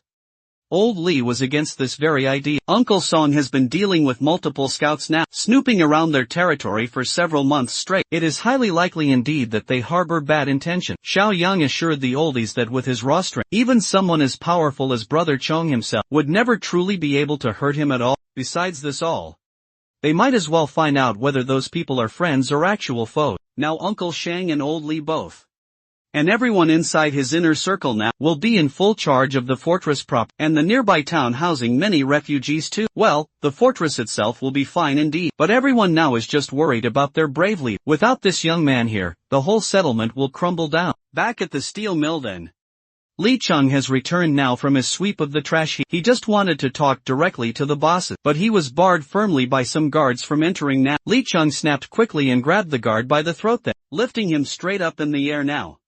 When he realized keenly that his temper got the best of him, so he snapped fully out and regained calm control. He put the guard down gently and immediately apologized then. Truthfully indeed, Li Chun is getting worried indeed about his constant outbursts as of late now. Over the past few months now he's been losing true control of his emotion. When the bosses soon heard his raised voice, they granted Li Cheng full permission to enter them. Li Cheng cautiously entered into the boss's room there, and found the absolutely shredded muscle mommy there, Boss Ling, completely alone in her office now. Li Chun proposed a rather different theory there. That would explain quite the recent surge of disappearances in their immediate area. After carefully examining closely a recent crime scene site, he found then a woman's faint footprint. What he's precisely saying is now that they might truly be attributing the deaths and disappearances then to the tentacle man indeed, when there's a different killer truly on the loose. Boss Ling did not shut his theory down right away there, but advised him to keep a lid on it for just a while now. One tentacle man already truly has the entire settlement terrified now. They can't afford to increase the people's anxiety much, to the very point of being too afraid to even step outside then. Li Chun immediately tried to oppose the boss at once, but seeing her face zooming so very close to him now, he folded and blushed just like a young schoolboy entirely. He awkwardly excused himself instantly, bidding Boss Ling goodbye for the moment. Li Chun is indeed a strong man, but when it comes to his boss here, he just can't seem to even think clearly. Straight out of a different room from Boss Ling's office then, a voice mocking her for being careless suddenly rang. She snapped back that she would gladly hand the job to someone else now, if her methods were criticized fully. The voice in the other room there belongs to Baldy Pang Actual, who is currently chopping up the corpse of that garbage right now.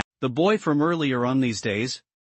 Ling surely does the killing, and Baldy does the grim cleanup. They throw the heads of their victims away now, and eat the bodies cold meat. Meanwhile, our boy is quite busy slaying zombies now, cleaning up the streets, one undead creature at a time. Now that he's nearing his destination point, he needs to keep a much lower profile now. He pulled out a pair of scissors from his dimensional storage space, and did the most diabolical thing indeed. This dude started cutting his own very hair with his eyes tightly closed. Then he grabbed a whole bunch of dirt from the very ground, and smeared that dirty thing all over his face now, just simply for finishing touches there. He even brought out the ultimate disguise tool indeed, a pair of glasses for someone who deliberately tried to look so crap. He was surely not half bad at all now. When he walked quite close enough to the vicinity of the steel mill, one of the patrolling guards took swift notice that, of course always, a stranger wandering around the perimeter is subject to pure hostility, but he greeted the aggression with a warm smile now. He claimed to notice signs of human activity from far afar, acting as though he was just very glad to see other survivors. Upon figuring that he must certainly be a lone survivor, the patrolling guard changed his whole tune to that of excitement. First and foremost, the guard asked him that how he managed to survive the deadly lands for this long. Xiao Yang spun a long story about how he was a part of some 10 people, a small settlement that was eventually overrun by a brutal zombie horror. Every single one of his comrades ultimately died, leaving him as the sole survivor standing tall. When asked outright about his strength now, he gladly shared that he's quite a fair bit powerful. After surviving multiple intense zombie attacks there, he's gained quite a lot of crucial experience dealing with the undead. Of course, the guard was just probing if he was an evolver or truly not, since he certainly did not mention anything at all regarding evolution. The patrol guard then gladly welcomed him into the mill right away. On their way, the guard explained that Xiao Yang would undergo a crucial test soon, that he must pass first indeed, just from this initial interaction too. The young man could easily deduce then that this steel plant is a true den of snakes now. As they neared the very door to the mill now, Li Cheng took sharp notice of the stranger being let inside here. The patrol guard then fumbled it and claimed that he was just taking the lone survivor somewhere secluded for a routine security search there. Li Cheng is a truly no-nonsense kind of guy after all. If they're doing indeed a body search now, it's better indeed to just do it right here and right now immediately. So Li Chun quickly took over control and asked the stranger now to hand all weapons over before going inside there. Xiao Yang then pushed back a little bit, claiming that he was a bit reluctant indeed to go unarmed into very unknown territory for him. Li Chun understands very well that people can be foul in the apocalypse, so being cautious is generally a good, smart thing. However, it's the current protocol for outsiders to either be disarmed or even kicked out. Keeping up still with his reluctant act as well, Xiao Yang then handed his blade over now. Don't worry so much, he has about 1,000,000 of these inside his pocket. Afterward, Li Chun gave him a quite thorough body check to make absolutely sure there weren't any concealed weapons at all. Xiao Yang was really a bit surprised indeed to see someone with a bit of moral backbone here, in this utterly rotten place now. It's certainly a bit different indeed than the savages at Bichua and the coal plant, seeing as this stranger survived the outside world so, with only a single dagger in his person alone. Li Cheng curiously then asked if he was an evolver actual. Xiao Yang played dumbly instead and cited that he felt a lot stronger as days went slowly by. Just to make very sure now, Li Cheng quickly escorted him towards the boss now first. For now, Xiao Yang has to wait in the so-called reception room. Honestly, it really looks more like a holding cell instead. He could definitely tell that the doors were strongly reinforced, fitting perfectly for a prison cell honestly. A few minutes later, Boss Ping opened the actual cell and cautiously walked his bald-ass head right inside to ask the stranger for his true name. Xiao Yang stumbled a bit on his words, introducing himself then as Zhang Yi. That is awfully indeed close to Kanya. My guy, Baldy Ping right here. Just came over now to confirm if this Zhang Yi fell truly was actually an evolver at all. The fastest method now to do that is to measure his physical capability. So Baldy Ping launched a hatchet flying swiftly to his face. Jian Yi casually simply moved his head away from the hatchet's lethal trajectory, letting it crash loudly into the wall nearby. For just a split second, he considered retaliating fiercely, but by the calculating cool look, this bald bastard was just merely testing him now. So, he continued skillfully playing the role of a normal survivor now, and yelled loudly at Baldy Pang for almost splitting his head wide open. Pang laughed heartily indeed at that slick dodge. Pretty much fully confirms that the new guy is a capable evolver indeed. If he had not, he would have simply died right then and there surely. In that very case now, his death would not even rightly count as a loss since they are both evolvers then. Baldy Ping prodded him intensely on the method he used to become one now. He strongly implied that he knew about the dark cannibalism path after all, and Baldy Pang sternly warned him about keeping a tight lid firmly on the meth. Only very few people in this camp know the dark secret indeed, and they certainly don't want that dangerous kind of knowledge to spread around now. Among the common shitters, if Baldy Pang catches even a whiff of a leak here, he will surely know exactly who to kill to demonstrate how effortlessly easy that would be. He charged fiercely in motion to crush Zhang Ye's neck with his bare very hands indeed. It's indeed a good thing that this was only an empty threat just now. If this bald fuck dared to try to bomb rush him with a weapon so fast, he most definitely would have fiercely fought back quite hard. It truly could have been really bloody for sure. Still, killing this Baldy right now so hastily would make it extremely hard to get his whole full 80 points there, as a fitting reward for the mission in question. Pang was genuinely quite impressed that Zhang indeed, he actually reacted fast enough to quickly draw a weapon too. While the young kid has above average skills for certain, Baldy claimed that he's clearly on an entirely different formidable level now, so any thoughts of opposing him should just be buried deep down inside. After their private tryst inside the holding cell there, Baldy Pang then ordered his underlings to treat the Zhang Yi fellow with respect now, give him a change of clothes now, and wash up properly before a follow-up meeting then, with the rest. After he surely washed up well, the clean and quite dapper Zhang Yi was brought to the meeting room then, with the other revolutionists present. Baldipeng quickly introduced Huang Ling as his co-led now, while Li Chang and Huang Bin were known as the two settlement officers. The latter, Huang Bin now, will be in full charge of showing the newcomer the ropes there. Boss Ling praised Zhang Ye's great Luck in finding the strongest settlement in the entire area now. Here, basic survival is no longer a huge concern anymore. Still, to eat really well now, one must surely contribute their full value to this group. Zhang Yi solemnly swore then that he would do his very best and follow all orders given. Everything is proceeding quite smoothly now. He arrived at just the perfect timing for Huang Bin's standard patrol. After picking out Akiang and axing for the patrol duty, the party then rolled out Akiang's group. Akiang was quite displeased indeed to see that the new kid was assigned directly to their group. Since Zhang Yi truly knows the secret of evolvers now, he can only be assigned closely to this troop while they were patrolling closely. Old Axing could simply not take his eyes off the new kid now. He cannot quite shake off the intense feeling of familiarity presently. Huang Bin was actually being genuinely fair to the new guy here. He even explained precisely what their settlement was like in detail. You see, in the steel mill area, the only key people who know all about the consumption of human flesh is Baldi Peng now actually. Bosling and their current entire troop of 4 members. Axing is Baldi's blood cousin, and Akiang is Bosling's nephew precisely. They are closely bound by bloodline, so if the secret leaks somewhere, it can only truly come from the very mouth of an outsider right now. Indeed, at this certain point, Zhong Yi has become quite truly uncomfortable with Axing's discerning gaze now. This was seemingly the old man that Zhang Qi and that group caught lurking around the fortress just a few months ago, casting aside that other dude there. Li Chang is truly also an officer. He is extremely talented and powerful indeed, but he has absolutely no idea about the method of evolution still. If there's anyone here who absolutely must not find out about the active practice of cannibalism, it's him. If Li Chun finds out all, there will surely be 2 corpses displayed right in the mill then. This conversation gave Jiang Yi quite a lot of crucial info. The bosses must suppress Li Chang deliberately it seemed, for fear of his monstrous talent perhaps, which certainly surpasses everyone else around. Upon arriving on the outskirts near the mill now, Huang Bin firmly ordered everybody to halt at once. They have now arrived quite near a small settlement that has 7 members in total. Huang Bin's full crew had been scouting these survivors diligently for 4 days now, and there were absolutely no signs of evolution observed among them so far. When asked then if they were hunting, Huang Bin laughed aloud at such a truly barbaric notion itself. Instead of hunting them, he prefers the term raising instead. Since Zhang Yi is an enlightened evolver, just like them all, they want him to truly change his very mindset now. Instead of being a rigid fool, blinded so much by moral. As evolvers, these fools see themselves as no longer the same species quite as ordinary people out there.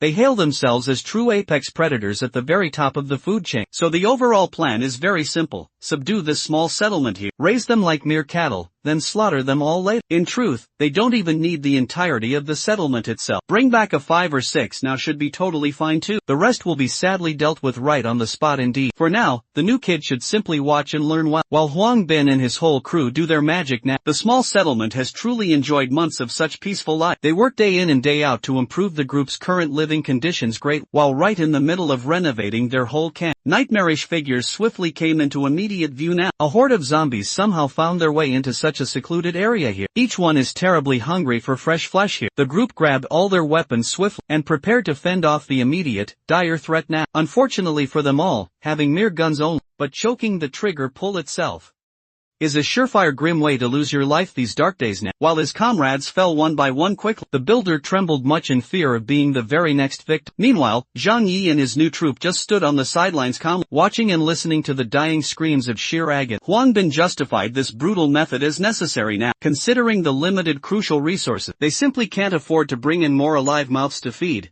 Now that the zombie horde had trimmed the number of survivors a bit, the time had indeed come for Huang Bin's crew to do their thing now. A woman cried and screamed bloody murder loudly, as the grotesque monsters bared their sharp fangs near her closely, with a single swift slash only.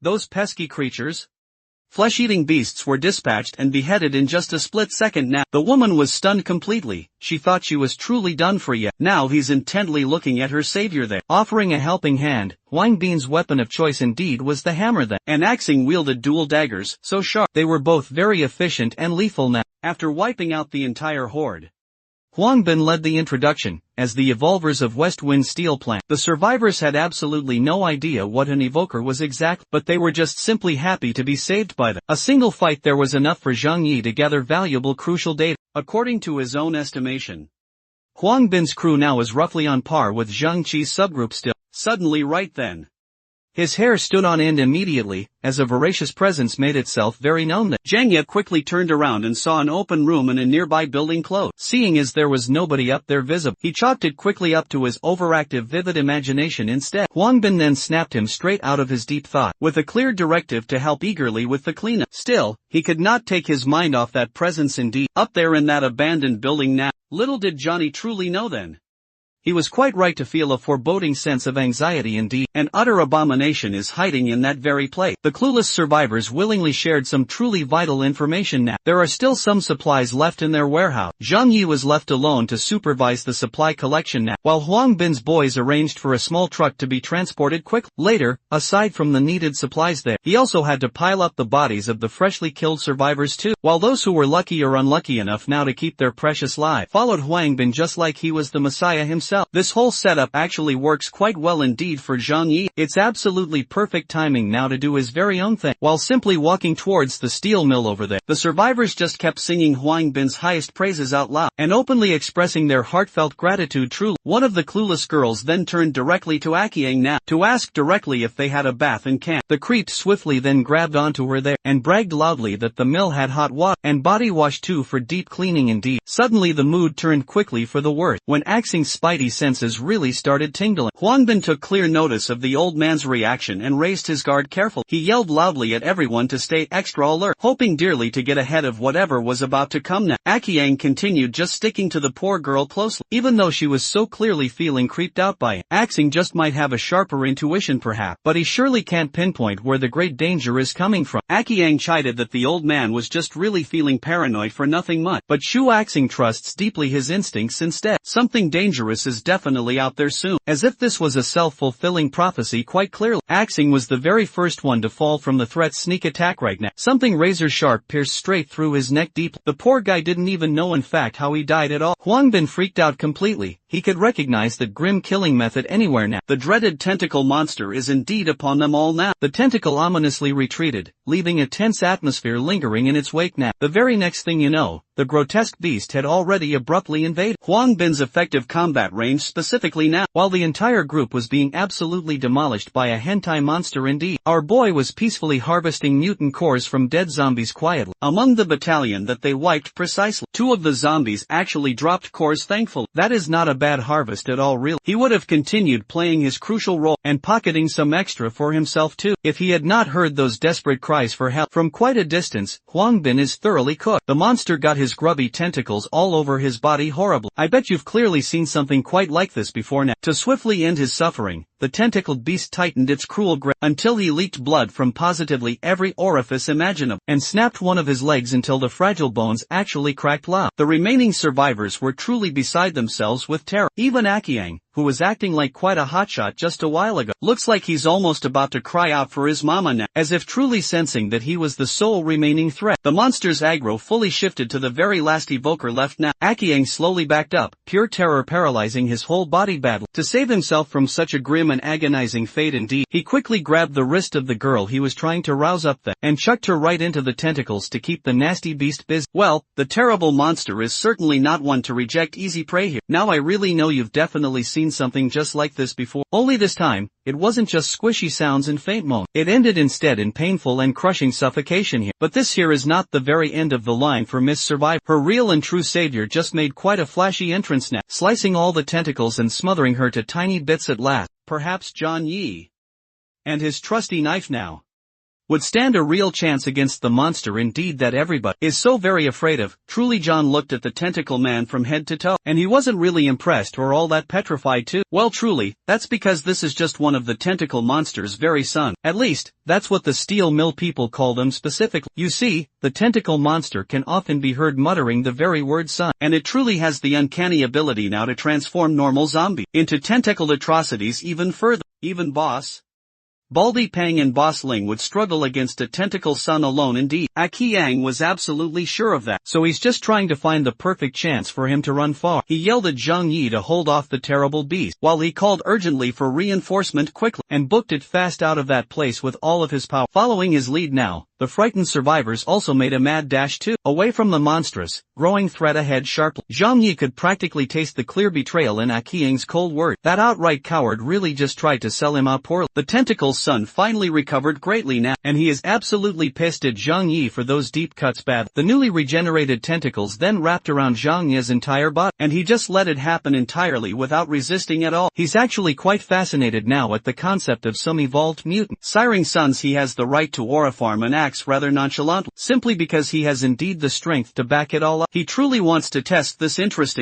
but disgusting specimen right in front of him there. The two boldly played a game of tug-of-war using tentacles as the rope. It suddenly popped into Zhang Yi's sharp head that he'd never been quite in a situation where he could use the ability. He had awakened it some few months before now. Today just might be a really good time for some limit testing now. He dug his very heels down firmly to the ground now. His overall stability truly unparalleled indeed. Finally, he activated physical overload with a surge, pushing his raw stats to a quite terrifying degree in one go there. The insane boost from overload was truly busted as all hell. Just before now, he was only barely maintaining a mere stalemate in a contest of raw strength. Now he's practically dragging that ugly ass there. Tentacle son across the very pavement now. When it got close enough here, he stopped the brutal dragging with a swift tap of a foot now. The beast truly was incapable of making intelligible sounds anymore, but its terrible roars had turned subservient all the same, no longer domineering at all indeed. The only survivor who did not run away fully watched the scene unfold closely. Her wide eyes were wide in utter disbelief that a seemingly normal young man right there eviscerated that very beast as well. That took out a bunch of competent fighters with his bare hands alone. By the time Zhang Yi truly was done with this ugly thing here, its limbs, head, and body were all torn to pieces completely, separated and trashed for good. Zhang Yi approached the woman to directly ask if she was okay this time, after almost getting crushed to death quite horribly. Seeing all the monster's gruesome blood covering his face now, the woman let out a scream in sheer terror now. Knowing what he's fully capable of now, she truly realizes that he's the real beast within now. Zhang Yi wiped the monster blood off his face quick, smiled gently and assured the lady that he was not any monster at all. Meanwhile, onward, led by Akian, the rats, they scurried all the way to the old mill, finally arriving at the awaited gate. At the entrance there, they were met by Baldy Pang, Boss Ling, and of course, Li Chang. They felt puzzled as to why Akiang looked so haggard now, and where the actual rest of the crew was then. Akiang urgently relayed what happened indeed, and how Huan Bin and Axing were snuffed out there by the tentacle son. Li Chun alone was the one who asked about the new guy there. Akiang counted Zhang Yi simply out, thinking that there was no way a noob would ever survive that. Hearing that his own cousin died like just a dog then, Baldy Pang was reasonably very upset now. He did not know just where to place all his intense rage, and blamed the entire incident on the survivors nearby. Baldy massacred the entire group, everyone right then and there, letting his hatchet just taste the fresh blood. They cannot afford to now act irrationally just at this point now. Thankfully, Baldy unleashed the anger from his system after slaughtering a few randoms there. Interrupting the sudden commotion here, a bundle of tentacles impacted the ground loudly, stealing absolutely everyone's undivided attention now. They looked immediately up to see that familiar face now, of the very newest addition to their mill. Yeah, Zhang Yi and the lady he saved bravely arrived not long after Baldy's outburst. Truly, Li Chun was equally indeed pleased now, and impressed much that the rookie came back alive indeed. Not only that, he pulled quite up with the biggest flex possible, a girl and a bundle of tentacles now as clear proof of that kill. He explained precisely how he killed that meager tentacle son and avenged the respected boss's relatives very well. After really pulling off something this big right now, the co-leads now are beginning to re-evaluate that new guy closely. Breaking the extended silence now, Zhang Hyun requested several vehicles and also some men to come with him quickly to properly clean up and carefully retrieve all the spoils available. While he was diligently doing his assigned job as told, the bosses were intensely grilling Akiang closely about what really happened this time then. This damn roach here still refused to believe that Zhong Yi solo truly killed a monster strong enough to one-shot the rest of the Evolver crew indeed. As far as Akiang knows now, even a team-up between Baldy and Boss Ling would still result in a drawn-out bloodbath of course, against that thing clearly. Baldy is just going off of his initial evaluation of the young man though. Someone who didn't even get into a proper fighting stance during the test really should not be this strong now. So Boss Ling rationalized then that the tentacle son must have only gotten the kill in fact because it relied on an ambush, so it seemed. Either way then, they can't let someone as strong as the new guy stick around anymore, especially with how close he's been getting to Li Chang recently. Boss Ling heard a very distinct footstep there and shushed everyone quickly. Li Chang knocked then. and entered the meeting room with some ideas now for the bosses of course. First, he extended his condolences for Axing and Huang Bin's passing unfortunately. At this point sudden deaths have become a rather normal part of living well perhaps. Li Chun just came over now to propose that they make Zhang Yi an officer for his impeccable, raw strength alone. Boldipeng immediately then opposed the very idea. They don't even know that kid's full background, truly. Boss Ling stopped the bald fool from talking any more nonsense now. She believes strongly that when it comes to strength, Zhang Yi really is officer material indeed. But the kid would surely have to prove his worth to convince the entire steel mill community fully. Li Chun countered swiftly. That killing a tentacle son should already be enough pure proof. Well, since they're certainly on the topic now, they could just try to give the young man a real crack at the thing. If Zhang Yi could kill the tentacle monster itself even, they would be simply killing two birds with just one stone right then. Li Chun heatedly argued how incredibly unfair that would really be. Even the two bosses combined can't accomplish something so difficult after all. Boss Ling assured Li Chun that this was no suicide mission certainly. The entire steel mill will fully mobilize and take collective action now. It's really time for them to eliminate the big problem once and for all now. As soon as he returned quickly from hauling supplies and even dead body, the bosses then gave Zhang Yi the quick rundown of what was going down now. He was quite truly surprised that these people were willingly ready to devise a plan, with him right at the center of it. When he'd actually been here for such a very short time indeed, Boss Ling definitely tried to appeal more to his growing pride than telling this young man right there that he might just be the strongest fighter currently in the settlement. Baldy Peng added quickly that if the whole mission truly succeeds, they are going to give Zhang Yi here the quite valuable third leadership seat. He then sarcastically asked Li Chang aloud if it was really okay for this new kid to surpass his current rank too. Li Chang gritted his teeth tightly and gave his required approval then. With absolutely everything settled nicely, the grand plan is all set to proceed in only 2 days. Zhang Yi himself was quite indeed impressed greatly with their acting skills now. He might indeed have fallen easily for their sincerely sweet proposal, if he did certainly not have the rare ability to read their truly dirty souls there. Through his very own mind's eye, we've spent enough lengthy time in the large steel mill now. Back inside the old eastern fortress itself, everyone there surely was freaking completely out loud. Their boss still under cover, way behind enemy lines now, is giving all of them a call now. Old Li and the rest of the gang all picked up the walkie-talkie and listened intently to this very do. Xiao Yang posted up right on top of heavy machinery for maximum ore, while relaying the detailed plan to take down the whole mill. In 2 days' time, they will all convene at the South Suburban Park then. It is finally time now to wipe out the remaining threat in the area. Once and for all finally, Old Li took charge of the finer detailed plan. Everyone agreed then that Uncle Shang should stay out of the risky mission. On account of his mature age furthermore, he is essential now in holding down the whole fort. This fast upcoming mission itself has much higher stakes than the ones they have done just before. The premier top fighters must truly bring their A game. Brother Chong and Shan too. Zhang Qi and everybody else in that crew are going to be quite crucial. In the far corner of the very room, Little Shuai asserted strongly that he wanted to come and fight too. His mom immediately shut him directly down. War, sadly, is for grown-ups now. A kid has absolutely no business getting involved in such a desolate business at all. But she really had never seen her son in the field yet. When the crew did their regular hunting runs then, Little Shuai is certainly no slouch at all. Even among the core team right now, the kid is no weakling whatsoever. Old Li definitely needs every capable hand he can possibly get now. Besides, in this day and age now, it's even better for Little Shuai to gain vital experience early in life. 2 days passed rather quickly, and the actual day of the hunt has finally arrived. Baldy Pang right now. And Boss Li too.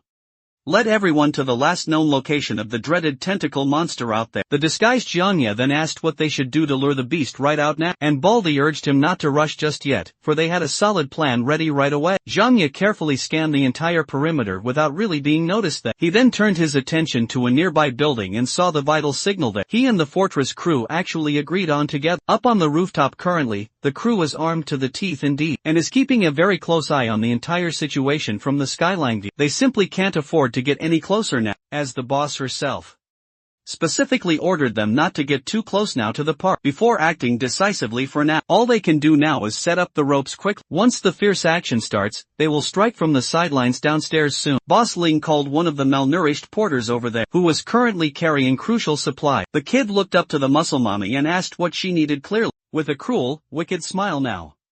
She simply ordered the poor child to bravely go inside the park then. The porters were brought here only to carry supplies and valuable loot. Luchan absolutely cannot just stand aside here, while the boss is obviously indeed trying to do something vicious now. In Bossling's dark eyes, there's no better bait than a young boy ever. The wretched creature is always muttering something about a lost son. They might as well just give it one then. Then she promised that she'd rescue the kid from grave danger later. Once the really big fish showed up soon, the malnourished porter was completely terrified that absolutely no one wants to be monster bait ever. Do you really want to be monster bait there? Baldy Pang then had to step right in. He quickly grabbed the kid by the collar firmly, and threatened to commit a bald-on-bald crime if the kid pussies out there. With his evolver raw strength, he threw that poor boy deep into the middle of the dark park quickly. The throw was so very forceful that it must have injured the kid quite a bit surely. Up in the building now, old Lee stood alert as things were starting to move quickly. He finally gave the signal for everyone to scale up the building here, using the ropes right in the middle of the park now. The malnourished boy stood up and stumbled while calling out for help loudly. His pleas fell on deaf ears sadly. Then a roaring voice muttering "Son" boomed all over the area there now. Finally, the final boss monster had made his appearance then. The tentacle monster looked just like the one Zhang Yi skewered before, but this one looked much more human-like even. His eyes glowed with pure defiance and killer instincts now. Li Chun yelled at the bosses to stop twiddling their thumbs there, and rescue the boy now that their target indeed had shown up. Seeing as no one else was making a move at all, he motioned quickly to run in himself right now, only to get stopped abruptly by a firm hold. Boss Ling sternly refused to let Li Chun even go, under the thin excuse that Zhang Yi must make the first move there. Any attempt to attack now surely would be considered credit stealing indeed. Zhang Yi quietly smiled at the absurdity of that silly idea. The flimsy masks of the heroes and villains are finally melting completely off. Before the awful tentacles could reach the bald head of the poor kid, Zhang Yi was already zooming quickly in with amazing superhuman acceleration. Thankfully for all, he outpaced those awful tentacles there, grabbed the boy right by the shirt and tossed that bald bugger out to safety away. Li Chun luckily caught the alley-oop so well. He must have surely thought that bald head was just a basketball now. The beast was completely enraged at Zhang Yi's daring action. Well, with his thin disguised glasses finally off here, Zhang Xiaoyang is definitely finally back once more. The tentacle monster tightly gripped his body and pulled him forcefully in. Now that he's clearly getting a closer look, you see, Xiaoyang realized something truly odd indeed. Once the kid was quite out of danger there, Li Chang was fully amped to jump into the fray now. But before he could lend the young man a hand yet, he was apprehended by the horrible bosses that, if they don't act right now, Zhang Yi will surely die. Li Chang still just can't understand all that now. This is precisely the very point of this mission give. Boss Ling finds his utter stupidity a little funny now. She thought the young man would at least try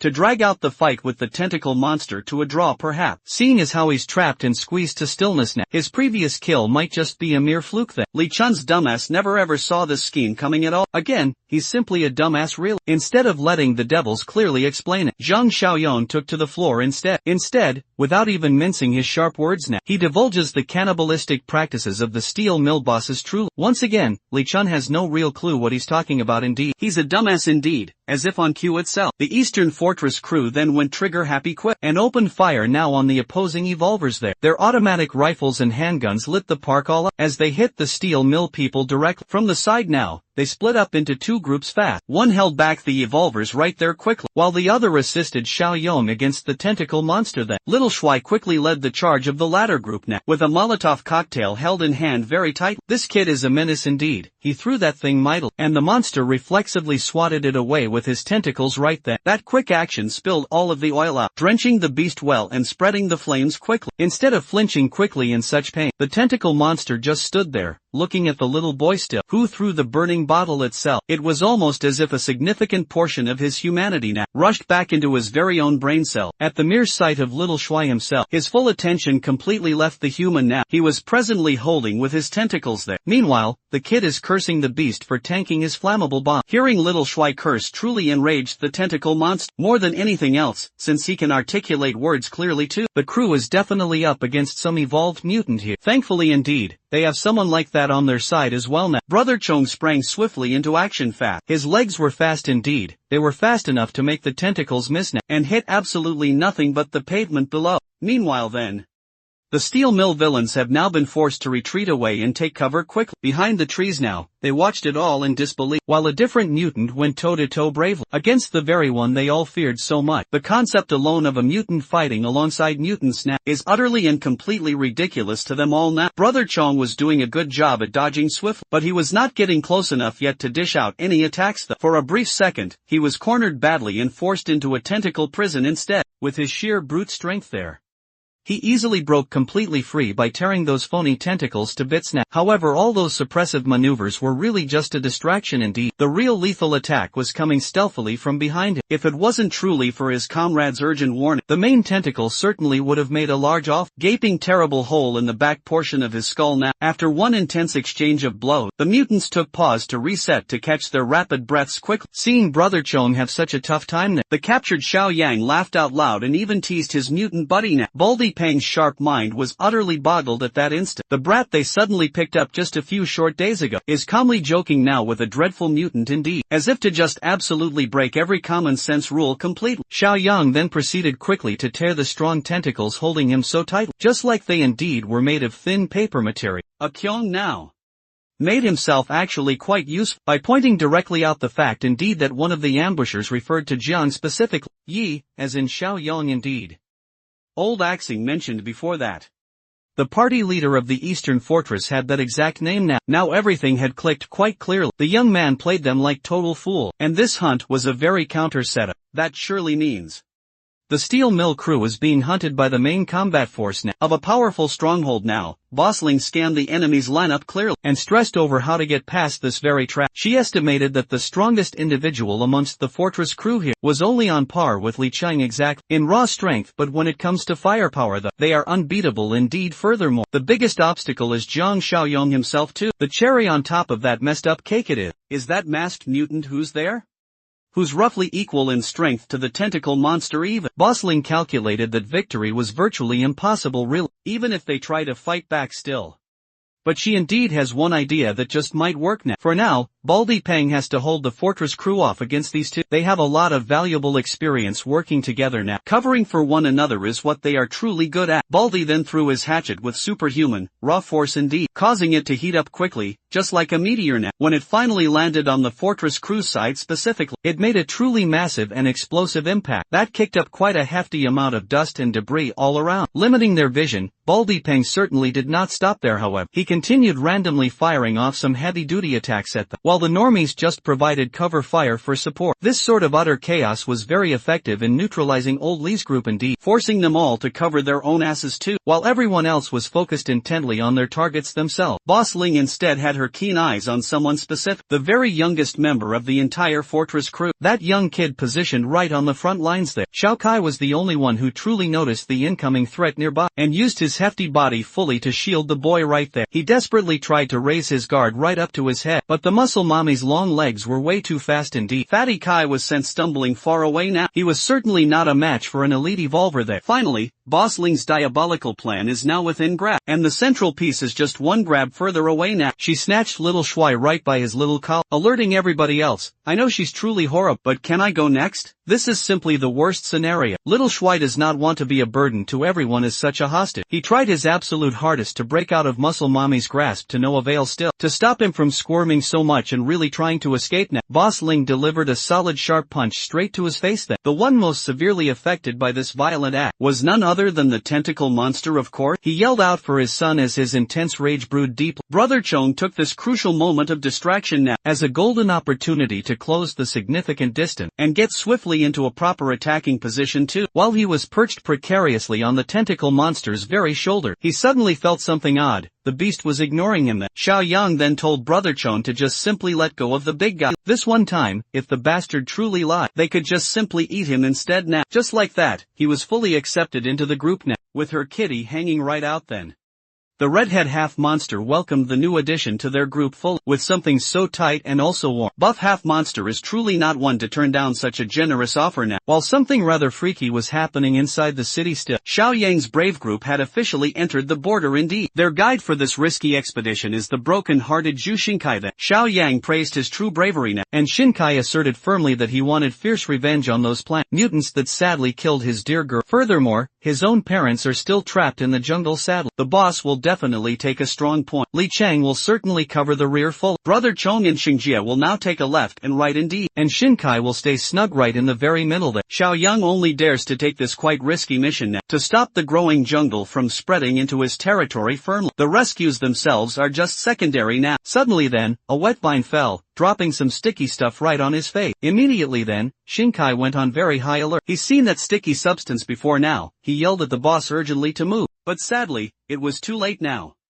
The slimy vein wrapped around Xiaoyang's neck like a hungry python indeed. The giant Venus flytrap then showed itself boldly. The exact same creature then that snapped Xiaotong right in half. No one has ever escaped from that voracious mouth alive ever before. But that dire statistic won't stand for terribly long now. Xiaoyang fearlessly grabbed right onto the vine and pulled mightily. He yanked the dangerous thing so very hard. The creature's disgusting innards came right on out there. Jinkai was aghast truly. He could barely form even a word in utter surprise. The innards fell hard right on the ground, making a dull thud sound in front of the big boss there. It wriggled vilely like a disgusting bag of slimy grapes definitely. The Venus flytrap must have known then what was surely good for it, and immediately truly tried to escape quickly. Xiaoyang could not really be bothered to chase now, so he delegated this task to Xingjie and his tentacles then. That mutated bastard certainly did not disappoint at all. His tentacles swiftly extended and grabbed hold of the hungry plant now. After securing such a firm grip on, he retracted the tentacles and dropped the pesky target down below. Much to everyone's great surprise at this, the flytrap activated its defense mechanism and released some green stuff. Noxious fumes quickly into the air it seemed. For some odd reason, the fumes did not arouse any apprehension now. In fact, it oddly smelled rather good. Xiaoyang was thus alerted full. Inhaling smoke with a strangely alluring fragrance now cannot be a very good thing it seemed, as he was just about to warn everyone to cover their noses there. All sources of light right around him seemed to vanish away. Everyone else was experiencing a variety of the exact same thing. Bizarre experiences indeed for them. Shinkai was struck with a very strange feeling pounding inside his skull now. He looked around there and saw the crew standing quite still like statues at all. Then his attention was wrestled by a distinct rustling in a nearby bush indeed. A feminine figure slowly emerged from the tall grass now, calling out to him upon closer look at her face. It was his girl, indeed Xiaotong here. The very image of her death is still so fresh in his mind. Seeing her in the flesh once more overloaded his common sense indeed. He walked slowly towards her figure now, a feeling of both relief and disbelief mixing greatly in his mind. Xiaotong beckoned him softly to move a little bit closer in, telling him calmly that the rest of the survivors were nearby now. Absolutely entranced he was by the sight of his girl. Shinkai willingly followed her gentle voice then. While that was indeed happening, the raid on the steel mill was also underway now. The half-monsters have quickly reached the target now, a whole factory filled fully with pure human meat still. One of the boys drooled hard upon getting a whiff of their prey nearby.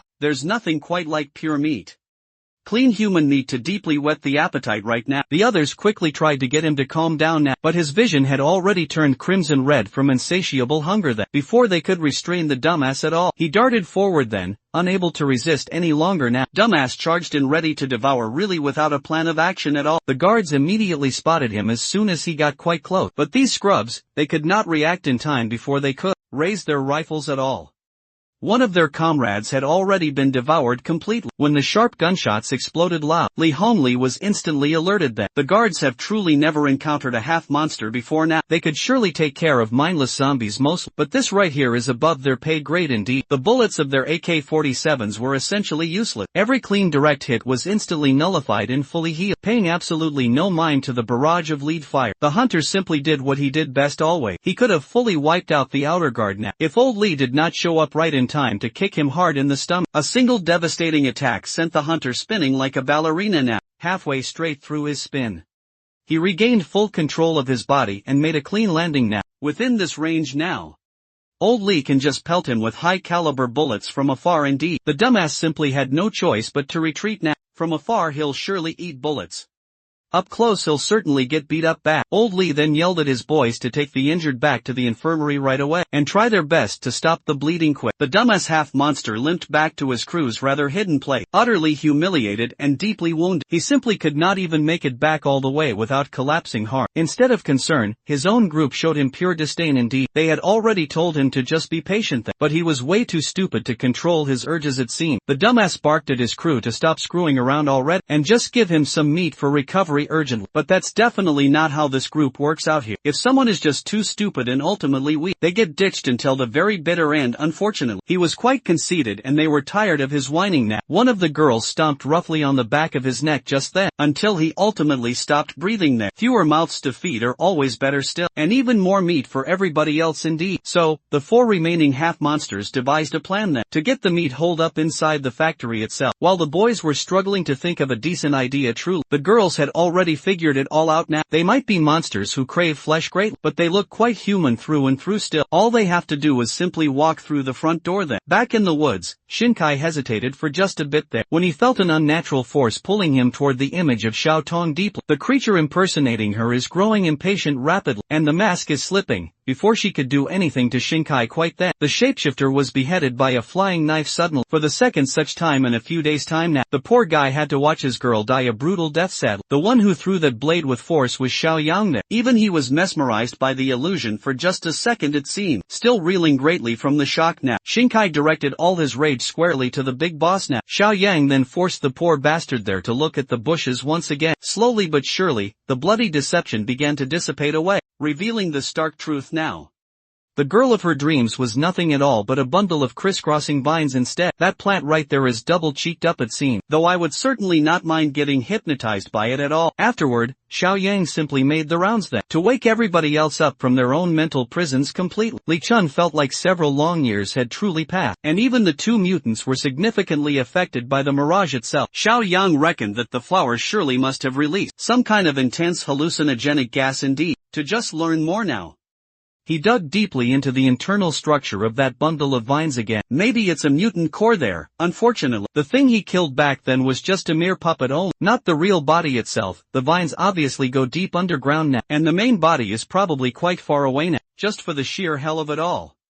He closely followed the roots and dug up something strange there. It truly looked like a potato taro indeed. Like it was some sort of nutrient storage organ then, for a freaky creature. Just in case, he quickly sent that thing into his dimensional space. Maybe it's even edible, who truly knows now? He then turned to Shinkai for more info about these strange plant creatures. Well, he only really knows how dangerous they can possibly be. However, he might know a bit more indeed. He's indeed an expert from the Agricultural and Forest Research Institute. Before Shinkai and the whole gang escaped there, that very old man was stationed up in a high-rise settlement, eager indeed to learn even more right now. Xiao Yang immediately switched courses to meet with this old fellow. Back in the steel mill at last, the half-monster finally pulled the trigger on their straightforward plan itself. Red came limping on in. She acted both exhausted and scared now, but made sure that the goods were still visible there to sell. Even much better now, she tripped and fell near the front gate. From there on, one of the guards patrolling the wall saw her. The boys immediately gathered so fast, thinking indeed that a survivor was running towards the settlement now. As guards, they clearly know the protocol when it comes to total strangers, but any man would surely forget those things at the sight of bold Red. One of the guards truly wanted to report to the higher UPS first here, but a simple guard there just wanted to quickly bring her into the safety of the walls overall. Red cried loudly for help and Simp Guard fell for every word precise. From a distance far away, the rest of the half-monsters watched in sly amusement. Even they were genuinely impressed by Red's outstanding cunning performance. Of course, the other chick won't easily let herself be overshadowed now. She boldly claims she's even better outright. Red has practically secured safe passage right into the den of fresh meat. Back in the woods further away, the crew is having a rather hard time navigating through the severely limited light of the dense jungle scene. Thankfully indeed, they reached the next city without more major trouble. When they certainly got within earshot closer to the old base camp, someone intensely called Shinkai's name loudly. Peeking intently through a wall now was his Aunt Yangda. Under totally normal circumstances now, he would have instantly run straight into her welcoming arms surely. But indeed, he almost died earlier due to that. He wiped his eyes gently, and Xiao Yan laughed softly. He assured the dude that they were no longer under the effect of hallucinogenic gas they faced on the other side there. Auntie Yang's camp is also freaking out badly, thinking that whoever comes out of the woods must truly be an enemy. Some there wanted to grab Shinkai and bring him to true safety, while the others weren't even really sure if it was him anymore. Aunt Yang seems to be on the fight first, quite feared. Ask about the later side swiftly. She boldly led a few men to attack with their various weapons, hoping to catch the intruders completely by surprise now. Shinkai could easily wipe these people off the planet now, in one single sweep, but Xiao Yang urged everyone there to calm down now. A couple of arrows swiftly flew in their direction, and the big boss easily swatted them all away with his bare hands even, with his commanding voice heard. He yelled at the opposing strangers there to stand down quick, and it seemed to truly work. Shinkai jumped in the middle to convince his Aunt Shirley that these people with him were not enemies indeed. Aunt Young seemed convinced enough then, and ordered her boys to stop shooting their useless shots now. Shinkai elaborated further that Xiao Yang indeed, and the ganger from outside the jungle land. When asked directly about the rest of the party now, Shinkai had to break the sad news that half of his friends were sadly killed or injured severely, including Xiao Tong. When asked now to be let inside, the city's people were naturally ambivalent about the idea presented. The main reason was of course primarily Brother Chong and also Brother Xingjie too. The big boss chimed in now to offer some assurances truly. He even asked the mutants there to say something too, to help ease the tense tension. Brother Chong removed his mask then and asserted that even if he's ugly visual, he's actually very gentle deep inside. Sheng Jie on the other hand there flexed his own muscles so that everyone could gawk at him there. Xiao Yang was quite embarrassed indeed. He thought the two would act more normally instead. After much careful deliberation, Auntie Yang finally permitted them entry there. Back inside the steel mill now, Shan and Akira quickly drifted to the front gate to check on their people now. In the west, he radioed old Li to open the gate soon. Before going further in, her sharp senses picked up something quite hostile lurking nearby here. It was faint, so faint, and it came as fast as it truly went. The half-monsters quickly retracted their intense bloodlust and continued hiding away. Old Li personally opened the door for Shan then. Once she was fully inside, the half-monsters could finally breathe again. They almost certainly got exposed then. All three of them sensed that the girl truly was an evolver now. A pure evolver at that indeed. They never thought it would be possible now. Regardless, all they could think about was exactly how good she would taste.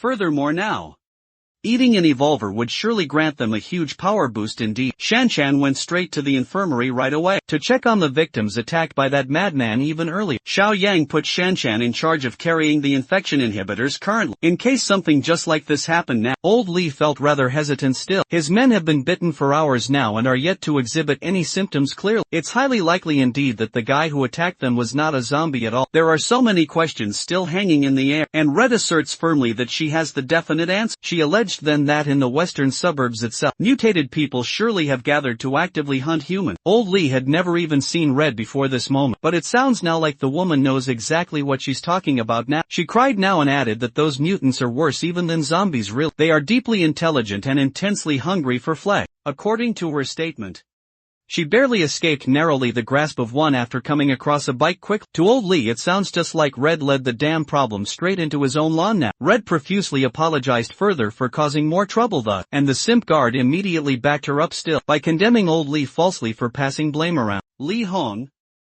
cleared up further that he just wants simply to know everything indeed he can about the looming enemy overall. So, Red warned everyone then to get ready now for another wave of attack. Seeing as the poor woman doesn't even have any clothes on her, old Li urged her kindly to get some rest first soon. While the rest of the group petered quietly out of that room, Shan was the only one keeping a close, keen eye on that newcomer. She simply can't quite put her finger on it at all, but something strange about Red rubs her the complete wrong way now. In the end, she attributed it to the paranoia and the overall stress. Given how very heavy his responsibilities truly are these days back in CDS now, the group had finally reached the high-rise itself, located clearly in an area covered entirely in green smog there. Xiao Yang then asked aloud why the survivors did not use a more convenient location instead, with much stronger structures built quite nearby, perhaps. Well, that's because staying low on the ground is such a death sentence definitely. In this dangerous city, the green mist gets denser down the lower you go even. Breathing in this nasty stuff here for far too long now will turn any normal human quickly into a plant mutant creature. Only buildings with 10 floors or considerably higher truly are safe now, as the dangerous fog is thin enough there. Everybody then took the stairs and continued talking still. On the way right up at the top of the high-rise building, Xiao Yang finally met up directly with Professor He then. They gave the full rundown of the dire situation outside the jungle now, and the pressing problems in the other distant city, lowering crucial morale after explaining the mutant situation clearly. Xiao Yang warmly invited Brother Chong and Shun Jie to come right in and meet everyone in the high-rise settlement. As for T-City, B-City, or abroad quite far away, there is truly no available information out there now. Up to now, there are simply no signs of organized rescue effort. Everyone sadly is truly on their own. Xiao Yang brought out that weird potato he dug up earlier today, and asked the professor precisely what he knew about it now. Professor He calmly identified it then as the tuber of those plant mutants. It is indeed edible though, And the high-rise people certainly have been living off it for a while now. If not for the crucial food shortage itself, they would not have dared indeed to eat something that looked so freaky. Nevertheless, good survival food is quite an impactful discovery indeed. Their important meeting was interrupted by an unforeseen emergency happening right outside the building. Looking out the windows, one can see a ton of plant mutants now gathering and surrounding the high-rise entirely now. They quickly identified the enemies as something then called flower cart. Hearing that strange term turned Professor his very expression dark. Flower carts might just become the cause of sudden death for everyone in this building today. The professor then raised his strong voice and demanded everyone's attention here. Women and kids now must climb up to the top floor there and lock themselves securely in sealed rooms directly. Everyone who can fight valiantly must take up arms swift. Professor, he would rather let a few survive than let everyone die certainly. His dedicated people listen well to him then. They are truly willing to lay their lives on the line for the settlement we see. Professor, he reckoned that Xiaoyang was still rather young then, so he really should join the others in hiding on the higher floors now. The big boss then scoffed and assured the professor that he'd be just completely fine. In fact, he's a little curious now about what kind of monster could scare everybody this badly. Indeed, Professor, he warned everyone that if they failed to reach the flower cart's core body soon, in time, everyone would be as good as quite dead. You see, the flower cart can control other plant mutants now. It likely uses something akin to pheromones, really, and can launch large-scale, organized attacks. Its main body must be nearby now, and it is pissed, much to the professor's growing panic. Xiaoyang opened the window to the room calmly. He pulled out a rifle from thin air quickly, with the intent to test the enemy's strength first here. From the top floor, he sniped the encroaching plant mutants precisely, one by one. As expected now, those buggers are incredibly resilient thus. They can regenerate even fatal injuries in just a moment indeed. Still, Xiaoyang wants to test the limits now of that regenerative ability truly. He focus-fired one of the mutants then, turning its body into Swiss cheese quickly from afar, like the other one still. This bullet-ridden insult to Mother Nature stood strong truly, but it only stubbornly held on to dear life for just a bit, before collapsing heavily on the cold ground. Going solely by that crude experiment, it seems like killing just one of those bastards requires 2 full magazines. It's hardly a good trade, so it's really no wonder everyone's so scared. Nevertheless, Zhang Xiaoyang truly has a near-infinite supply of weapons and also ammo, stashed securely in his own personal dimension. Pulling dozens of heavy crates out of thin air was shocking enough for them, but when the young man simply used his bare, strong hands to pry those wooden crates open, the high-rise people were utterly befuddled by this sight. The crates all contained the natural counter specifically for the plant, and also some Molotov cocktails. Xiaoyang briefly instructed the high-risers to properly use those crates, in case any of the mutants somehow slipped through the cracks now. Without further elaborating, the young man immediately jumped right out of the window without delay. His other mutant brothers swiftly followed suit then. 3 totally insane bastards leaped right off the 16th floor now, like they didn't truly value their own lives. At least their landings were quite cool indeed. Each one posed quite dramatically for maximum effect as they stunted. The ugly plant mutants charged forth as soon as they entered the melee range. The eager creatures rushed right in quickly. They were met then by Xiaoyang's hand digging into their wiry skulls tightly. With one forceful pull now, the big boss beheaded the first enemy that crossed him directly. Brother Chong was indeed no slouch at all either. He was unbelievably fast and incredibly strong, and his unique fighting style was comparable to that of the boss it seemed. As for Shang Zhe, this dude is just pure aura and those hype moments. His massive tentacles did most of the hard work, and it was bloody and quite glorious. Professor, he finally realizes now how dumb he really sounded earlier, when he urged Xiaoyang to simply hide earlier now. Thankfully perhaps Li Chun was also up there too, to prime everyone to deal with those stragglers. He took over command and invited anyone confident in their skills quickly to grab Molotov cocktails immediately and guard the main stairwell, seeing true hope for the first time in months actually. The morale of all the high-rise residents could simply not get any higher. Downstairs now, Xiaoyang diligently cleaned up the remaining mutant plant. That was soon to be disposed of entirely, just like clockwork now.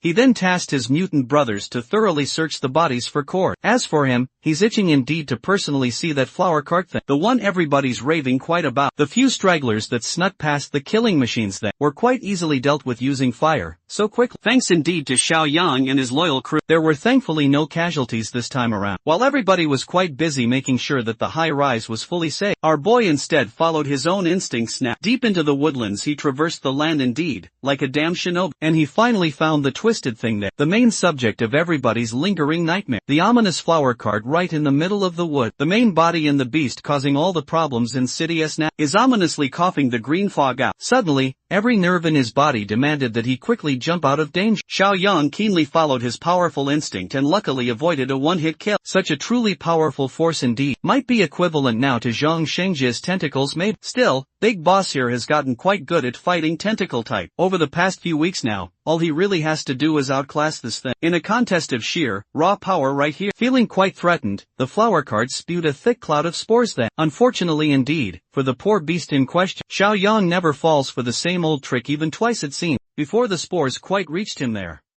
He drew in a very deep breath now and held it in his lungs tight. While the field is currently filled with those nasty green clouds now, the flower cart starts wriggling around there like a desperate bug maybe. It dropped its balls just now, and feet emerged from underneath them instead. The flower cart truly is trying to flee now, with its plethora now of truly disgusting limbs. That pitiful attempt at escaping simply won't work against Zhang Xiaoyang now. He moved his fingers just now to draw a sigil and summoned the slave mark there. His new power swirled all around the mutated beast then. Just a very few minutes later, the people inside the survivor building were alerted by the arrival now of Flower Cart's true body now, Professor. He was quite beside himself completely. He'll never quite forget how brutal that beast truly was with its twisted form indeed. After simply parking his new slave right in the driveway now, Xiaoyang pulled up almost as if it were business as usual today. He just then asked Zhang Shengji and Brother Chong precisely if they harvested every mutant core now. Downstairs there in his own broken language too. Shengji then reported collecting quite a bit indeed of cores there. Brother Chong translated it reliably now. One of his mutant buddies talks just like he's chewing gravel hard, and the other just spouts total gibberish now. Listening hard to them is rather exhausting really. Then Professor,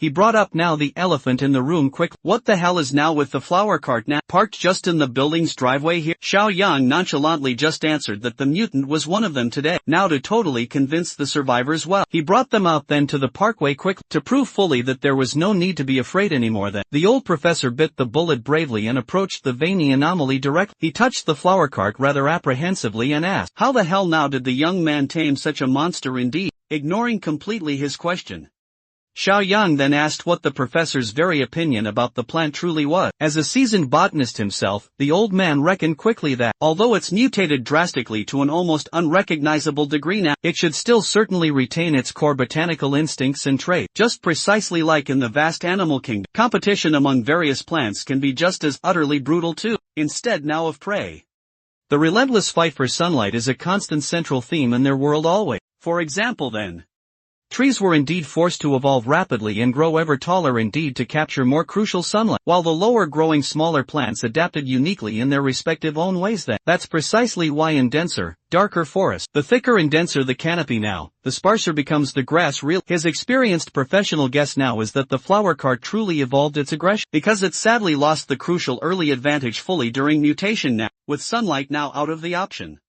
It had to adapt and use other living beings as sustenance here. Suddenly Flower Cart extended one of its vines directly heading for Xiaoyang. Li Chun quickly reacted there, and pulled out a tiny baby knife now to defend his boss now. Wholly unaffected indeed, the young man asked his underling now to stand down and let the vine proceed with the slave mark firmly in place. It is completely and utterly impossible for the thing to disobey. It turns out now that the vine was heading directly for his spine upon directly connecting with his bare skin the vine transmitted something indeed directly into his neural pathway. Flower Cart communicated back that the professor's analysis was spot on definitely. The entire S-City surely has become a battlefield for mutant plants indeed. They now solely rely on devouring animals and humans for key nutrients there, since the hulking tumor plant had now clearly become his loyal servant too. Flower Cart survival from now on is Xiaoyang's sole responsibility surely. To duly express its true gratitude then, Flower Cart fully opened up and exposed its radioactive looking core truly, as an honest sign of mutual trust now indeed. It willingly handed the spongy core quite readily to its new master. Upon making contact now with Xiaoyang's very palm, the core seamlessly integrated itself right into his body. As usual, Li Cheng was understandably worried, but this was just a simple ritual really, to truly cement the master and servant symbiosis fully. To try out now what he gained from this ritual today, Xiaoyang briskly whisked his own palm out of absolutely nowhere. An array of vines spawned quickly and shot out now with great impact. The vines swiftly wrapped all around a nearby tree hold fast, cleared his throat loudly to catch their attention now and stopped the penetration. The foursome immediately recognized him instantly, but they were absolutely not happy at all to see him again here. Buffa Valver now assured them calmly that he did not come to this place to steal anything here. This time in fact now, He came over now to share vital information now. The women simply did not trust his words at all indeed. Everybody here had bitten the bullet quite hard and embraced being half monsters now. There truly is no real point in outright lying. Buff of Olvert swore solemnly that he was simply not lying. He even found a community of pure humans there, saw plainly that they were armed right to the teeth, and now he's urgently asking for assistance to hunt. The half monsters crowded him closely with their equally buff bodies now, carefully evaluating his every single word and action indeed. In the very end, the half-monsters agreed then to trust the words of the thief ultimately. This one time, if the bastard truly lied, they could just simply eat him instead now. Just like that, he was fully accepted into the group now, with her kitty hanging right out then. The redhead half-monster welcomed the new addition to their group full, with something so tight and also warm. Buff half-monster is truly not one to turn down such a generous offer now. While something rather freaky was happening inside the city still, Xiao Yang's brave group had officially entered the border indeed. Their guide for this risky expedition is the broken-hearted Zhu Xinkai then. Xiao Yang praised his true bravery now, and Xinkai asserted firmly that he wanted fierce revenge on those plant mutants that sadly killed his dear girl. Furthermore, his own parents are still trapped in the jungle sadly. The boss will definitely take a strong point. Li Chang will certainly cover the rear full. Brother Chong and Xingjie will now take a left and right indeed. And Xinkai will stay snug right in the very middle there. Xiao Yang only dares to take this quite risky mission now, to stop the growing jungle from spreading into his territory firmly. The rescues themselves are just secondary now. Suddenly then, a wet vine fell, dropping some sticky stuff right on his face. Immediately then, Xinkai went on very high alert. He's seen that sticky substance before now. He yelled at the boss urgently to move, but sadly, it was too late now. The slimy vein wrapped around Xiao Yang's neck like a hungry python indeed. The giant Venus flytrap then showed itself boldly. The exact same creature then that snapped Xiao Tong right in half. No one has ever escaped from that voracious mouth alive ever before, but that dire statistic won't stand for terribly long now. Xiao Yang fearlessly grabbed right onto the vine and pulled mightily. He yanked the dangerous thing so very hard, the creature's disgusting innards came right on out then. Jinkai was aghast truly. He could barely form even a word in utter surprise. The innards fell hard right on the ground, making a dull thud sound in front of the big boss there. It wriggled vilely like a disgusting bag of slimy grapes definitely. The Venus flytrap must have known then what was surely good for it, and immediately truly tried to escape quickly. Xiao Yang could not really be bothered to chase now, so he delegated this task to Xingjie and his tentacles then. That mutated bastard certainly did not disappoint at all. His tentacles swiftly extended and grabbed hold of the hungry plant now. After securing such a firm grip on, he retracted the tentacles and dropped the pesky target down below. Much to everyone's great surprise at this, the flytrap activated its defense mechanism and released some green stuff, noxious fumes quickly into the air it seemed. For some odd reason, the fumes did not arouse any apprehension now. In fact, it oddly smelled rather good. Xiao Yang was thus alerted full. Inhaling smoke with a strangely alluring fragrance now cannot be a very good thing it seemed, as he was just about to warn everyone to cover their noses there. All sources of light right around him seemed to vanish away. Everyone else was experiencing a variety of the exact same thing. Bizarre experiences indeed for them. Xinkai was struck with a very strange feeling pounding inside his skull now. He looked around there and saw the crew standing quite still like statues at all. Then his attention was wrestled by a distinct rustling in a nearby bush indeed. A feminine figure slowly emerged from the tall grass now, calling out to him upon closer look at her face. It was his girl, indeed Xiao Tong here. The very image of her death is still so fresh in his mind. Seeing her in the flesh once more overloaded his common sense indeed. He walked slowly towards her figure now, a feeling of both relief and disbelief mixing greatly in his mind. Xiao Tong beckoned him softly to move a little bit closer in, telling him calmly that the rest of the survivors were nearby now. Absolutely entranced he was by the sight of his girl. Xinkai willingly followed her gentle voice then. While that was indeed happening, the raid on the steel mill was also underway now. The half-monsters have quickly reached the target now, a whole factory filled fully with pure human meat still. One of the boys drooled hard upon getting a whiff of their prey nearby. There's nothing quite like pure meat. Clean human meat to deeply whet the appetite right now. The others quickly tried to get him to calm down now, but his vision had already turned crimson red from insatiable hunger then. Before they could restrain the dumbass at all, he darted forward then, unable to resist any longer now. Dumbass charged in ready to devour really without a plan of action at all. The guards immediately spotted him as soon as he got quite close, but these scrubs, they could not react in time before they could raise their rifles at all.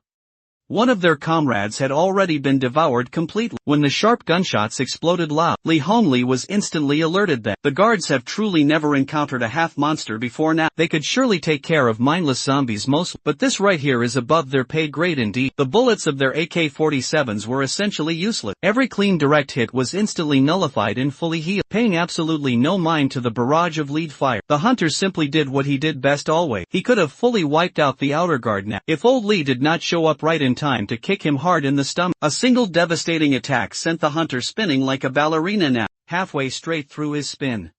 He regained full control of his body and made a clean landing now. Within this range now, old Li can just pelt him with high-caliber bullets from afar indeed. The dumbass simply had no choice but to retreat now. From afar he'll surely eat bullets.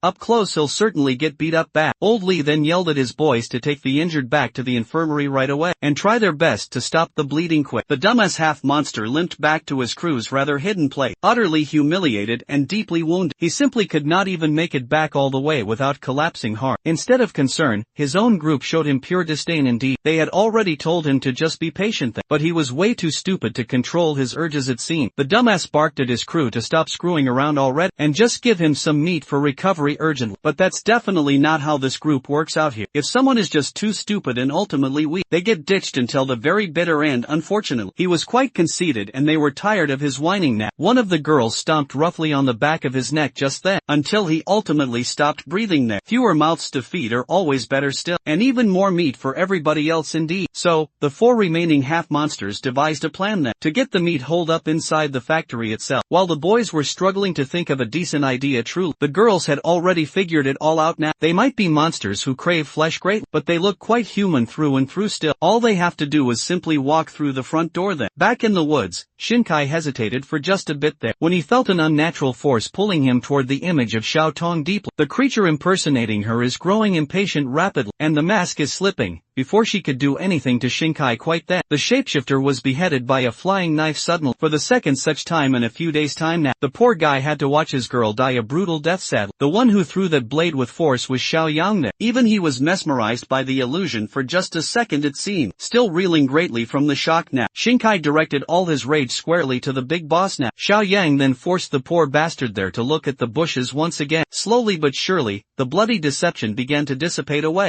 revealing the stark truth now. The girl of her dreams was nothing at all but a bundle of crisscrossing vines instead. That plant right there is double-cheeked up it seemed, though I would certainly not mind getting hypnotized by it at all. Afterward, Xiao Yang simply made the rounds then, to wake everybody else up from their own mental prisons completely. Li Chun felt like several long years had truly passed, and even the 2 mutants were significantly affected by the mirage itself. Xiao Yang reckoned that the flowers surely must have released some kind of intense hallucinogenic gas indeed. To just learn more now, he dug deeply into the internal structure of that bundle of vines again. Maybe it's a mutant core there. Unfortunately, the thing he killed back then was just a mere puppet only, not the real body itself. The vines obviously go deep underground now, and the main body is probably quite far away now, just for the sheer hell of it all. He closely followed the roots and dug up something strange there. It truly looked like a potato taro indeed, like it was some sort of nutrient storage organ then, for a freaky creature. Just in case, he quickly sent that thing into his dimensional space. Maybe it's even edible, who truly knows now? He then turned to Shinkai for more info about these strange plant creatures. Well, he only really knows how dangerous they can possibly be. However, old he might know a bit more indeed. He's indeed an expert from the Agricultural and Forest Research Institute. Before Shinkai and the whole gang escaped there, that very old man was stationed up in a high-rise settlement, eager indeed to learn even more right now. Xiao Yang immediately switched courses to meet with this old fella. Back in the steel mill at last, the half-monster finally pulled the trigger on their straightforward plan itself. Red came limping on in. She acted both exhausted and scared now, but made sure that the goods were still visible there to sell. Even much better now, she tripped and fell near the front gate. From there on, one of the guards patrolling the wall saw her. The boys immediately gathered so fast, thinking indeed that a survivor was running towards the settlement now. As guards, they clearly know the protocol when it comes to total stranger, but any man would surely forget those things at the sight of bold red. One of the guards truly wanted to report to the higher UPS first here, but a simple guard there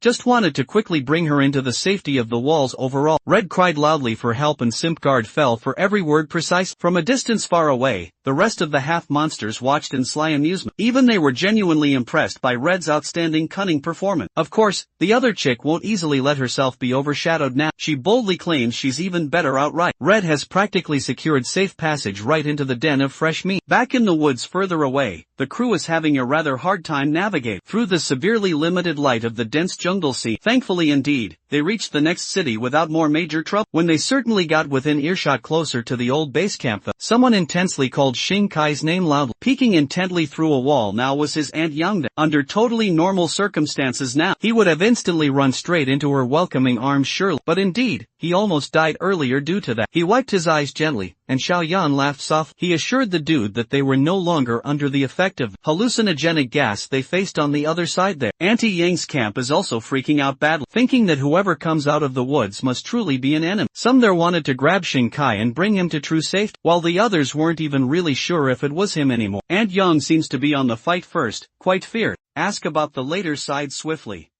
She boldly led a few men to attack with their various weapons, hoping to catch the intruders completely by surprise. Now, Xing Kai could easily wipe these people off the planet now, in one single sweep, but Xiaoyang urged everyone there to calm down now. A couple of arrows swiftly flew in their direction, and the big boss easily swatted them all away with his bare hands even, with his commanding voice heard.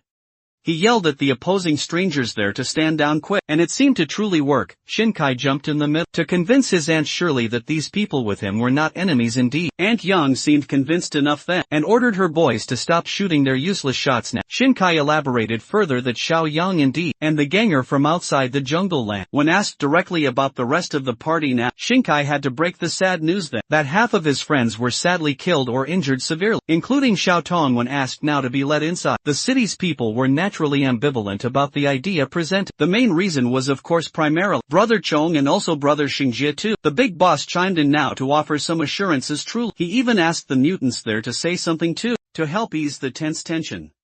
Brother Chong removed his mask then and asserted that even if he's ugly visual, he's actually very gentle deep inside. Sheng Jie on the other hand there flexed his own muscles so that everyone could gawk at him there. Xiao Yang was quite embarrassed indeed. He thought the two would act more normally instead. After much careful deliberation, Auntie Yang finally permitted them entry there. Back inside the steel mill now, Shan and Akira quickly drifted to the front gate to check on their people now. In the west, he radioed old Li to open the gate soon, before going further in.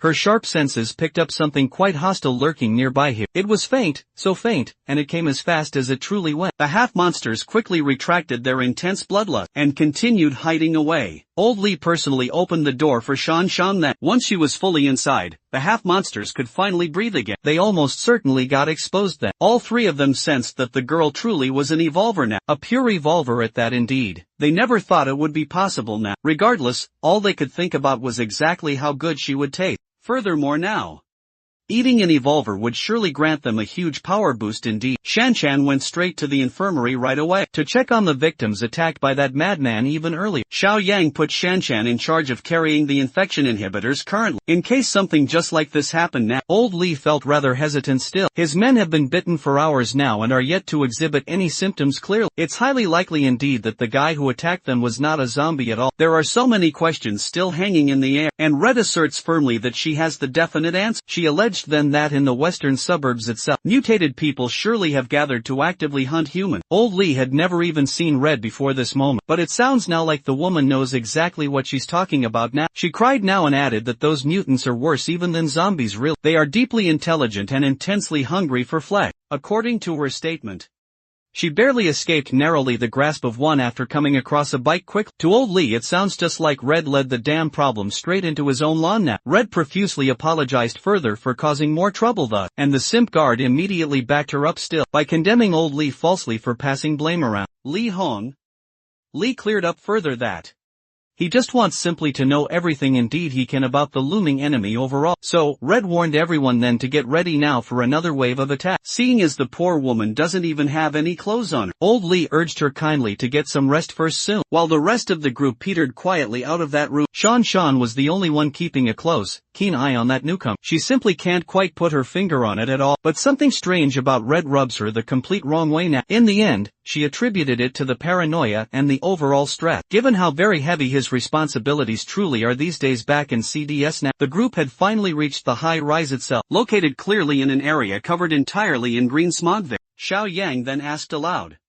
why the survivors did not use a more convenient location instead, with much stronger structures built quite nearby, perhaps. Well, that's because staying low on the ground is such a death sentence definitely. In this dangerous city, the green mist gets denser down the lower you go even. Breathing in this nasty stuff here for far too long now will turn any normal human quickly into a plant mutant creature. Only buildings with 10 floors or considerably higher truly are safe now, as the dangerous fog is thin enough there. Everybody then took the stairs and continued talking still. On the way right up at the top of the high-rise building, Xiao Yang finally met up directly with Professor He then. They gave the full rundown of the dire situation outside the jungle now, and the pressing problems in the other distant city, lowering crucial morale after explaining the mutant situation clearly. Xiao Yang warmly invited Brother Chong and Shun Jie to come right in and meet everyone in the high-rise settlement. As for T-City, B-City, or abroad quite far away, there is truly no available information out there now. Up to now, there are simply no signs of organized rescue effort. Everyone sadly is truly on their own. Xiao Yang brought out that weird potato he dug up earlier today, and asked the professor precisely what he knew about it now. Professor He calmly identified it then as the tuber of those plant mutants. It is indeed edible though.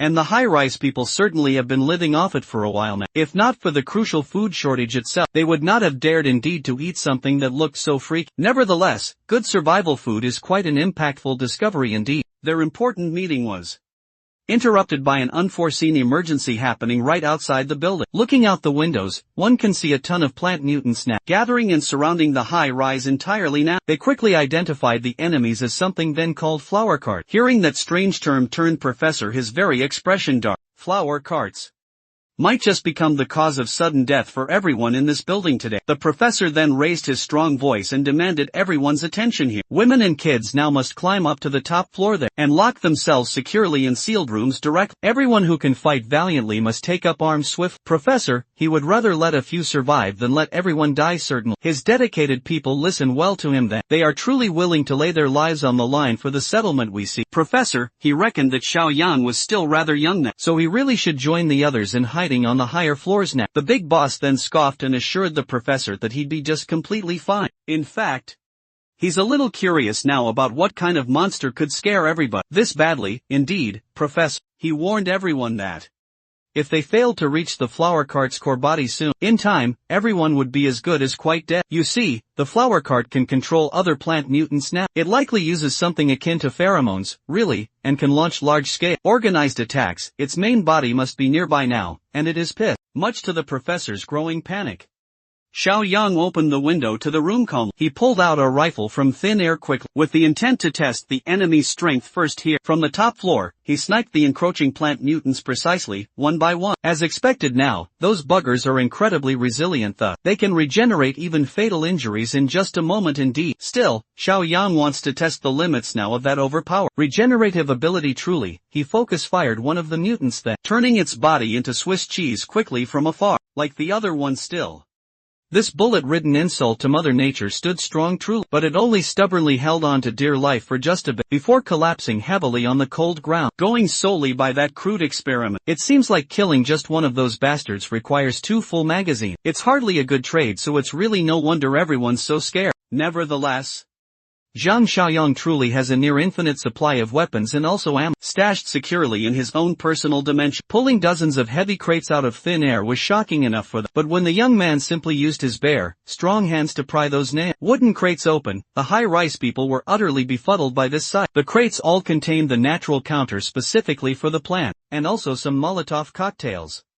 Xiao Yang briefly instructed the high-risers to properly use those crates, in case any of the mutants somehow slipped through the cracks now. Without further elaborating, the young man immediately jumped right out of the window without delay. His other mutant brothers swiftly followed suit then. 3 totally insane bastards leaped right off the 16th floor now, like they didn't truly value their own lives. At least their landings were quite cool indeed. Each one posed quite dramatically for maximum effect as they stunted. The ugly plant mutants charged forth as soon as they entered the melee range. The eager creatures rushed right in quickly. They were met then by Xiao Yang's hand digging into their wiry skulls tightly. with one forceful pull now.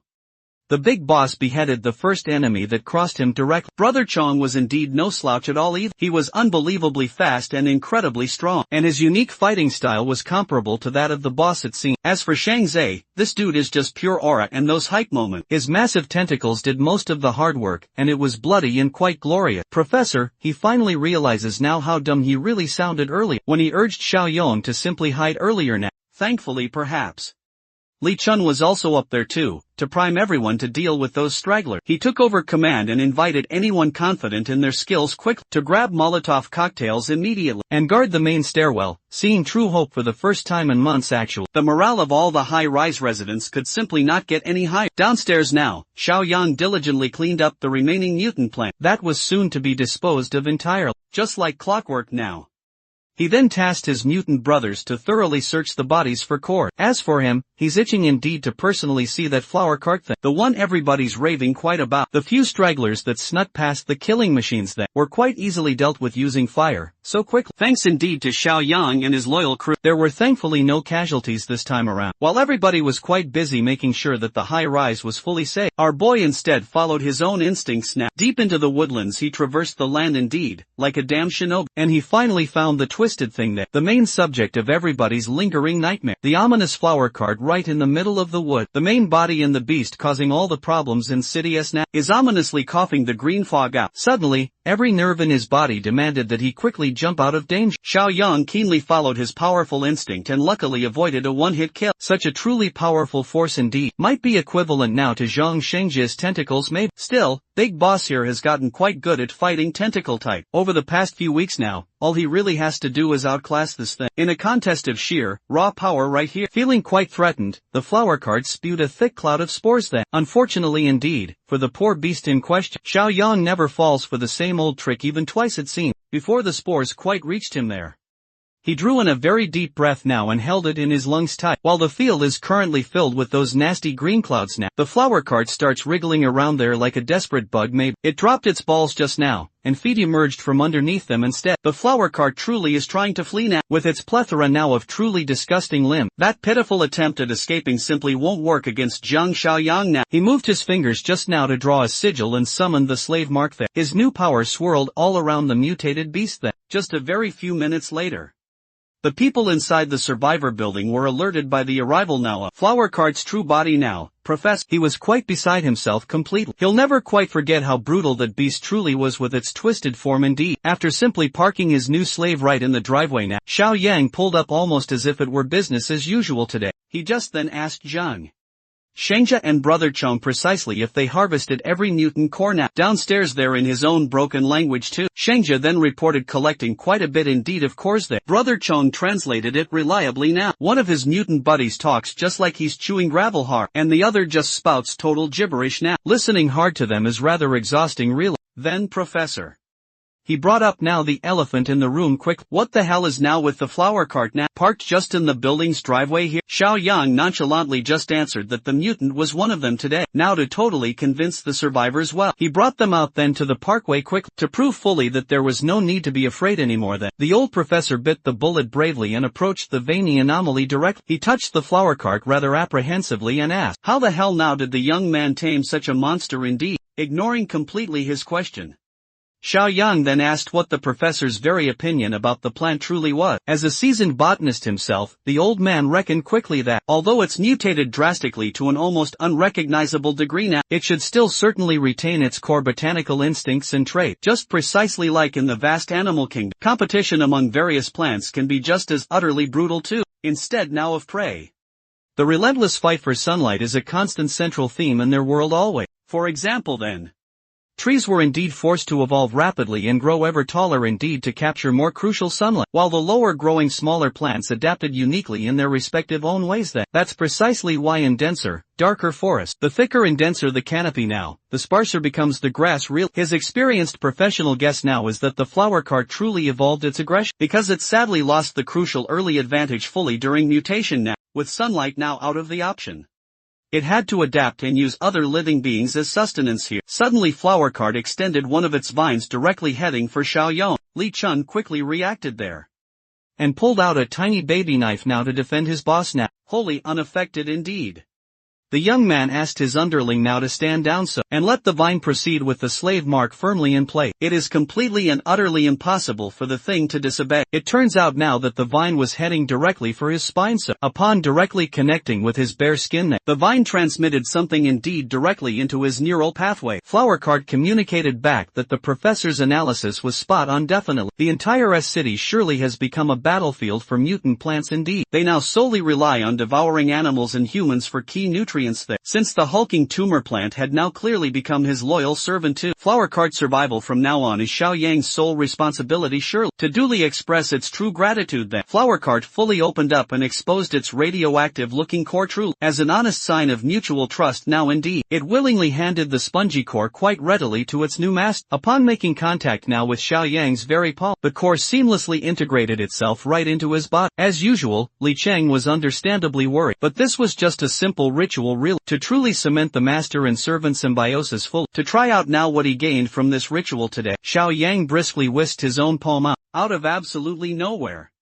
An array of vines spawned quickly and shot out now with great impact. The vines swiftly wrapped all around a nearby tree holding it now with great, immense force indeed. Then with just a simple thought alone, Xiao Yang's vine crushed the thick tree trunk cleanly into two pieces then. Sheng Ji was quite befuddled as far as he could truly tell now. The vines were actually stronger than his own tentacles, it seemed. In that moment there, Xiao Yang unlocked the gardener achievement instantly, rewarding him greatly with a hefty 150 points total. While City S was currently being liberated presently, the Western Steel Mill specifically was under attack by an unknown, unseen threat. That cannibalistic mutant redhead had been silently laying down hooks and traps, and the survivors in the mill kept on steadily taking the terrible bait. After she heard a distinct knock on her door at night, she then put on a helpless look upon her face right there, and opened her room to a man trying to deliver a late-night snack there. A pretty tasty one, without a doubt, at that specific moment. She was truly an expert in pretending to be the damsel in dire distress. The boy on the other hand is presently trying to look like the ultimate good guy now, seemingly concerned deeply for the fresh newcomer currently. Red provocatively grabbed him closer then and extended her sincere thanks warmly, taking that clearly as a definite go signal completely. The horn dog pounced quickly at the helpless woman like a thirsty gooner now. She quickly pulled back indeed, going inside her room startled, yet, to his credit, truly.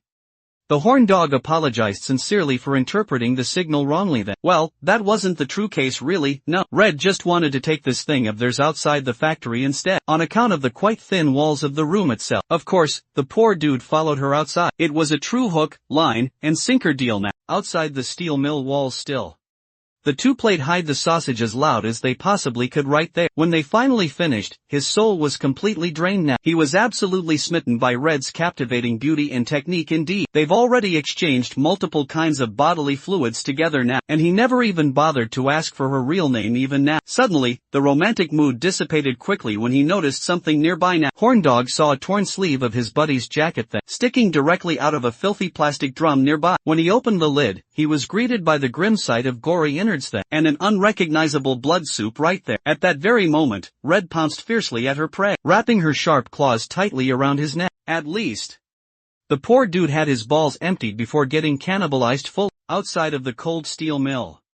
Red's group was still hanging around, carefully hiding themselves while Musclehead got caught napping soundly, and he was whacked hard behind the head. He was specially assigned to keep a watchful eye, and Baldy certainly doesn't tolerate dozing off while on the job. This mission was extremely important indeed. They need to be entirely ready for when Red finally gives them the signal to launch their full attack. While the other boys are arguing now, Blondie starts to feel quite antsy because of Red's distinct lack of signal. It is starting to intensely feel like Red is hogging all the fresh, untainted meat within that mill entirely for herself alone. So, the three decided now to carefully check around the factory ground to see any lingering traces of that selfish bitch right there. With their notably superior sense of smell now, they were then guided directly towards the bloody leftover. They found those drums of discarded blood and guts there. Now they're quite sure that Red has decided to go solo now. Blondie then assured the boys that there was a simple solution indeed for this. If Red can charm her way right in, So can she, already betrayed once tonight alone. Baldy was naturally quite opposed to this idea at hand. They already surely have one meat hog here. Sending in another one would be utterly stupid now. Musclehead had to then step in to try and pull Baldy away gently from Blondie now. She is definitely not entirely wrong at all. She's their very best and only real shot at getting in right now today. Baldy can certainly see that crucial point too. He agreed then to send Blondie right in there, but warned her clearly that if she copies Red now, he will storm straight in and kill the traitorous bitches soon, even if he maybe dies in the crucial process now. So after just a little more deliberation indeed, they went again with the detailed plan that succeeded earlier on. Blondie put on her absolute best helpless act and knocked firmly at the gates there. At first sight the guards stationed at the front gate were quite up in arms still, with their pistols close almost to tears now. Blondie gave them the whole spill about how she was being chased by zombies indeed, and barely managed to escape with her own life there. Upon seeing her assets now, the horny guards praised their good luck for getting another baddie, after rescuing one not too long ago at all. Some would even boldly argue that Blondie has a much better figure now. Before Blondie was quickly let in, without the required examination yet, Red then stormed right out of the mill to warn the boys not to trust that witch. She asserted quite fiercely that Blondie was the mutant really, disguised as a human now, that had tried to eat her before too. Red irately yelled loudly at the boys to shoot that flesh-eating bitch quickly. Trusting the newcomer's wild words so much, they emptied their loaded magazines on the poor lady, chasing her right out of the tall gate now. Blondie felt all the bullets going straight through her flesh and body, leaving truly lethal wounds, riddled with so many holes. She tripped badly and accidentally exposed what was under the short dress at once. The guards instantly ran back inside to get some gasoline to burn her body right away. That ultimately gave Blondie enough needed time to recover a little and quickly escape. These guards were truly so very incompetent here. There were truly 3 of them, and they didn't leave even one to guard the body. While they quickly reported the grim incident to Brother Lee and Sister Sean, Blondie, meanwhile, had already limped her painful way back to her group. After spending nearly all her energy just to retreat back there, she then slumped weakly right down to their feet now. Knowing deep down that she's damaged goods indeed now, Blondie desperately begged them to be spared quickly. She even swore solemnly to do whatever they say from this very moment on. Baldy did not even budge slightly at her desperate, heartfelt pleas now. They are the same kind exactly, and they know just what being compromised really means. He grabbed a quite big boulder with one hand and lifted that heavy thing high above his very head. Quite well done too. They can always readily come up with a brand new plan to securely safeguard the vital food in the settlement here. Before he could outright crush her head with that boulder stone, Baldy's own blood was spilled first. Suddenly, Musclehead sharply intervened and slit the cruel bastard's throat from directly behind. His bald-ass head hit the floor hard, and his headless body then quickly followed. Thereafter, Musclehead rather disturbingly licked his blade quite clean. Savoring the dark blood, Blondie thanked him extremely profusely now, and he promised indeed to give her Baldy's arm and leg to heal just enough. As for the rest of their poor buddy's meat,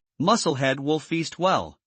Blondie could clearly tell that Musclehead acted with great greed in mind. If she herself was the one who died tonight, Musclehead would then get nothing but mere scrap meat. With this ambush, he gets the upper hand quite easily in the lion's share too. Back inside the ominous steel mill, the leaders are finally indeed taking note of the increasing number of missing members there. Lee Homely is truly stressed. What kind of leader would he exactly be if these missing cases kept on happening right under his very nose? Having certainly had enough of this mysterious problem now, Shan firmly decided to make her move now. She carefully surveyed the very outskirts of the steel mill, hoping hard to see any sort of vital clue. It did not take her very long at all to find the bloody drums of horror and slaughter. She bravely brought some more armed men over there, and they firmly confirmed that their boy's torn jacket was mixed well with the viscera.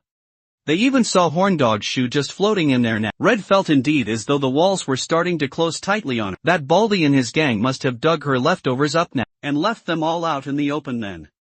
Shan doesn't see any stark signs of a struggle inside or around the settlement itself. It had truly been a pretty quiet night all too, so she turned right to the newcomer and asked what this surely all meant, knowing indeed that she's quite fucked now. Red's whole entire body shivered severely. She can't exactly quite use her usual moves on Shan now, without hesitation at all.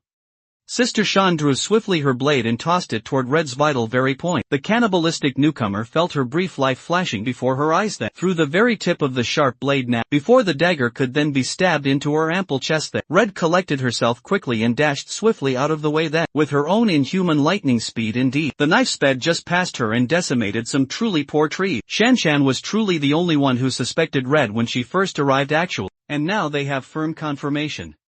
Red realized fully how this looked now. She is completely exposed at this point. Her free meat scam is indeed short-lived now, put in a truly desperate position.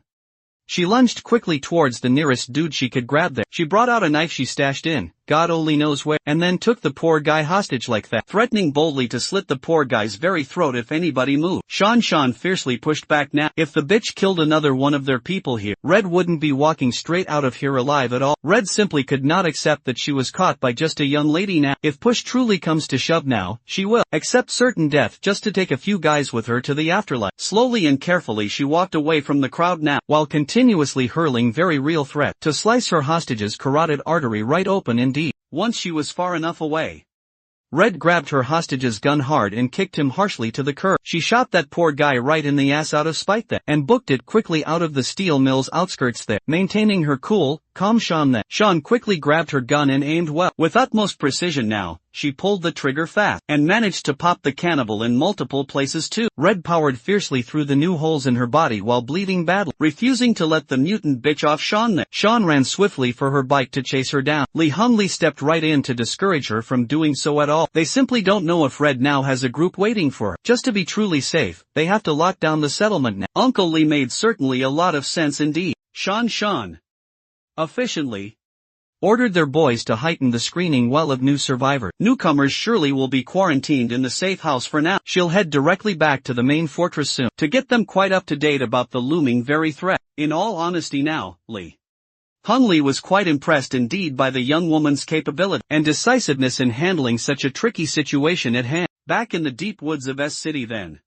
normal mutated plant undead are still roaming freely now, but not for too long to get some practice with his brand new ability. Zhang Xiaoyong and Shangja effectively led the whole pack, while clearing various obstacles with their vines and tentacles together. For these two truly overpowered mutants out there, clearing out this very area was as simple as breathing easy. This process freed brother now Zhang and Li Qing to retrieve cores and burn down their bodies whole. They made quite a big bonfire now, using undead bodies as firewood. Well, Professor he didn't know quite whether to feel safe with their savior at all, or feel a growing sense of pressure instead, in front of their sheer power shown.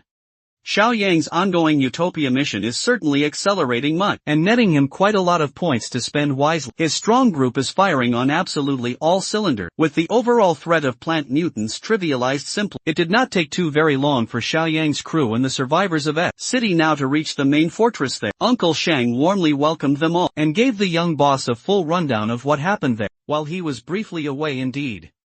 Xiao Yang then introduced the people of S-City now, led by the botany expert from the Agricultural and Forestry Academy too, Professor he. For now certainly S-City people will stay in the fortress temporarily too. After full preparations are in place now, they will be moved to the very edge of the city jungle here. In there they will establish a third settlement full. At that moment Shan pulled up on her bike with great urgency now. She reported everything that happened in the Western Steel Mill there, and proposed the very same heightened security for the main fortress too. The rigorous screening process won't fully apply to Professor He's people here. The boss already vouched for them entirely. After receiving news that they had lost a few people in the steel mill, sadly, Xiao Yang wasn't alarmed. He took it as good news indeed. The more threats loom over his utopia truly, the more mission rewards he can richly reap from. Speaking of missions now, the fourth volume of the Villain Vanquisher mission has just started now. Eliminating threats from the western outskirts soon would give him a chunky total of 120 points indeed. Meanwhile, Red there,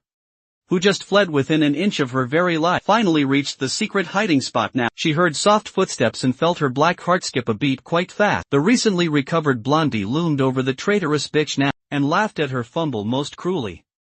Injured and forced to crawl back to the animals she betrayed outright, Red tried to excuse her actions as a rather big misunderstanding. She nearly got Blondie killed just now, so a death sentence is more than fully justified here. Blondie urged Musclehead to clobber Red to her death, so they could at least feast on her tasty meat now. As a sharp response, Musclehead used his rusty metal pipe here, which is right on Blondie now. Just like before, he came from behind and eliminated a teammate outright. At this point here, it's Blondie's fault entirely for showing her back to a known scumbag there. Musclehead has absolutely no qualms about using the same trick twice now, knowing clearly that she's done for indeed. Blondie explicitly warned Red not to trust this guy though. He's just simply doing this to stay in the most advantageous position really, and would betray simply anyone without any hesitation now. At this particular point, Red doesn't really mind much as long as it's not her getting whacked here. As one last desperate try to convince Musclehead to keep her alive then, she tried reminding him of Red's grave betrayal before. For cannibalistic mutants precisely like them now, words don't really hold much value anymore sadly. Since that didn't work at all, Blondie tried to offer Musclehead her own bot. Unfortunately, sadly for her, Musclehead prefers redheads over blondes now. Using solely his bare hands, he finished Blondie off swiftly. What followed directly was his usual cunning scheme. He offered Red an arm and then a leg to recover quickly, while he feasted happily on the rest of Blondie's juicy meat. Back in the main strong fortress, the higher UPS are discussing just what to do against the cannibals now, prowling fiercely in the west region. Li Cheng himself was an unaware cannibal not very long ago, but based directly on Shan's report now, these mutants are so much truly worse now. These people have been completely stripped from their human restraints indeed. They happen to be extremely selfish here. Short-sighted, angry always, indulgent surely, gluttonous bloodthirsty, and addicted to human meat most. Xiao Yang made note of dealing with this bunch of freaks completely in the West, but he's certainly got more urgent matters to take care of right now indeed. Li Cheng will return to the steel mill soon as added support here, and also to straighten security out quickly, in the very blink of an eye soon. 2 months pass now without any major incidents actually occurring. Somewhere deep within the woods here, a group of survivors are contemplating relocation that, if they stay in their current hideout they'll all certainly die quickly.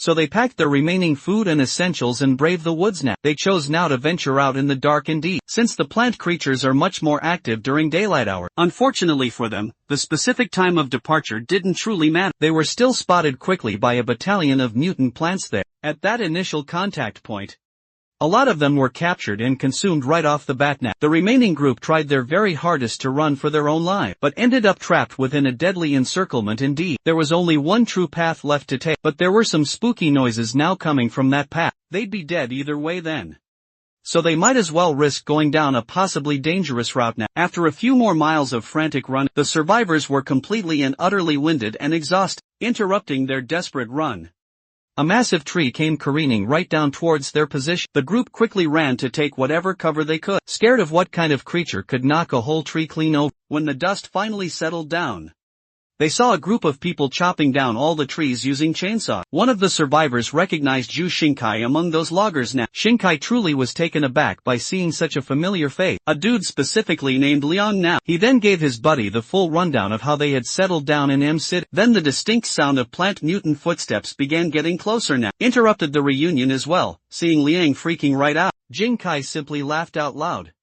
There's absolutely no need to get so worked out about a bunch of plant freaks here. At this particular point so casual, Xingkai then pulled out a radio right away, and reported a creature encounter in his squad's immediate area now. After properly relaying the full message, he invited Liang and his boys to join them now and step out of the way quickly. A few brief moments later, the anti-plant squad pulled up with full gear, indeed, equipped fully with flamethrowers too. Liang and his boys were absolutely floored completely. The firing squad took their position firmly, and fired up the grills now to cook some mindless undead right here. With their flamethrowers, they burned the bastards fiercely, making the mutants growl out and scream in total pain now. Li Cheng, Brother Chong, and Shang Ji also stopped over, you see. At this point now, they barely even need to lift a finger to deal with minor inconveniences precisely like this one. Liang simply could not believe that there was a human force out there that had gathered such truly terrifying strength overall. Well, it's all mostly thanks to Chief Xiaoyang himself. Liang saw the mutated duo along with Li Qing and almost shat his pants entirely. Xing Kai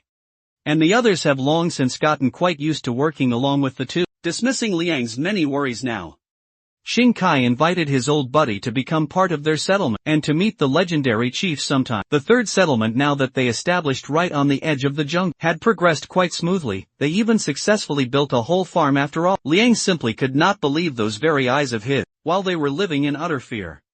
Someone had figured out skillfully how to farm deep within a jungle full of plant monsters. It's certainly not normal farming either then. They were in fact growing mutated crops there. Seeing that mutated potato right there in his hand, Liang rightfully freaked out quite a lot and threw it away then. Xingkai then explained that the crops are practically just the same as the walking and munching plant creatures by their very nature, but they modified all of it into a high-yield and easy-to-harvest food crop, just exactly like everything else there. This is all thanks to Chief Xiaoyang now. For this project, Professor, he spearheaded the farming process indeed, of mutated crop, as an edible and fruitful very source of food indeed. Thanks to Xiaoyang's connection now with flower crop, modifying all the properties of mutated crops is super easy now. In fact, they are quite close to the harvest season already. The entire land reclamation is certainly going smoothly. The old professor oversees all expansion projects, and Li Cheng just takes care of all security needs. Now that the third settlement is in a pretty stable state now, it's just about time to go deal with those cannibal bastards out about that. In the western outskirts there, in M City's border, two people walk quite leisurely, as if they owned this whole place. Of course, it was Zhang Xiaoyong along with Brother Chong. The muzzled mutant then warned his chief that someone was tailing them. Xiaoyong could strongly sense that they were being hounded closely by a group on par directly with Zhang Qi's formidable team. Back within the fortress, the duo's plan of action is quite straightforward now. Get Brother Chong fully fed as expected currently. Red and Musclehead were clearly the ones trying to hunt them down hard, eagerly waiting to jump for the perfect chance to truly feast well. Before she even could jump swiftly into action now, Musclehead then stopped the impulsive lady from attacking carelessly right then. From their very position he could see clearly that they were a tad bit too late now. Some other powerful group had already boldly claimed the prey for themselves. A very large group of cannibal mutants certainly, filled fully with bulky men and curvaceous women wearing impractical outfits indeed, crowded Xiaoyong and Brother Chong immediately. They were all practically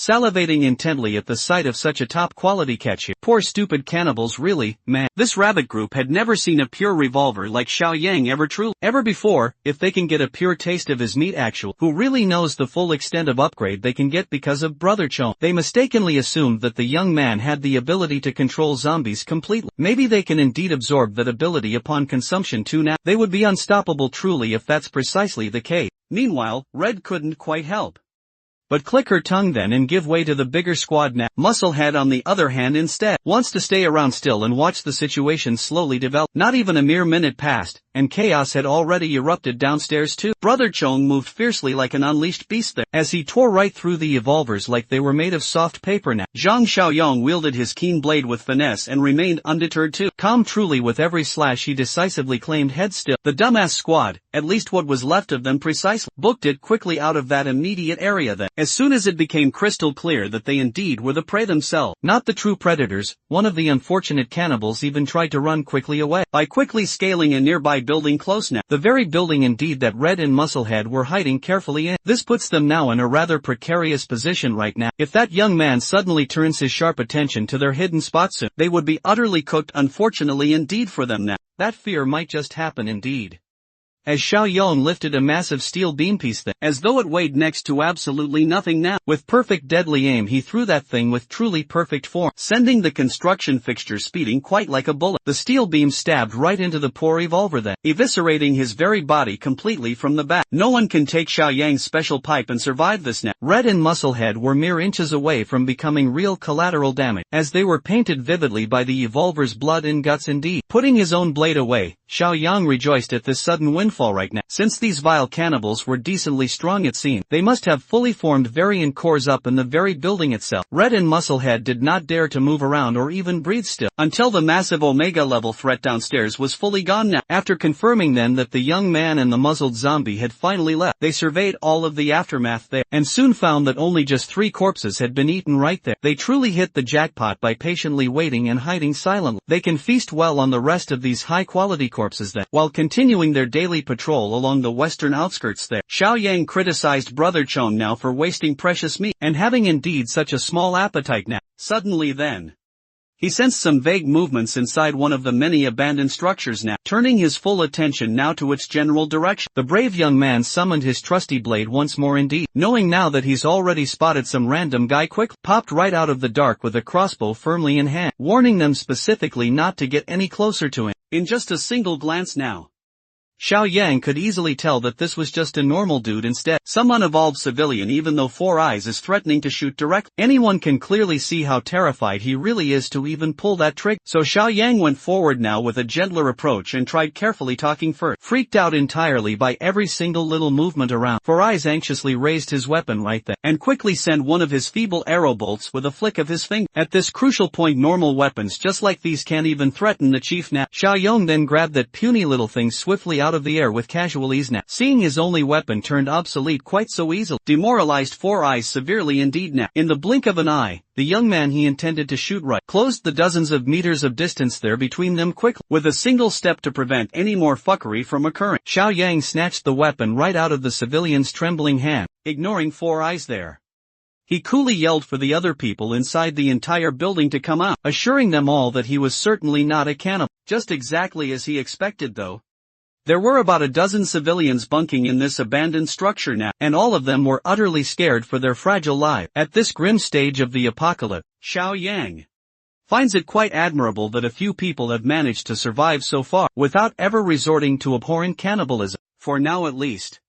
He chose to tag along closely as they traversed the dark night for a better spot. Farai shared that they are heading for a large steel mill in the southern suburbs which is called Shurfongso. They then picked up a radio broadcast message about some sort of settlement place, taking in survivors from there. At least that was their initial plan anyway. They eventually all gathered that regular people simply could not possibly survive alone against the cannibals freely roaming the suburbs often during their travels onward.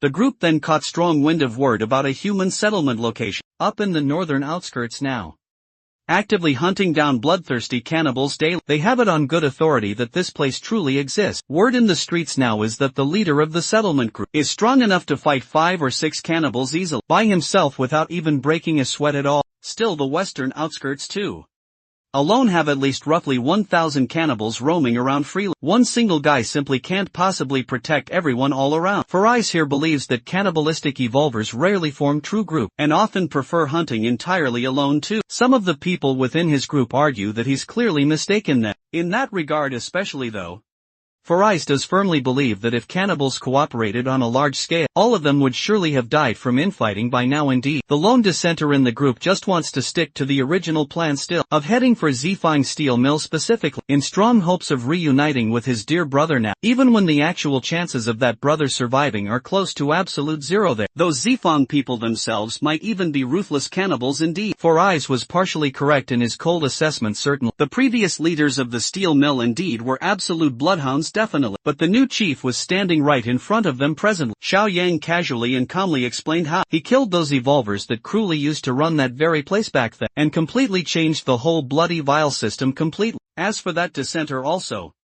he tearfully communed that his brother's name was Li Chang after all, a former deputy officer within the southern suburbs district, the same very Li Chang that's been folded right into the chief's inner sacred circle now.